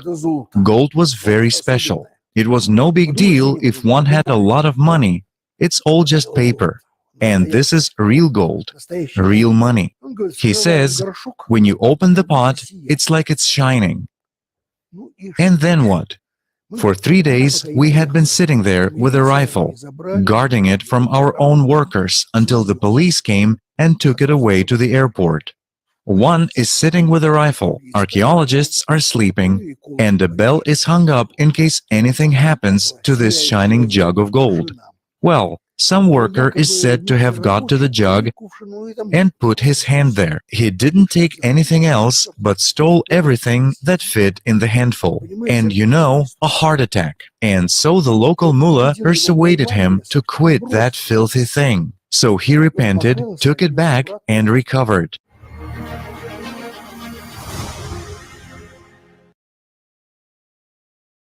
Thank you, Andrei Mikhailovich. Once again, this shows the relationship between the deceased and his belongings, which has persisted for thousands of years. There is another interesting story. It is the legend of the curse of Pompeii. According to the legends, Pompeii was cursed by the gods after some holy sites were destroyed by Roman legionaries. During his tenure, Massimo Asana, the former superintendent of Pompeii, an open-air museum, received around 100 parcels a year containing relics stolen by tourists, pieces of mosaics or statues. Almost every parcel was accompanied by a letter describing the trouble the thieves had encountered. One thief from Spain returned as many as 5 packages of artifacts, claiming that a curse had befallen his entire family. Asana has even created an exhibition of these items under the title Things I Brought Back from Pompeii. As we can see, there is definitely a clear correlation between the stolen objects that previously belonged to the dead and the troubles and misfortunes faced by their new owners. Let us listen to a parable about the fate of those who take possession of other people's treasures.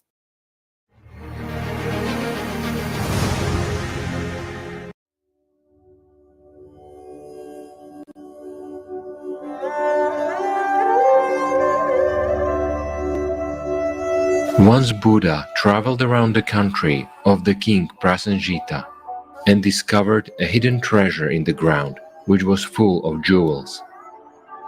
Buddha asked Ananda, "Do you see it is a poisonous snake?" Ananda replied, "I see." At this time, someone who followed Buddha, hearing these words, decided to come and have a look. He saw that it was treasure and ignored Buddha's words, concerning them an empty sound. In fact, there are jewels, and he calls them a poisonous snake. Then the man secretly called his household and took away the treasure. His family became rich, but soon there was a man who told the king that the treasure had not been handed over to the authorities. The king ordered to capture the finder. He swore that he had already given away everything, but the king didn't believe him. The poor fellow drank the poison of all suffering, but he said nothing. The king got furious and wanted to punish 7 generations of his family. When he was being brought to the execution, the king sent a servant to find out what he would say on the way. The convict said, "Buddha told the truth. That was really a poisonous snake."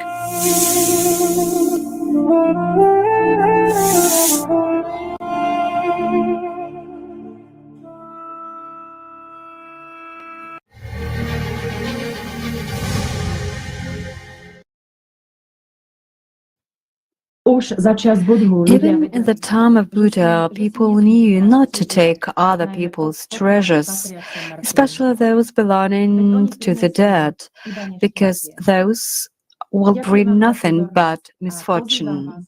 Thank you for your attention. Let us watch a fragment of the interview with archaeologist and historian Andrei Mikhailovich Borovsky.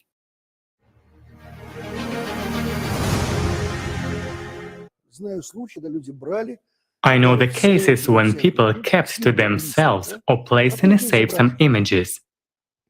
One item, quite famous, is in the British Museum, a statuette depicting one of the Assyrian deities. The deity is in the form of a human bird, a very predatory bird. It holds an arrow in its hand, the arrow is broken, which symbolizes death. The arrow was killed.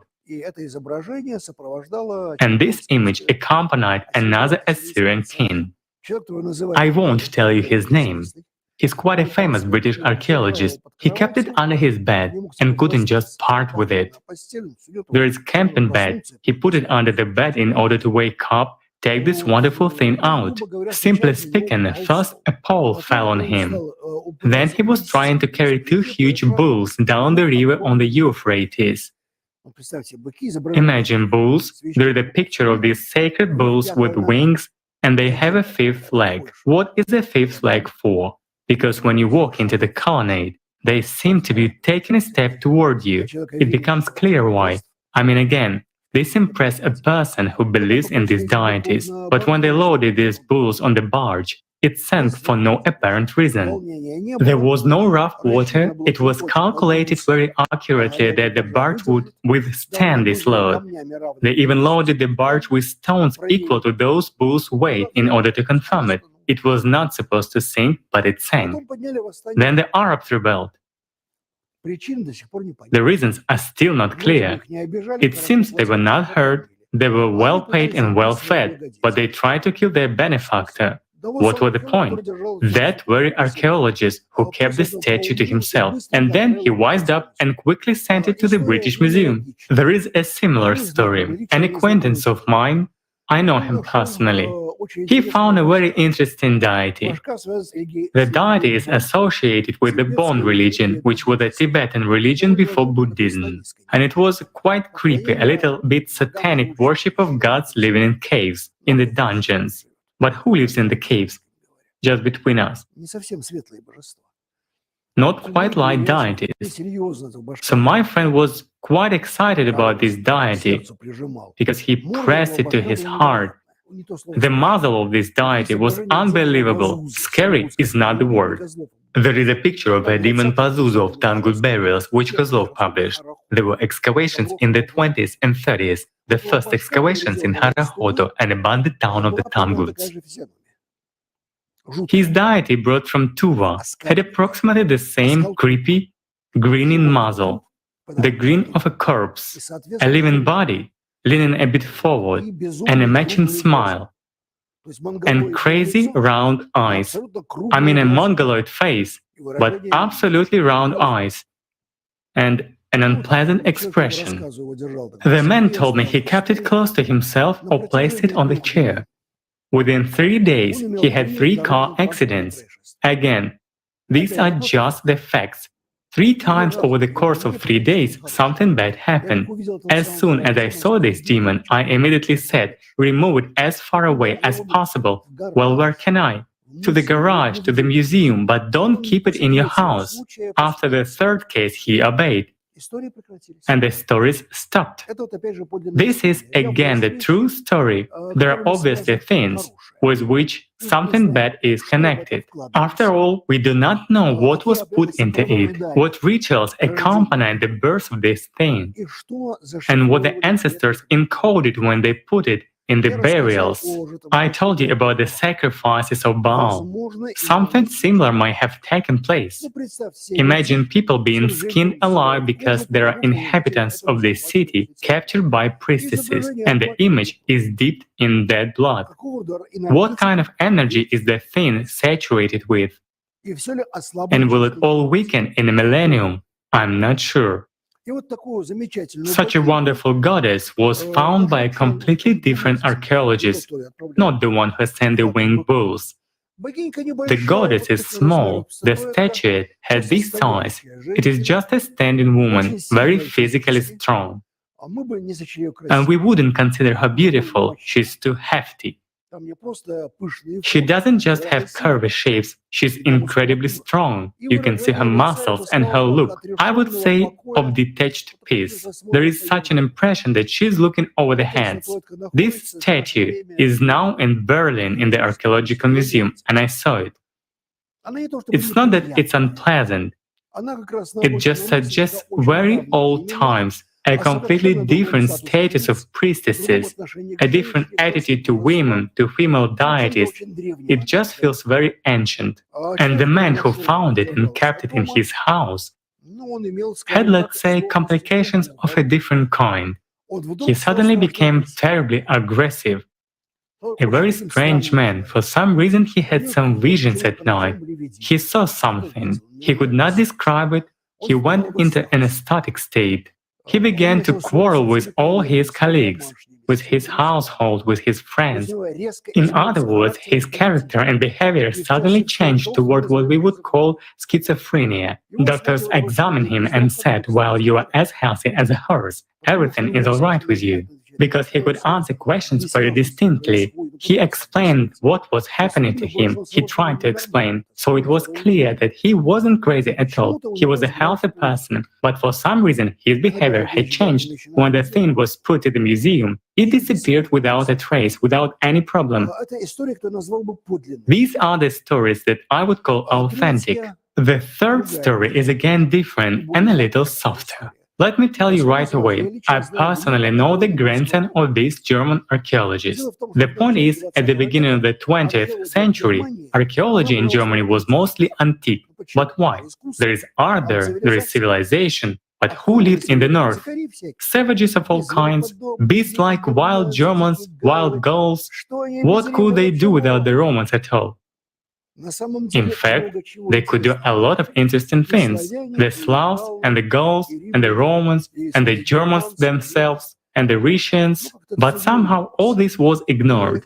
By the way, we owe the development of such Germanic romantic nationalism, from which Nazism grew later, to the fact that they began to engage in prehistoric archaeology, in other words, their archaeology, the archaeology of ancient Germans. And among other things, they found artifacts in the burials, and the artifacts were different, and in particular from bog oak, that is, the oak that was in water for a long time, which is very difficult to cut.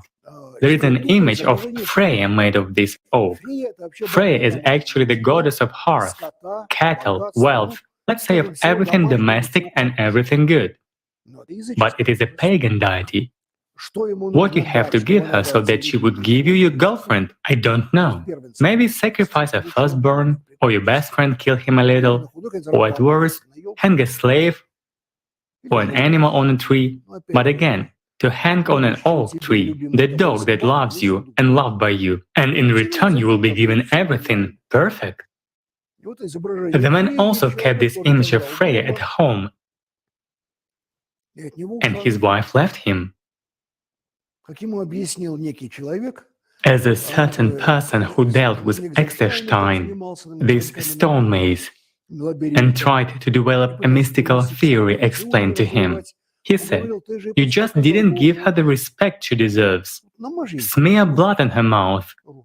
Bring her sacrifice, at least a chicken. everything will be alright. The person doubted and didn't do it.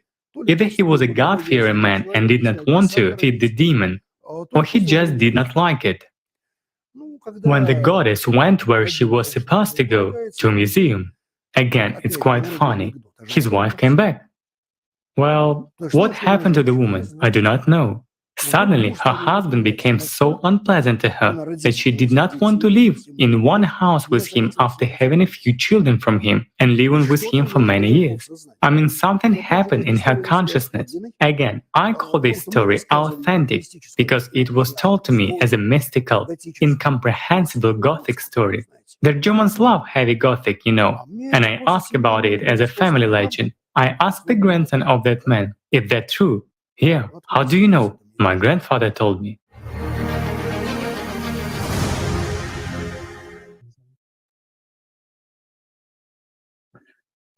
Alle Religionen besagen, dass Sünden einen Menschen All religions say that sins bring a person down to hell. This is true.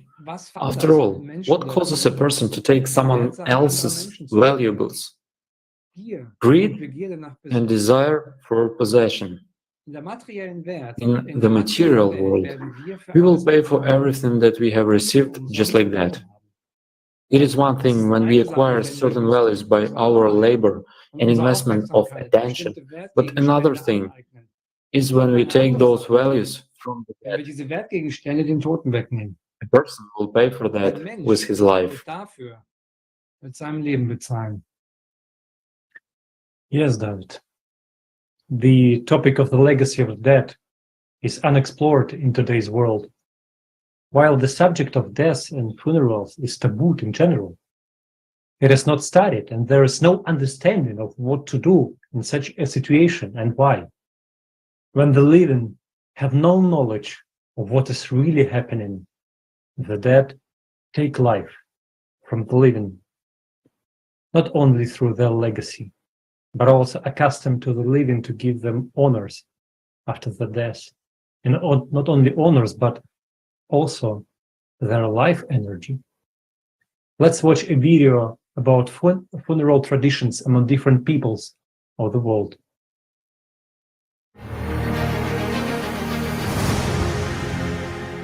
There are certain events that happen in the life of almost everyone. Birth of a child, a wedding, a funeral. There are many customs, ceremonies, and rituals associated with each of these events. As time passes, they become more and more detailed and nuanced. And it is already forgotten how all these rituals began and who or what stands behind them. 6,000 years ago, in pre-Sumerian times, regardless of what rituals and traditions existed, many peoples of the world treated the death of the body equally calmly, as something completely natural. People in ancient times believed that a person's body was a piece of clothing, that he or she lives on earth when he or she goes to the next world. In those days, they possessed the primordial knowledge and knew that if a person became a subpersonality, they tried to destroy his body, as the subpersonality would return to it from time to time and harm the living people. For example, the ancient Slavs used to crowd the bodies of the dead. Crowding is a procedure in which Kroda, a pedestal of logs 2 to 5 meters high, was assembled from logs and dry straw at the edge of the forest. Such Kroda was capable of burning everything to ashes, including bones. The ashes were scattered in the wind. Death wasn't something to mourn. The bodies of the dead were given to fire with a sense of joy and happiness for the one who was climbing up the steps of his development. Since the spiritual development prevailed in the society, the Slavs believed that death for a spiritually free man was similar to a reward, because the very meaning of death was the transition to the higher world, the world of God. The origin of the word crowding, Kroda, comes from the concept to the road, in the sense of go to the road. Road in the concept of the ancient Slavs is the creator of everything, the primary spirit, the Holy Spirit. Over time, there has been a substitution in the concept of God. It is one thing when your ancestors, working on themselves, become angels, and through their image and name there was an additional connection with the spiritual world. And another thing is when ancestors become subpersonalities, and there was a connection with the world of the dead through their image and name. And worshipping the dead Lord itself also sent the living to hell. Nowadays, we have found the right attitude to death as an echo of the primordial knowledge among the people of Buryatia. They still consider the passing of the deceased by means of fire to be the most pure. The bodies of dead men and women are burned separately in different places, and in the case of traditional funerals, Buryats hardly ever visit cemeteries, according to tradition, so as not to take good energy away from the home and not to disturb the souls of the dead, that is, not to feed the subpersonalities. History has also preserved the memory of burning rituals with the Tripolians, Varangians, Hindus, and many other peoples. With the rise of the Sumerian era, everything changed dramatically. Society transitioned from a creative format to a consumer one, which altered the way of life, culture, and naturally, rituals and traditions. It was during this period that the institution of the priesthood appeared, through which a consumerist ideology was imposed on the masses. This happened about 6,000 years ago. Consumerist format created the cult of subpersonalities, and from this period, material priorities began to prevail over the spiritual development of a human being. Since then, the traditional funerals has fallen into the hands of the priests, and they still derive material benefit from all these rituals. Trying to preserve the bodies, they started to bury dead people in the ground and put in the graves jewelry and household items, which were supposed to be useful to the deceased in the afterlife. Thus, during the excavation of the ancient Sumerian city of Ur in Mesopotamia, now the territory of Iraq, a two-level cemetery was found, during the study of which archaeologists discovered the tomb of Queen Shubai. Ur is one of the oldest city-states in the world, known to us from the Old Testaments as Ur of the Chaldeans. The Arabs call the place Tal al-Mukayyir, Tar Hill, or Tel el-Mukayyar, Bituminous Hill, according to different sources. It is now a war zone, and there is a US military base not far from the ziggurat of Ur, fortified under Hussein. Upon detailed examination, archaeologists were astonished by the artifacts they found. Numerous remains of the queen's servants, a decayed donkey cart, numerous pieces of gold jewelry, headdresses, and even cosmetics, as well as other things that accompanied her during her life, were found in the queen's tomb. This fact suggests that the body has become of paramount importance to men both in life and after death. A person began to think of himself as a body and associated himself with thoughts, losing the knowledge of who he really is. Even today, the traditions of the Sumerians are alive in funeral rites. Bodies are embalmed, buried, and the deceased is placed in the coffin or well-dressed. Personal belongings of the deceased may also be placed in the coffin. In the far north, next to the burial site, they leave nards. They can even leave a snowmobile, which costs as much as a good foreign car. People always go to the cemetery with food. They eat and drink there, remembering the deceased. Of course, different countries, different peoples, and different religions have their own peculiarities of burying the deceased. In Guatemala, for example, people paint graves in different colors. The place of burial here often takes the form of a stone tomb, a house painted in bright color. Some graves are additionally decorated with colorful paintings, usually depicting birds and saints. In Romania, the cemetery was given the name Joli. In this cemetery, grave crosses of blue color with bright patterns are placed. They write poems about the life of the deceased on the crosses. This cemetery, a UNESCO World Heritage Site, is one of Romania's most popular attractions. You might notice ethnic elements or rongo-rongo hieroglyphic writings in the Easter Island Cemetery. In Kyrgyzstan, yurt-shaped frames are placed over some graves. The cemetery in Buenos Aires, Argentina, looks like a miniature city because of its monumental grave monuments. In our time, the most expensive and ancient cemetery in the world became the apogee of the following the covenants of the Sumerians. It is located in Jerusalem, directly behind the Wailing Wall, and is still in use today. There are graves with tombstones in which people have been buried over 2,500 years. Burials in this cemetery occur to this day. In the old city of Jerusalem, around the turning, you can see the so-called Jehoshaphat Valley, where the Mount of Olives, a Christian shrine with its Sacred Heart in the Garden of Gethsemane, is located.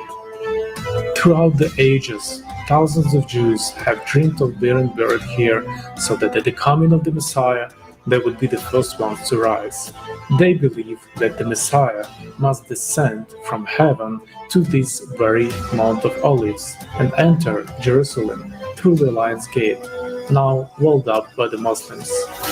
Even today, people from all over the world spend huge sums of money to buy a place in this cemetery, naively believing that this is where they will be resurrected first. The primordial knowledge brought by the prophets at all the times has been perverted by shrewd businessmen of religions and turned into a business, selling a place in the paradise, suggesting to people that they will be resurrected in a body exactly here, and people believe it. But there can be no heaven in the body. These businessmen forget to tell the whole truth. If a person has not come to God during their lifetime, they will not come to Him after the death of the body. They will become a subpersonality and condemn themselves to eternal torment. This is how the consumerist format of society makes a business even out of death.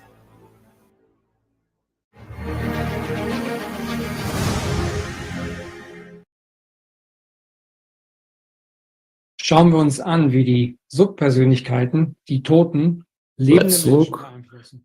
at how subpersonalities, the dead, affect the living people. Almost every person can recall a situation in their life when they had a dream about their close dead relative, and after such a dream, in the morning, a person woke up in a depressed state with supposedly oppressed conscience, or in a super elated mood, in euphoria, which after some time brought a feeling of devastation. Now we will figure out what is really going on. Let's watch a fragment of the video with Igor Mikhailovich Danilov.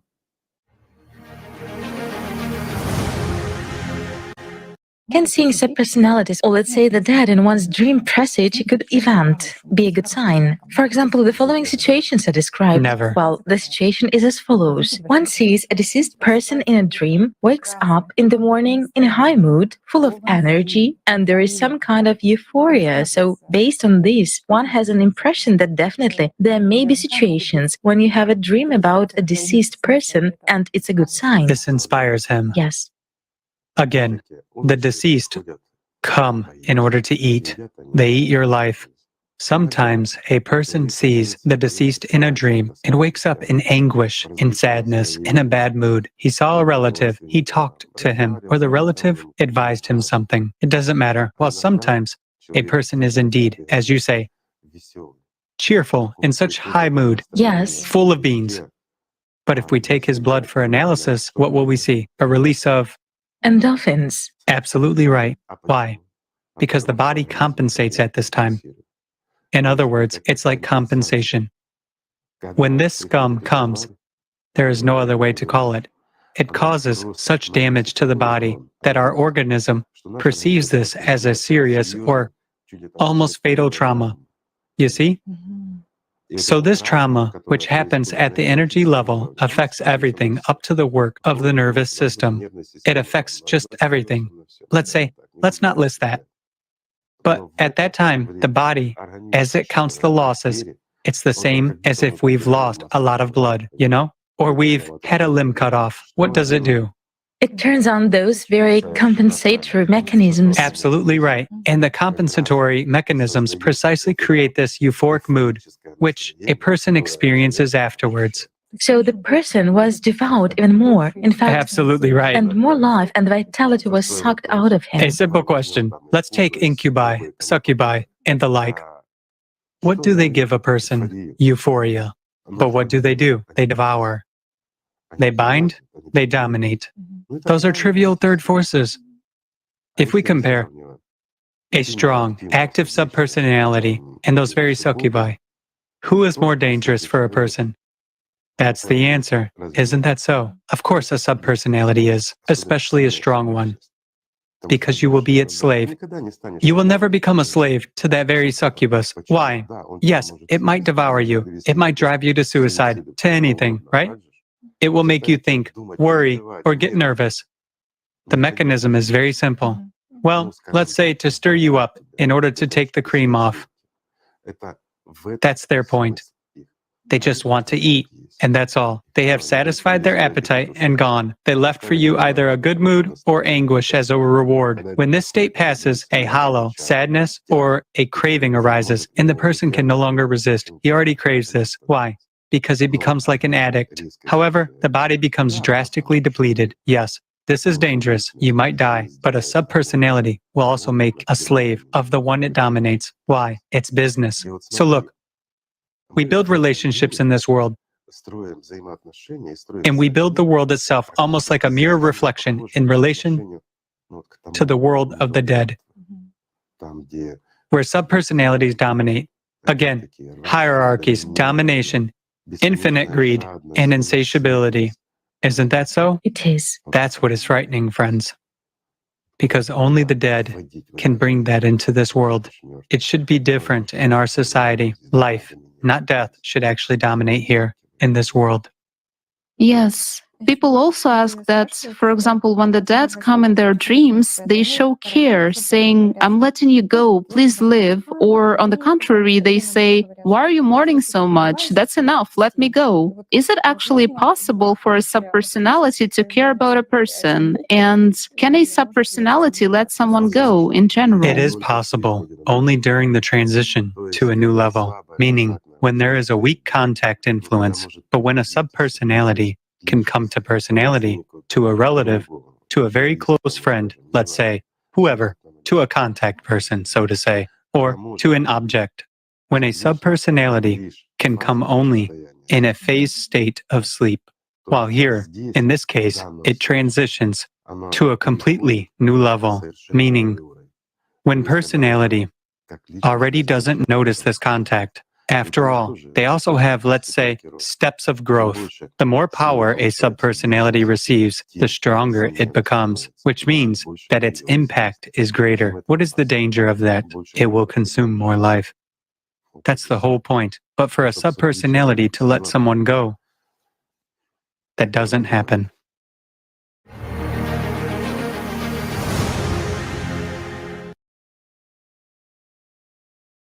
Thank you, Igor Mikhailovich. This information ruins our view of the world, because in our memory, our relatives remain good and kind. And we cannot even imagine that after they are gone, they turn into soulless monsters who kill us. We can learn more about how deceased relatives affect the living from the next video.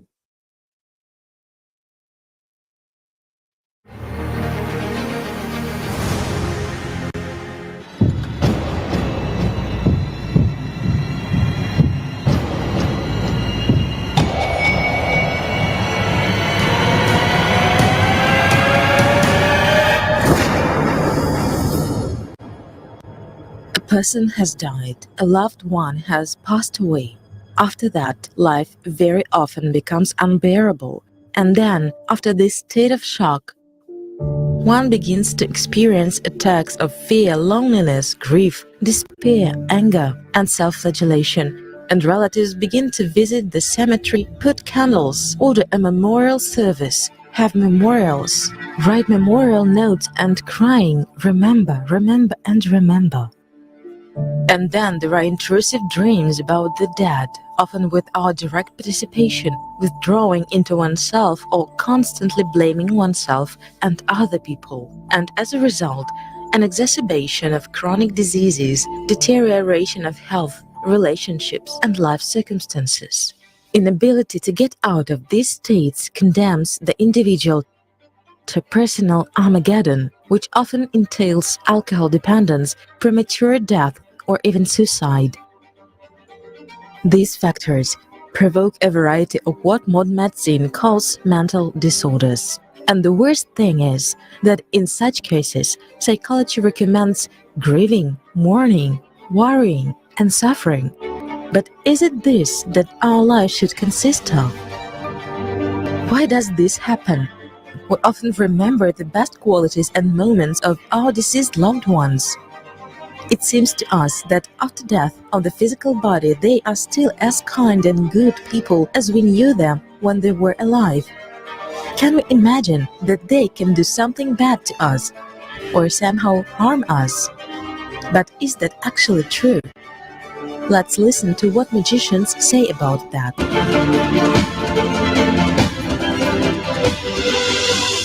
A very large percentage of people who get entities by inheritance from their kinsfolk, so it's not even their fault. So in my opinion, about 50% of clients that come to me or to my disciples for help, about 50% of those who have entities have them from their kinsfolk. Why does this happen? We most often only know our parents, our grandparents. We don't always know other generations. But there is such a law in the spiritual world that if someone in the kin consciously made a contract or a covenant or some initiations, commitments with the dark forces, he made it. And then this entity is transferred through the kin channel, and it kind of has the right to be in the family. And it's also complicated by the fact that if this entity was in the grandmother, it doesn't always manifest itself in her daughter. There is also such a thing as a dormant demon. A grandmother made a contract. This problem didn't manifest in her daughter, but her granddaughter or great-granddaughter got this problem. We're all created of energies, one way or another. So energies don't come out of nowhere and don't go anywhere. Thus, even the deceased, well, the souls of dead people are all around us. What is the danger for a person to have an invisible settler? What can it do to him? Death. So it can lead to death. Well, of course, an invisible settler is the deceased. Where it came from, that direction it pulls. What does it pull? It sucks the vital energy. A person dies, that's death. Why, if he's dead, he clings to the living and takes his vital energy? If they're in our world, they don't understand who is alive and who is dead. It clings to a living body, and that's it. Pulls it there because it is from the ground. Its body is in the ground. It found its body and is putting it back. The most important thing, how can I explain to you the most important thing? The reason is here in the brain. When a person constantly thinks, he attracts, right? Thoughts can become material, and so can invisible settlers. The more you think about the deceased, the more it pulls you. There are even cases like this. A husband, for example, or a wife dies, and within 40 days, the other half passes away. You must not pull. People themselves do that. People ruin that all by themselves. One entity can just destroy a person by eating them, and there are those entities that are a conductor, taking from one person, giving to another. For that, they feed on the victim. This is usually done from the category to take revenge, to destroy, and so on. And love affairs have the same principle. Love affairs, love spells, this kind of stuff. I mean, I don't like all these manipulations at all. It's very hard to restore and remove them. But it does happen. And you say they take the energy and give it to somebody else. Yes. To whom? to the master of that entity. I mean, an entity always, a settled entity always has its master who either created it or, let's say, subdued it and settled it, but there's always a leash. Is it possible to subdue an entity? It is, but you'd better not.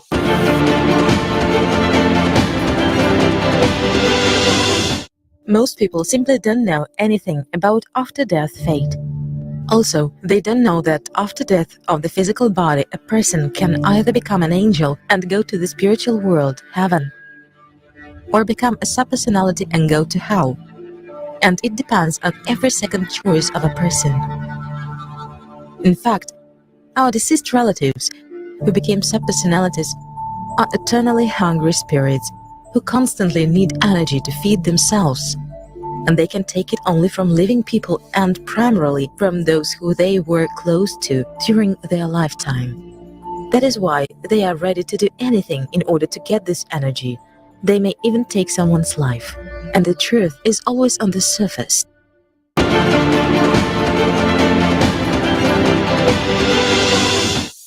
You have to remember, my friends, that subpersonalities are the dead, and they have one goal: to eat.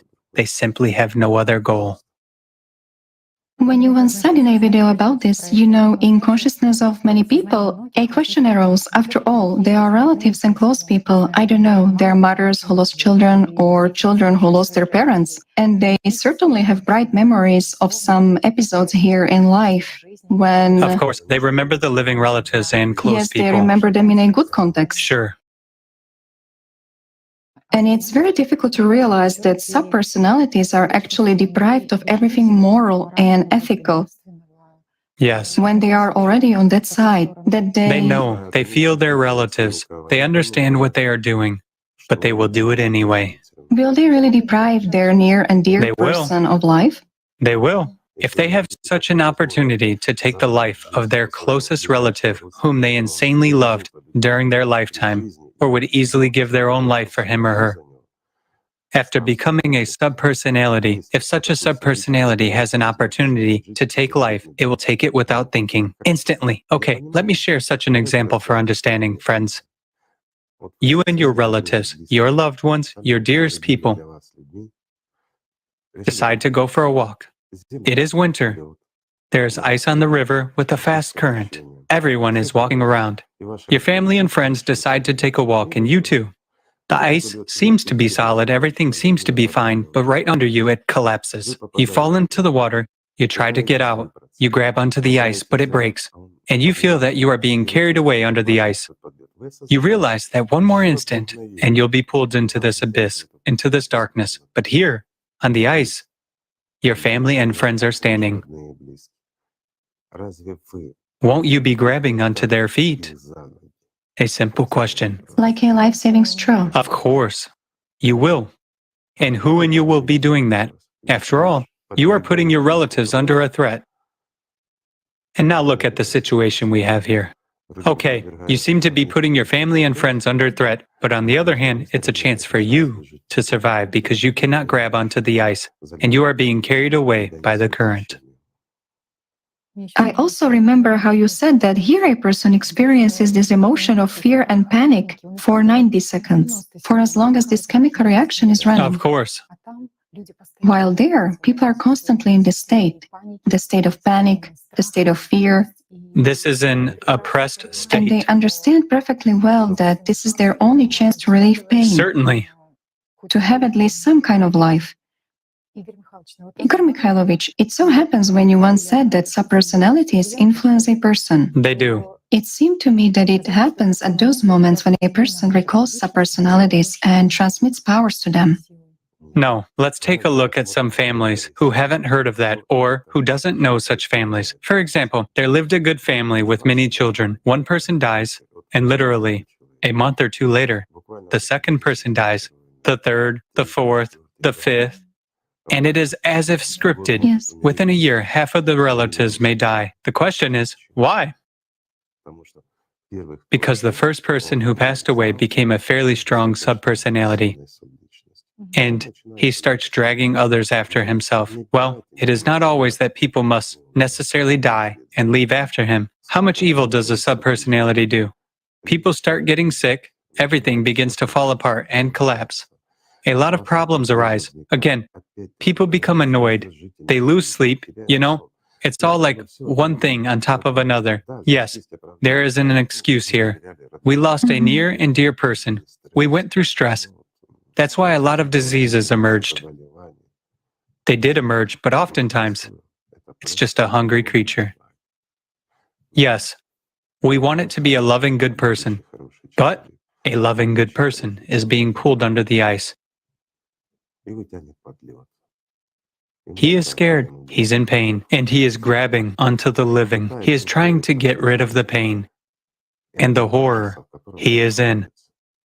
That's the reason why it all actually happens. Because of this grabbing onto the living. And whom does subpersonality remember and feel the best? After all, subpersonality operates by different criteria, and even those small, sensory interrelations play for it the role of, let's say, that straw, which it grasps at and can reach its relatives and loved ones. As a rule, these are relatives and close people or very close friends, where people have some kind of interrelation, let's say, a more solid one than with the rest of people, because it would be hard to reach a stranger or someone, let's say, you don't consider him or her your family and friends, while relatives are precisely the first to suffer. Unfortunately, but it's true.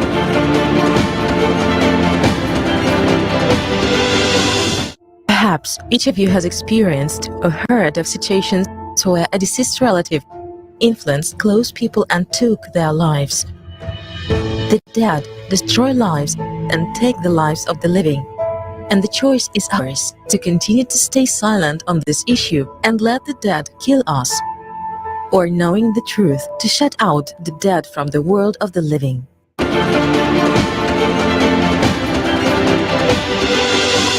The primary factor is the death of a loved one. It most often causes the death of the one who is alive. If there is a death in the family, the danger threatens all of the alive, especially if they were emotionally strongly attached to the deceased. The death of a loved one can be transmitted and cause a chain of deaths in the family. Well, interestingly enough, when scientists were studying twins, one girl in a pair of twins got sick. She had catatonia, so she felt very bad. At the same time, her sister got ill, but with some non-serious childhood disease. The twins were placed in different wings of the building. In other words, they didn't even know where they were located.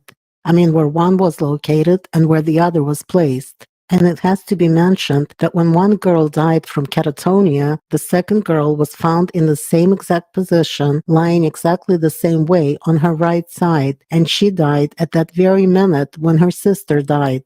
The death of one of the twins is especially dangerous because the threat to the other dramatically increased. Facts are stubborn things, and such cases are far from uncommon. We often think that those are mere accidents, but they are not. As a rule, behind these deaths are subpersonalities. This world is far from what we used to imagine. There is the visible world, which we can touch, and there is the invisible world, and it invisibly affects us. It is full of secrets, mysteries, and things that we cannot explain from a material point of view. The world of the dead influences us so naturally that for the living it is just a part of life, a series of events and emotions. You told an interesting case about a friend, about how she was left with literally nothing after the death of her husband. And thanks to a medium, yes? Can you tell us? Yes, there was such a case. It was my really very good friend. And we were friends with her and her husband. Her husband suddenly passed away, very quickly, He had eye cancer. And this man was he was the biggest producer in Hollywood. Movies like Dances with Wolves, Gandhi, those were his movies. And he was treated all over the world. They couldn't do anything. Within a year he was gone. And then when he passed away, she suddenly found out that they were basically bankrupt. That they had nothing. Well, they still had some real estate somewhere in different places. And then she went to a medium. in New York. And the woman called the spirit of her husband. And he said to her, "I'm very sorry, but I got mixed up with a certain business and I put a lot of money into it. And my partner deceived me.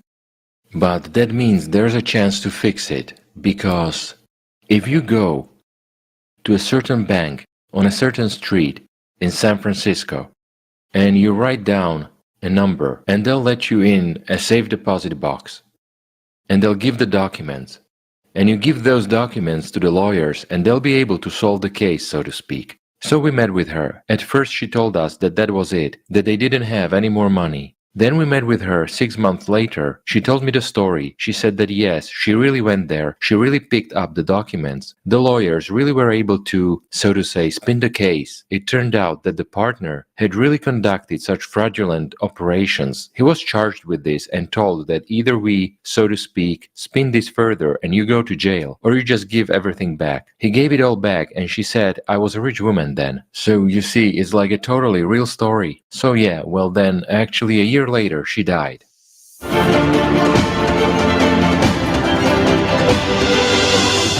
In difficult life circumstances, people tend to seek support everywhere, even from magicians. But the prophets said about the inadmissibility of practicing magic, and that magic leads down into hell.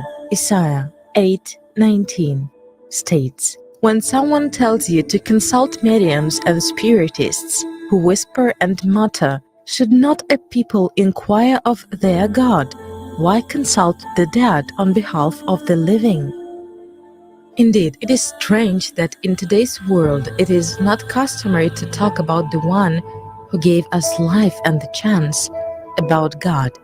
But thoughts of the dead are constantly spinning in the heads. It is important for everyone to know that there is a connection between the world of the living and the world of the dead. Frequent recollection of a deceased loved one causes emotional surges, after which the person feels internal emptiness. Meanwhile, he begins to take various medications, sedatives, psychotropic drugs, or even narcotics. As a result, he gets into a loop of emotions, thoughts, or some kind of addiction. As a consequence, he can no longer adequately perceive the world and people around him. And this is only a visible part of what is happening. And at the same time, at the invisible level, there occurs a flow of life energy from a living person to a hungry spirit, subpersonality. The interaction of the two worlds, the world of the dead and the world of the living, when they cross, leads to a dire result for the living person. So it turns out that the deceased loved one, no matter how dear, close and beloved he or she was, there he or she turns into a vicious, insatiable, hungry spirit. Remember, friends, any subpersonality is a bitch. No matter how good a person may have been when he was alive, when he becomes a subpersonality, he becomes a beast, an insatiable, devouring, and freaking smart creature. Pardon me for the slang, but that's the way it is. As for a subpersonality, it doesn't care at all about anyone's opinion. Why? It knows the world. And it has power. Knowing and understanding everything. It is free from all human mindsets. Why? Because the subpersonality is really resentful towards God. Just like many of you, friends. Because God didn't give, God didn't do, didn't prompt, or didn't send, but it forgets that every day God reached out to it. Every day, friends. But we actually refuse. As long as we are alive, everything is fine with us. But when we cross that threshold, we lose everything.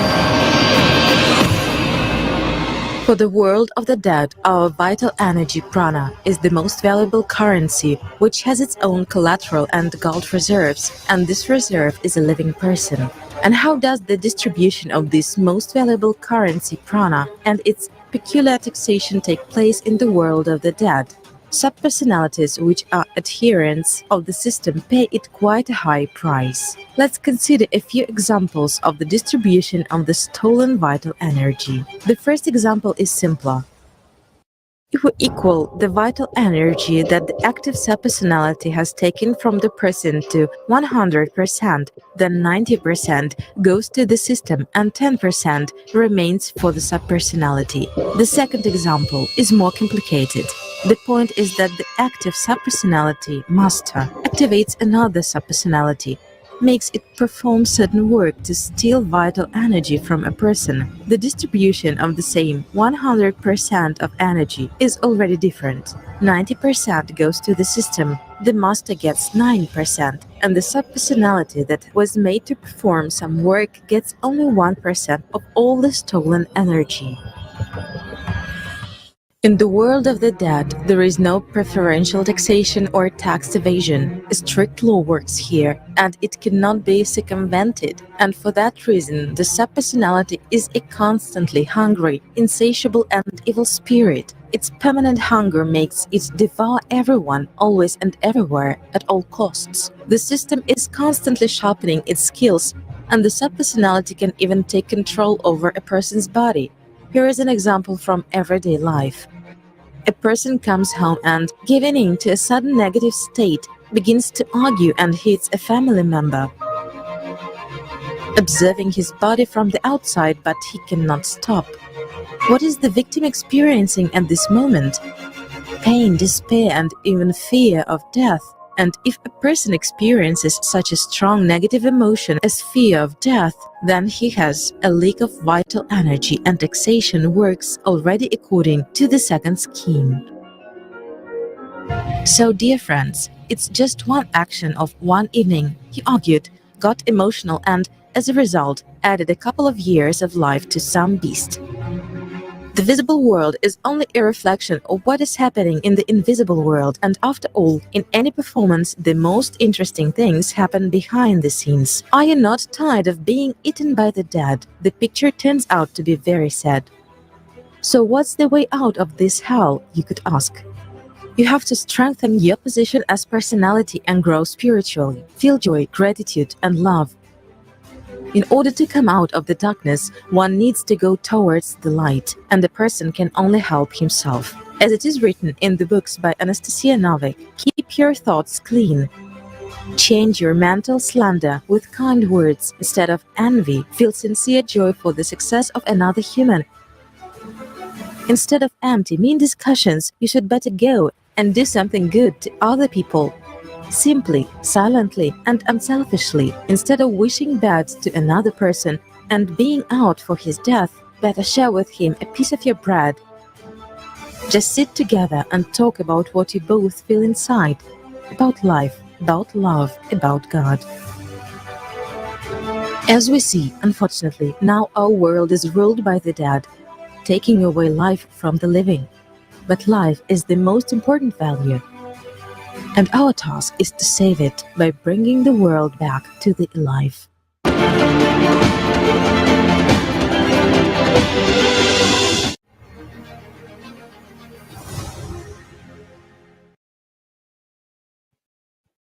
Ja, die Informationen sind hart. Yes, the information is hard, but it is good that we have learned about the true laws of this world, because it comes to understanding that we can't help our relatives after they die. But it's important for us who are alive to be able to protect ourselves. After all, our life is the most precious thing to us, and we need to know how to save it. Another trap is the inheritance of dead relatives. In reality, even if we receive an inheritance from our beloved relatives, we still have to pay for it. We mean not only taxes to the state, but also to the dead people for the use of their property. Erika will tell us more about this. Erika, hello. How did you like the movie? Gracias, amigos. Sí, Thank you, dear friends. Yes, watching this film makes me sad. Just think about it. You just have to experience the fear of death, succumb to that emotion, and 20 years of your life is stolen from you. We thoughtlessly and so easily give away years of our lives without even knowing it. We have learned that it turns out there is another way in which the dead can take life from the living. It's an inheritance. Through inheritance. Who hasn't dreamed at least once in their life? Wouldn't it be great to inherit from a rich and known relative? But is such a gift really harmless for the living people? To begin with, let me tell you two stories from life. One day, two friends went to earn some money. As it happened, one of them fell ill and died. Before his death, he asked his friend to give his wife the money he had earned. When his wife arrived, the man did not give the money to her. He embezzled it and built a house with it. Soon after he died too, his relatives who were using the house passed away after him. Now the house stands empty. The second story is about looting after the war. A man went to a neighboring village and took the house from there, so to say, occupied it. And before that, the owner of that house had passed away, committed suicide. The man who had moved the house hanged himself after some time. Subsequently, his son-in-law hanged himself in the same house. After that, the house was left abandoned. It sounds mystical, doesn't it? Let us find out how it works. Why, when a person takes something that belongs to the dead, he finds himself in unpleasant life circumstances up to the point of passing away? This happens because if a man, while being alive, has not become an angel, has not attained the fusion of his personality with the soul, then he becomes a sub-personality, a part of the system. And all his property, which he has earned during his life, that in which he has invested his attention, also becomes a part of the system. And when someone uses this property, just mine, not his own, but the property of another person, albeit a relative, he is obliged to pay for it to the dead person, and through him to the system. And what is most valuable to the system? A person's life force. But the fact is that this power this life force is no less valuable to the person himself. After all, the price of using the dead person's property can be exorbitant. And this is confirmed by many life situations. How can subpersonality affect the living, and how does it manifest itself? Let us watch an excerpt from the video Legacy of the Dead.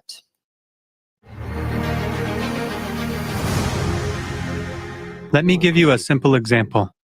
Who doesn't know such cases? There was a family. Yes. Let's suppose the husband died after 2 or 3 months, Yes. usually within the first year. The wife passed away, or on the contrary, the wife died, and then the husband passed away, and so on. How many cases like that are there? Yes, it can be explained from a psychological point of view, right? People lived together. They lived their lives for decades. There's a longing or something else. Well, even among young people, it often happens. Okay, they loved each other, they missed each other, and so on. But how can you explain that most of these deaths are actually of a completely different level? Let's sort this out, friends.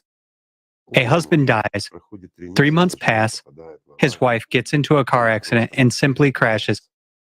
A wife dies. Again. Her husband falls from a height at work and crashes. Yes, he might have been pushed psychologically and things like that. It's not due to anguish.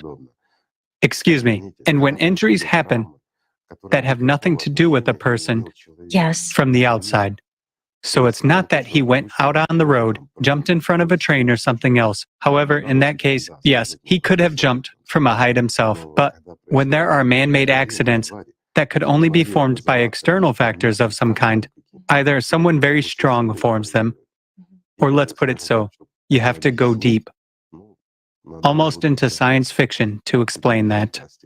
What kind of power did the dead actually have then, in order to influence such situations? Yes. After all, there are lots and lots of them. Isn't it true? Here's also a question from our viewers. How does it happen that you sort of don't use an image and a name for a subpersonality to be able to somehow feed off you? And a subpersonality is supposedly in another body, in another energy structure. But through what else can subpersonalities influence those who remain here to live? Let's put it this way. There is quantum entanglement. I'll explain it simply. After all, that very virile power is used. What, let's say, space or shielding can there be for the virile power? Can anything hinder it? No. Yes, we can shield an electromagnetic impact. Yet, how will we resist interconnected particles or quantum processes? And I'll say it again for smart people. A subpersonality directly contacts those to whom it knows the way. And it knows the way to those with whom it was mixed in terms of energy often enough. I mean, those are employees at work. You have worked for 20 years. You were sitting at one table. Your energy structures were in contact with each other. If an employee has died, you will feed him. When we recall a person, when we yearn or become emotional, we feed them voluntarily. But the fact that we feed them voluntarily is a trifle compared to how much we feed them involuntarily, and without even realizing that. This is really true. What if a relative is distant, someone with whom you had little contact, in fact? Can he influence a person? If the person had little contact, if, let's say, he doesn't feel yearning, doesn't recall, and he doesn't have an inheritance from this dead person either, then basically, he couldn't care less about this subpersonality. There are no traces.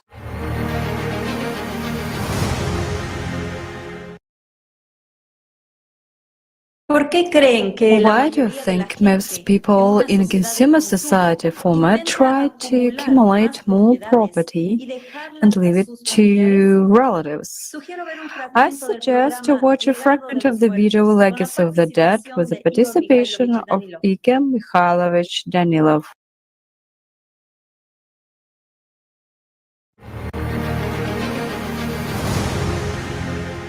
Why does almost every one of us strive to save as much as possible in order to leave a legacy to our relatives and loved ones?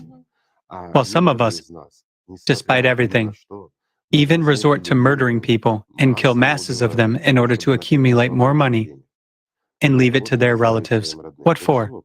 A simple question. After all, this is a legacy that no one will refuse. It's that legacy which will feed a person after his death. So, are they doing their best for relatives, for their children and grandchildren, or for themselves? Give an honest answer, friends. After all, when talking about life and death, you should be as honest as possible in that. No matter how much it hurts our psyche, no matter how hard it is for us to perceive this, let's say nowadays in this consumerist format, when all spiritual principles are already ruined. But you still want to look humane, right? It seems to me that it is necessary to do this so that people would hear, and maybe some will understand, that the legacy of the dead is dead, and that the dead always come after their legacy. Why? Because that's what it is accumulated for.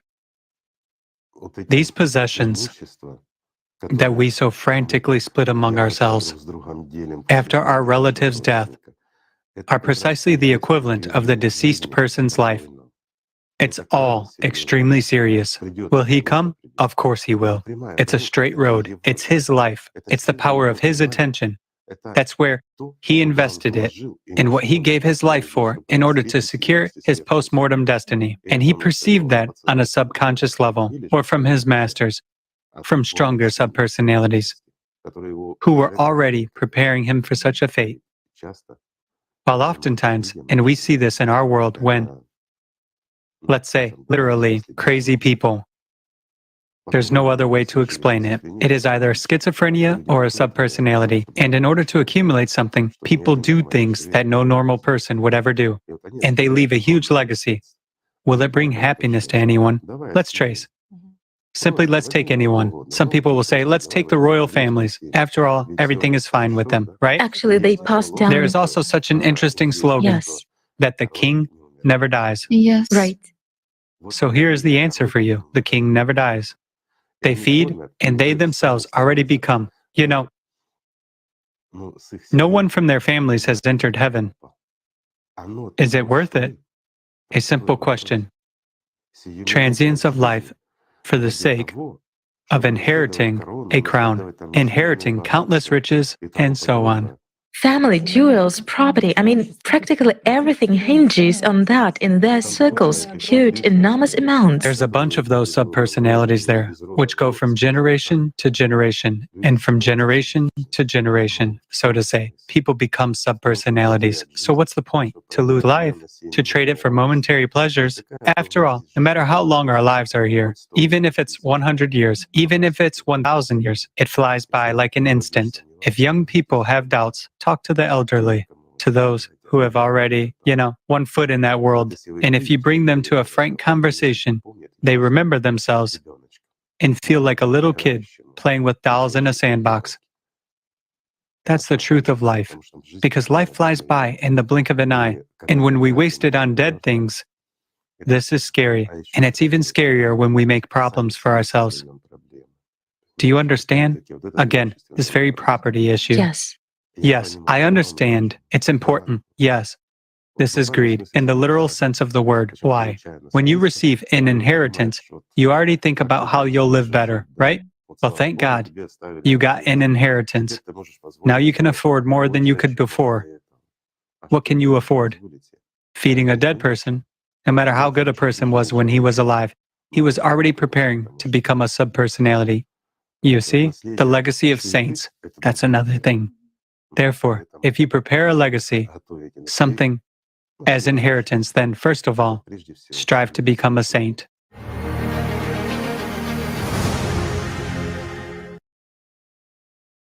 Thank you, Igor Mikhailovich. Yes, it would seem what is better that the person leaves an inheritance. And as it turns out, it is capable of taking a life. When a person accepts this gift, he pays really dearly. Not only he loses his life, but on top of that, he becomes a slave of the one who gave the inheritance. So what does one do with inheritance? It is very simple. There are 4 options. The first is to take, and he'll pay more for it than you get. The second is not to take, to refuse the inheritance altogether, and the debt will have no influence on you. But it is important to understand that to refuse means literally everything. To refuse everything. You cannot take even insignificant items and things. Even if you don't need an inheritance and have sold everything and given the money to charity, you have still accepted this inheritance. You have started to dispose of it. The third option is if you have already received an inheritance but you did not know anything, in that case you have a way out. To start working on yourself, to multiply more light, love, joy, happiness, then you will be beyond the reach of evil spirits. And the fourth option is to transfer the equivalent of the deceased person's attention to the representatives of the spiritual world who are in service to God on the earth. In ancient times, this law was known as the law of Aladhyara. The next speaker will talk about the law of Aladhyara in more detail. Thank you for your attention and pass the floor to the host. Gracias. Gracias, Erica. Thank you. What we saw today was shocking. I mean, how many problems arise in our lives because of dead people, and we don't even realize it. I think that after watching this material, we will begin to appreciate each other more, to appreciate living people and the life of each person. After this information, we begin to understand more how valuable human life is and how carefully we should pay attention to what we invest our attention in, the dead or the living. And then the question arises, how to protect ourselves and how to protect our loved ones from the influence of subpersonalities. The next speaker will tell us about this. Ksenia, you have the floor. Thank you. Everything in this world is fair. Everything is in its place. What one lives with is what one eventually gets. We learned today that the subpersonality can be in several states. In an active state with the complete substitution of the new personality, depriving it of the opportunity to live its full life and have a chance to free itself from the cycle of reincarnations. In an active state with the partial replacements of the new personality, when the subpersonality steals life, both from personality and from the surrounding people. In this case, the personality can deactivate the active subpersonality by evolving spiritually. In the state of symbiosis with the personality, it is also an active state of the subpersonality, when it acts as the invisible assistant, usually a voice in the head, which is also extremely dangerous for the personality. And there is one more state, which is the state of rest for the personality, for subpersonality. In this state of rest, subpersonality does not experience any suffering or negative emotional experience. In the dormant state, the subpersonality doesn't interfere with the new personality. Rest is the most often a gift from the spiritual world, when the person in three-dimensionality has done incredibly much for God on earth, contributed to the spiritual development of people. However, has not developed spiritually him or herself, and eventually became a subpersonality. This is a state of rest. The most valuable thing in this world is the power of a person's attention, depending on how much and where a person has invested his or her attention, that the person will become part of. This world is an illusion created by the power of God, thought. And if a human has fallen in love with that illusion, the person will become a part of it, and that subpersonality. And in the end, like any illusion, would disappear forever. However, if the person loves God, most of all, a person will gain eternal life and become an angel, an integral part of the spiritual world. For one guided by the primordial knowledge, it is clear what needs to be done to achieve a certain result. A person decides for themselves what he or she will become and how much attention it is ready to devote for the realization of his or her goal. It is also important to say that our consciousness puts an equal sign between the time of life and the human attention. However, it is not so. A person may spend a lot of time on various activities in three-dimensionality. However, on the inner level, remain constantly in contact with the spiritual world through one sense of love for it.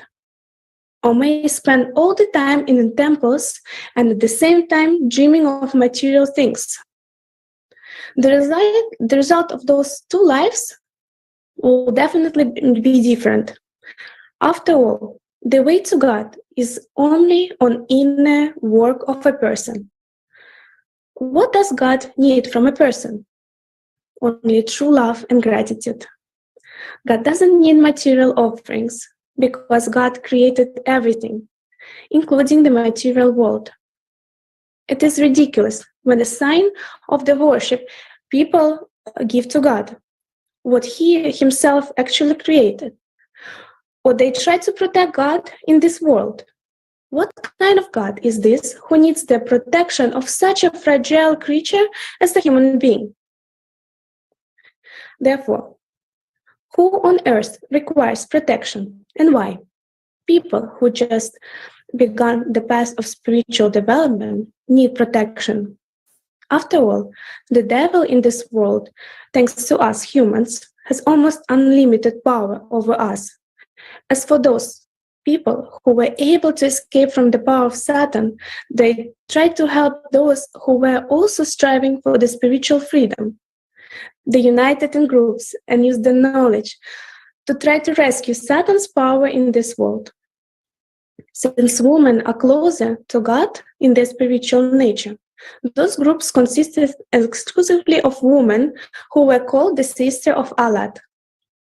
The Sisters of Alad had helpers, Alatyars. Those worthy ladies who would work on themselves took the place of the Sisters of Alad, who after completing their mission in this world went into the spiritual world. There is a wisdom. Hard times breed strong people. Strong people create good times. Good times give rise to weak people. Weak people give rise to hard times. Everything goes in circles. The same is true for our civilization. The previous culmination of Satan's power in this world was in the time of Atlantis. After its destruction, people created an ideal society, and the Sister of Alad protected people from the dark world for 5,000 years, keeping Satan in check. However, in such comfortable conditions, people relaxed and gradually postponed the main thing of their life, spiritual development, for later.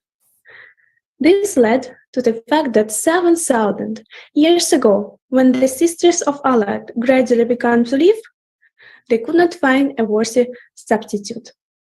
It was at this time the degradation began, and people went from the ideal society to a creative format. The duties of protecting people from the forces of evil were taken over by the remaining of Alatyars. During this period, more and more people, seeing no sense in their spiritual development, became subpersonalities. The subpersonalities began to enslave the living, making them into the same subpersonalities, thereby increasing the army of dead. In order to protect people from the attacks of death, the Alatyars made the request to the spiritual world. They asked that they be allowed to grant post-mortem peace to those who had failed to free themselves during their life and had to become subpersonality. The spiritual world allowed the Alatyars to grant subpersonality peace in exchange for the equivalent of the attention invested by the individual in the matter during their lifetime. That is, the Alatyars were given a portion of the property that the person had gained during their life. I wanted to point out as well that the spiritual world approved such a law, however, it gave it to the group. That is, one person in a group cannot grant peace upon the deceased. Therefore, people who received an inheritance and wanted to protect themselves from the attacks of their subpersonality and help the deceased gave part of the inheritance precisely to the group, to those who truly serve God. In this way, the inheritors acquired peace for the deceased and protection for themselves from the attacks of the dead, those who property they were taking for themselves. What is irrevocable in this world is a person's right to choose. And of course, it is up to individual to decide where to direct the attention, to develop spiritually or not. No one can force anyone to do what one doesn't want to do.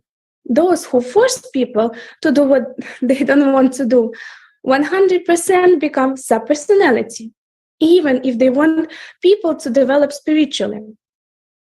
However, it is important to remember that ignorance of the law doesn't extend from responsibility. There are real physical processes that a person cannot get around no matter how much they want to.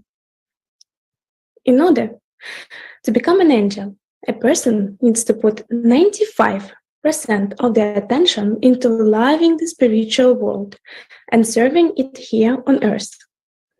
If this outrages you, violates your rights, then look at how much time and attention we give to become something meaningful in a matter. How much do we serve Satan in order to be promoted in his hierarchy? In essence, no matter what the person chooses, the person will still have to serve, even he or she doesn't realize it. The question remains, who will a person serve? If a human being chooses matter as their God and puts all attention into it, they will never become angels. However, if people are people, we all like to bargain and we want to understand exactly how much we have to spend to get a certain result. If a person doesn't want to become an angel, by the way, having a full right to do so, then to find the peace, the person only needs to direct 10% of his or her attention to spiritual world. What does this mean? Well, we have 24 hours a day. Based on this, 2.5 hours a day a person should spend in spiritual practices in communication with God. If the person deceives, cheats, allows anger during life, in this case, 20% of attention every day should be directed to the spiritual world. It is 5 hours a day, respectively. However, there are cases when a person is completely immersed in material life, in everyday life, and has no time for fellowship with God. In this case, person has the opportunity to buy their own peace. The law is the same. Give 10% of your attention in the material equivalent, that is, given 10% of your income to the needs and the interests of the spiritual world, here on earth. Some of you will think that since we donate some of our money to our churches, to other religious institutions, we are doing well and we earn peace. However, we don't. These illusions have nothing to do with the interest of the spiritual world on earth. If the funds that people give to religious institutions went to serve the world of spirituality, we would now live in an ideal society. The question arises, then to whom actually we pay? In our format of society, tithe doesn't work. We are talking about the law of Alatyars. The first commonly known mentions of the tithing came from the Sumerians. However, the law of Alatyars is much older. I suggest we listen to when the tithe appeared and what was it spent on.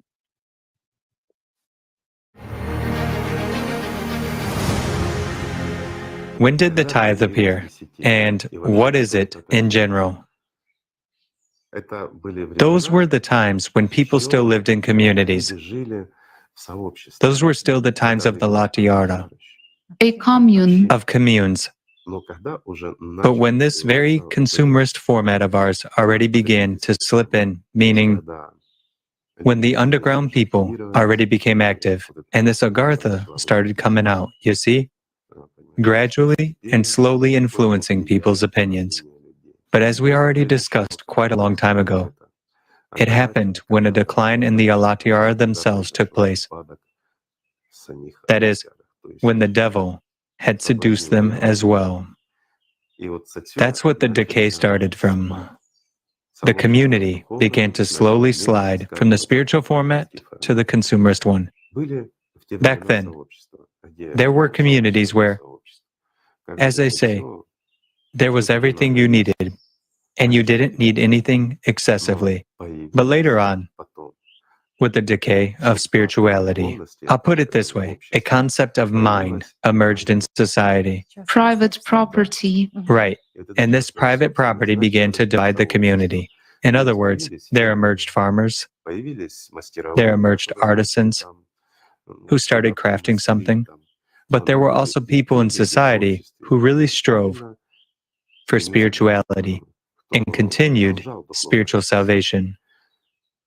What solution did the Latriara find? After all, it is them who introduced this tithe that happened a very, very long time before the Torah, let's say.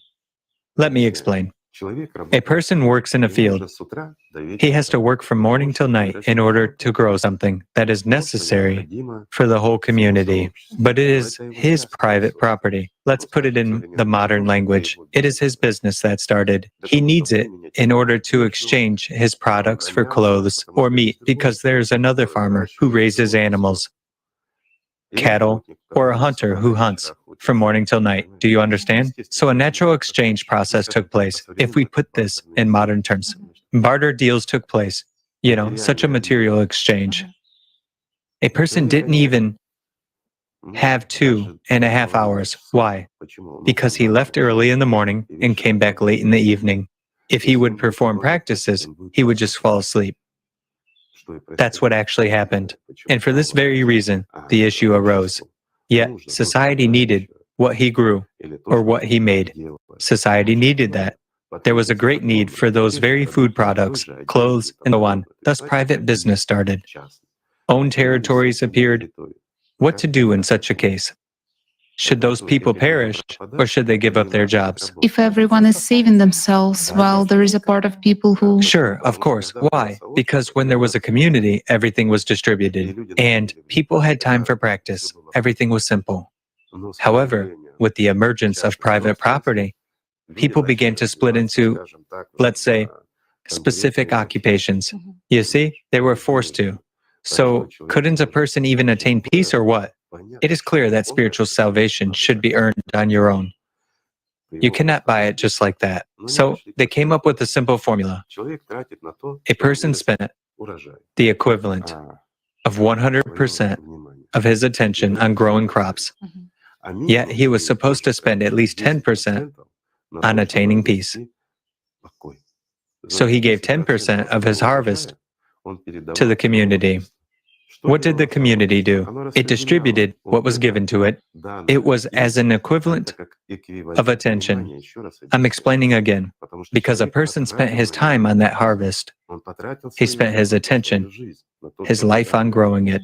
So the 10% were allocated to those people who really engaged in spiritual self-development. And not only that, but they worked for the spiritual world, so to say. They promoted, developed that, and so on. Thus, this percentage was allocated to the service for the spiritual world, to those who defended the rights and tried to retain, let's say, the dominance of the spiritual in the whole society at that time. This way, compensation took place. Where were those funds directed? If a person, I'll tell you now, if a person dealt with exchange processes, while exchange is trade, people always strove to be more profitable, right? They always tried to make those deals more profitable for themselves. Thus, there was cheating and a little bit of lying. Somewhere they weighed it wrong. Somewhere they did something else. Why? Because business began. A person realized that he gave a bad product for a very high price, so to say. What could be done in that case? If in his life a person trades dishonestly and does many other things, that which, for example, the prophet, the last prophet, Yes. the greatest of people, prohibited. So what could be done in such a case? Yet a person had such a job. He was involved in trade. What the Alatiyara offered was 20%. Just like in life, you have to spend 20%. In the same way here, you have to give 20% of your attention, the equivalent of attention, and then you get peace. Question: where and how was it spent? It was actually spent on sustaining those who were engaged to 100%, almost 100%. Well, 100% is impossible, but at least 90 to 95% of their attention was spent on life and on serving the spiritual world here, exactly on its interests.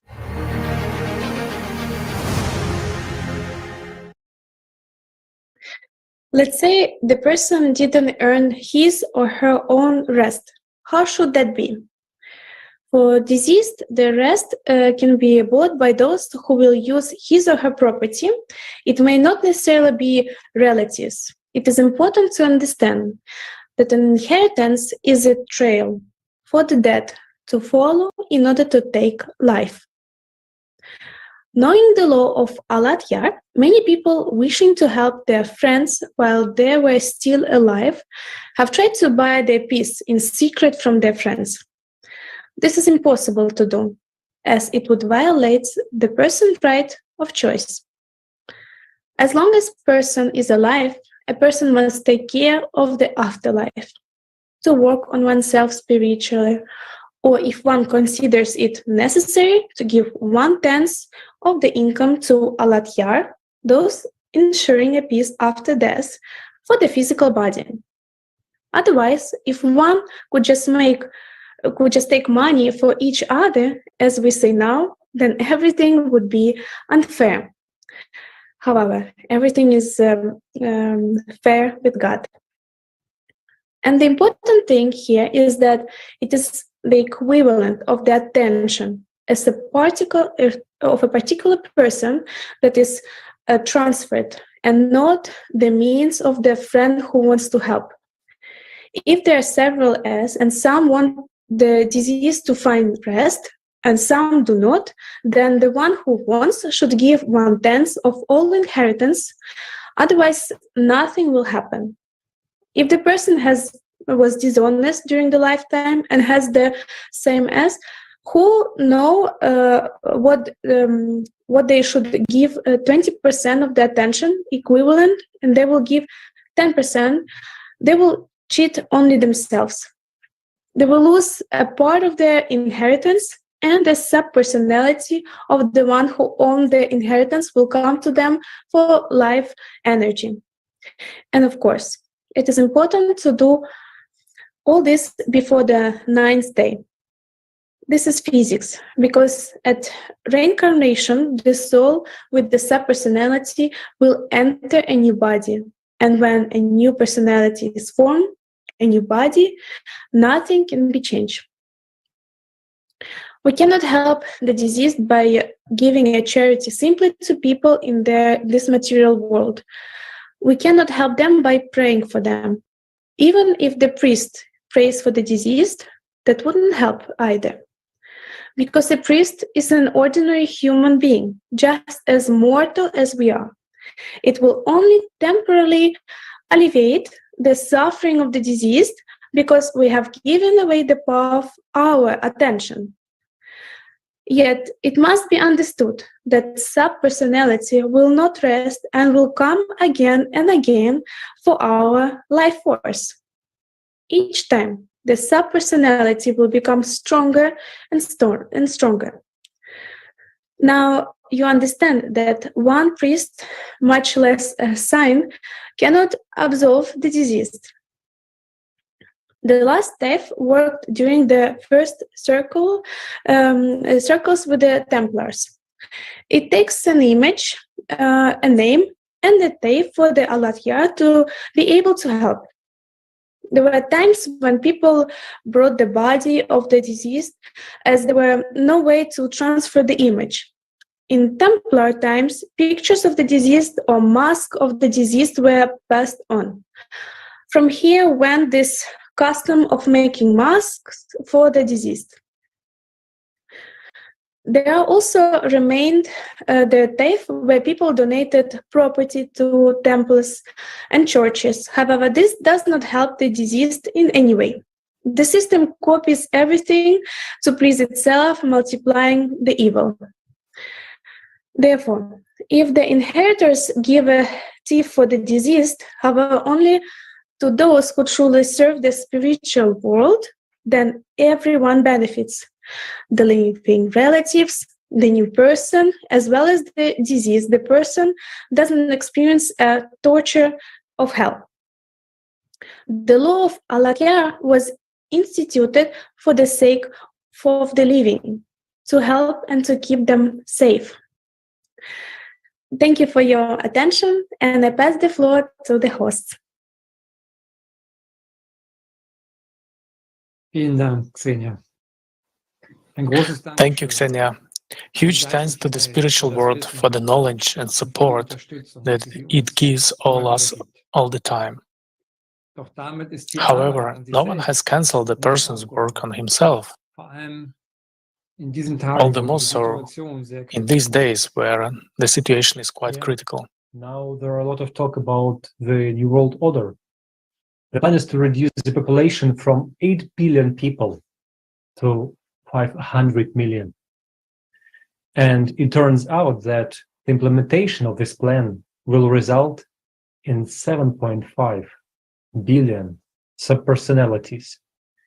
And that's a burden for new personalities. There can be not only one subpersonality per vessel of a new person, but a dozen and more. Do we understand what will occur if this happens? What will we leave to the new generation? We will leave a race that will be doomed because it will not have the slightest chance for spiritual development. This type of person is very beneficial to the dead people who rule this world. After all, if a person is in slavery to his consciousness or subpersonality, he's completely under control. As we ourselves know, many fights and conflicts between people occur precisely because of inheritance. Because in the consumer's format, people are always lacking something. This is another way of feeding subpersonalities. Once we build the greater society, the problem of inheritance will disappear completely, because everyone will have everything they need and even more, and they will not need anyone else's inheritance. The technologies of the creative society will make it possible to feed 50 billion people, and this number of people will not even be enough for us, because we will set out to explore exoplanets, and for this we will definitely need more people, and the more the better. In the creative society, all conditions will be created for the all-round development of the personality, as all material needs will be provided for and fulfilled. People would be able to get out of this endless survival race and do what they really want to do. Yes, very interesting. But the subpersonalities are literally eating the living and ruling this world. What do we, the living, need to do in order to shut out, block the dead from entering our world? How can we protect ourselves and future generations from the influence of the subpersonalities? How can we find true life that never ends? Monica, you have the floor. Thank you. Yes, these are good questions. Let's answer them together and let's start with a human. The quality of life, both internal and external, is important to all of us. The life of society is made up of the sum of individuals' lives. And the happier each one of us is, the happier the society will be, and the more beautiful world around us will be. After all, a happy person cannot do evil. People are neither bad or good, they're either happy or unhappy. Can we say that a personality overtaken by a subpersonality is happy? No, we can't. Is the subpersonality happy? Also not. Today we have cited many facts about what the subpersonality is actually experiencing. And in this huge list of negative emotions, pain, anger, constant hunger, there's no joy, much less love. How can a being that doesn't feel love be happy? They can't. But many of the personalities we have talked about today, being deceived, have chosen the path of subpersonality. They have denied themselves access to the source of happiness in life, which is the human soul. Of course, being happy or unhappy is always a choice, and that would be all right if the subpersonality just lived in its swamp and didn't affect anyone. But it's a parasite, and it needs the life energy of the living. By taking energy from the living, it deprives them of the opportunity to live and develop. Let's watch an excerpt from the video Legacy of the Dead. Let's say the reserve of life in a human is enough for at least 1,500 years at a minimum. Yes, for many reasons, we age very quickly. We wear out, there are chemical reactions, and many other things, information disturbances, plus these subpersonalities. Let's look at the average statistics, okay? Let's suppose that instead of living 100 years, a person lived 70 years. But why? And here we will find 1,001 reasons. He was sick, or something else, and so on. But are you sure that this is the case? Or did someone actually eat 30 years of his life? A simple question. Yet, I took a very simple and minor example, right? But it's not the length of life that matters. It's the quality of life that is important. When a person lives happily, and he is filled with life, or when he is empty inside, so to say, rushes from one end to another and doesn't understand what he needs, he cannot fulfill or find himself. And no matter what he achieves, he gets upset, such an unstable psyche. But why? Yes, again, no one has canceled those very mental disorders and that very selfishness of a human. And who pushes him? Who spoils a person's life? Who makes him emotional? Who makes him yearn or feel lonely? Who mocks a person? A simple question. And it immediately says the enemy is there in the external. Because these third forces, let's call them so, always hide and always show a human as personality, that the enemy is somewhere in the external. So a lot of people simply do not live, but exist, survive, and look for an enemy in someone. And then someone among politicians is to blame. Then someone among relatives, friends, or a boss. Anyone is to blame. But in fact, a human as personality is to blame because he did not develop spiritually. And he is simply manipulated. He is eaten. And he doesn't notice that.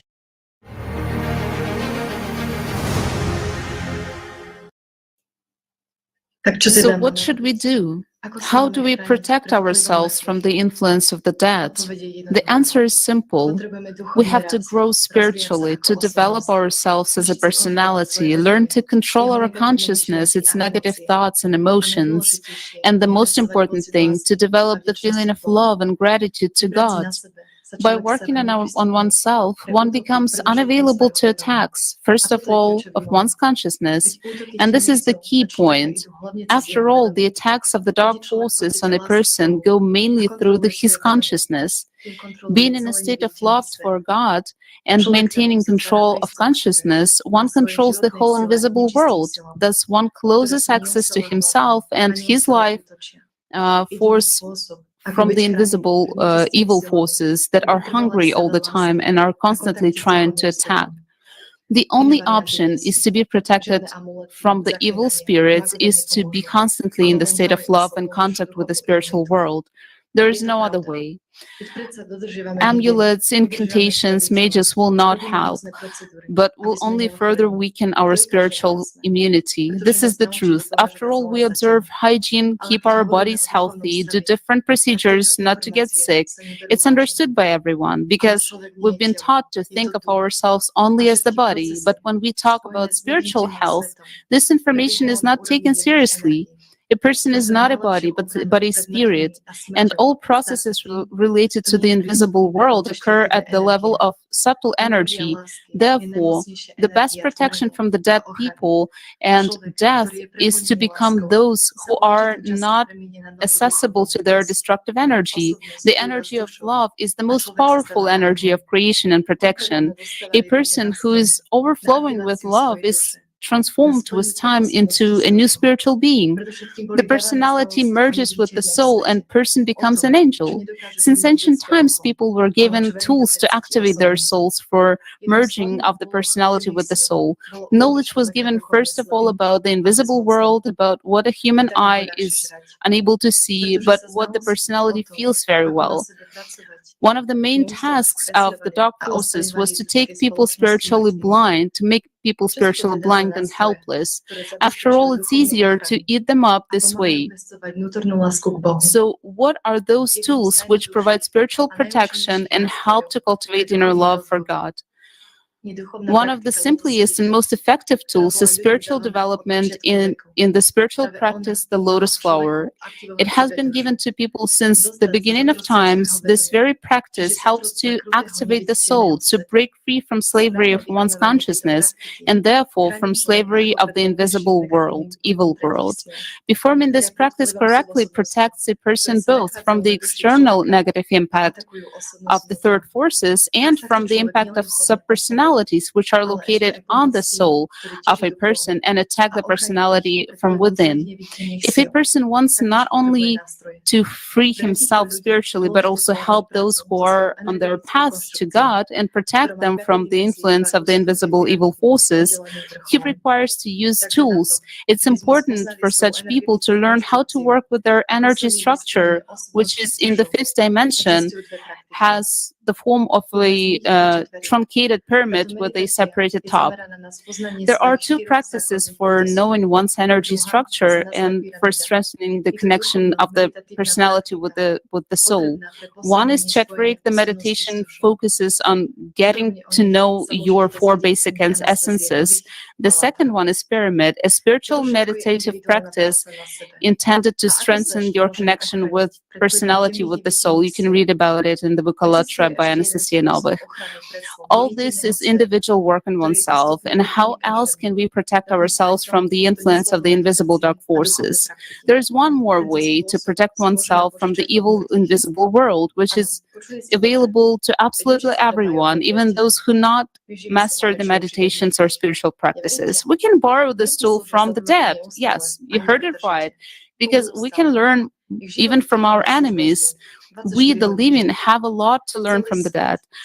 And the dead serve the Satan always, non-stop, 24 hours a day. So what do we live by? We basically live by laziness, ignorance, doubt, constantly putting off work on ourselves. So do we even want to live? Not to drag out a miserable existence, but to live. If so, then we must act. We can fill the world with positive signs and symbols, signs through which happiness and love will come into the world. The importance of installing constructive and creative work in science in the surrounding space has always been known to people, but we people have forgotten about it, and the dead remember it well and place their symbols everywhere, knowing that it will take it will be like a drop of water. It will affect the human subconsciousness, making it easier for the demonic forces to access it.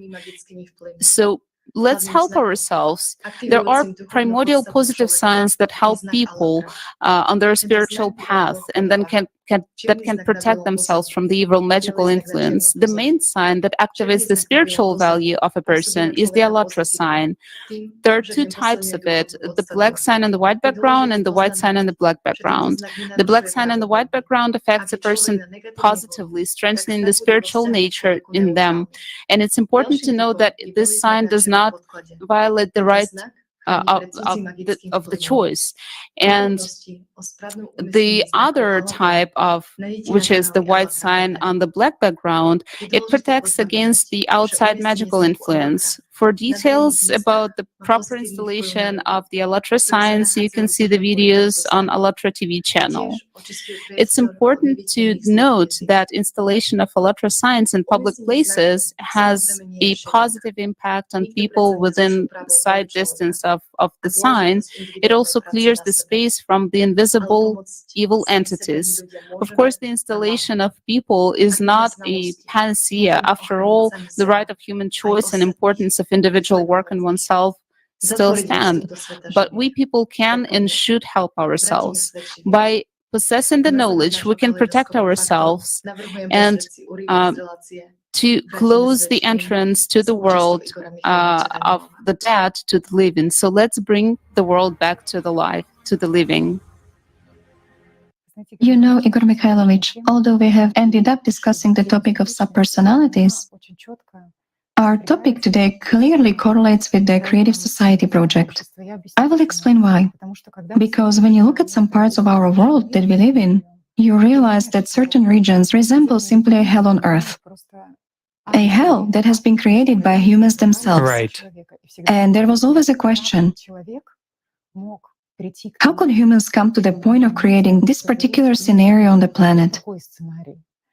Why is it not a paradise on earth, where everyone would be happy? Why was it necessary to bring certain regions of the world to such a deplorable state that... The majority of regions, in fact. Let's put it this way. Do people have freedom, real freedom here? No. Are they the masters of their own lives? Well, within certain limits. You know, I'll put it this way, like a cockroach in a jar. You have freedom within a jar, but not more. Isn't that true, friends? I would also like to mention the following point. We have just talked about a group of those individuals. And what do we see nowadays? A huge surge in this topic. Smart people will understand, whereas fools don't need this. These are facts that are confirmed. It turns out that these subpersonalities have a much greater influence than a person expects. You know, people are actually more afraid of the living than of the dead, aren't Well, they? people should be afraid of some living ones too, especially those who are controlled by the dead, such as the world. And unfortunately, this is true. You know, Igor Mikhailovich, precisely at such moments you realize how important it is for humanity to have this spiritual core. Those are the people who not just convey the truth, but who surely live by this truth. That's the point. Who nurture this life inside themselves. You know, let's say, is it possible to change this world? It is possible. But only those who really love God can change it. Why? Because only the light can confront the darkness. And everyone who truly loves God, really and honestly, not in words and not for neighbors, but from the bottom of his heart, that's already a person who changes the world for the better. I'll put it mildly and accurately, and that person has a beautiful future. In fact, we have two options, and we have talked about this more than once. So, if we do not bring this world back to the alive, there will be the second scenario, and it is fair. Therefore, there has to be many more of the alive ones. Right. There has to be plenty of life. Whereas life is love, Yes, right? it is the most tremendous power. So, my friends, let's simply start with love for one another.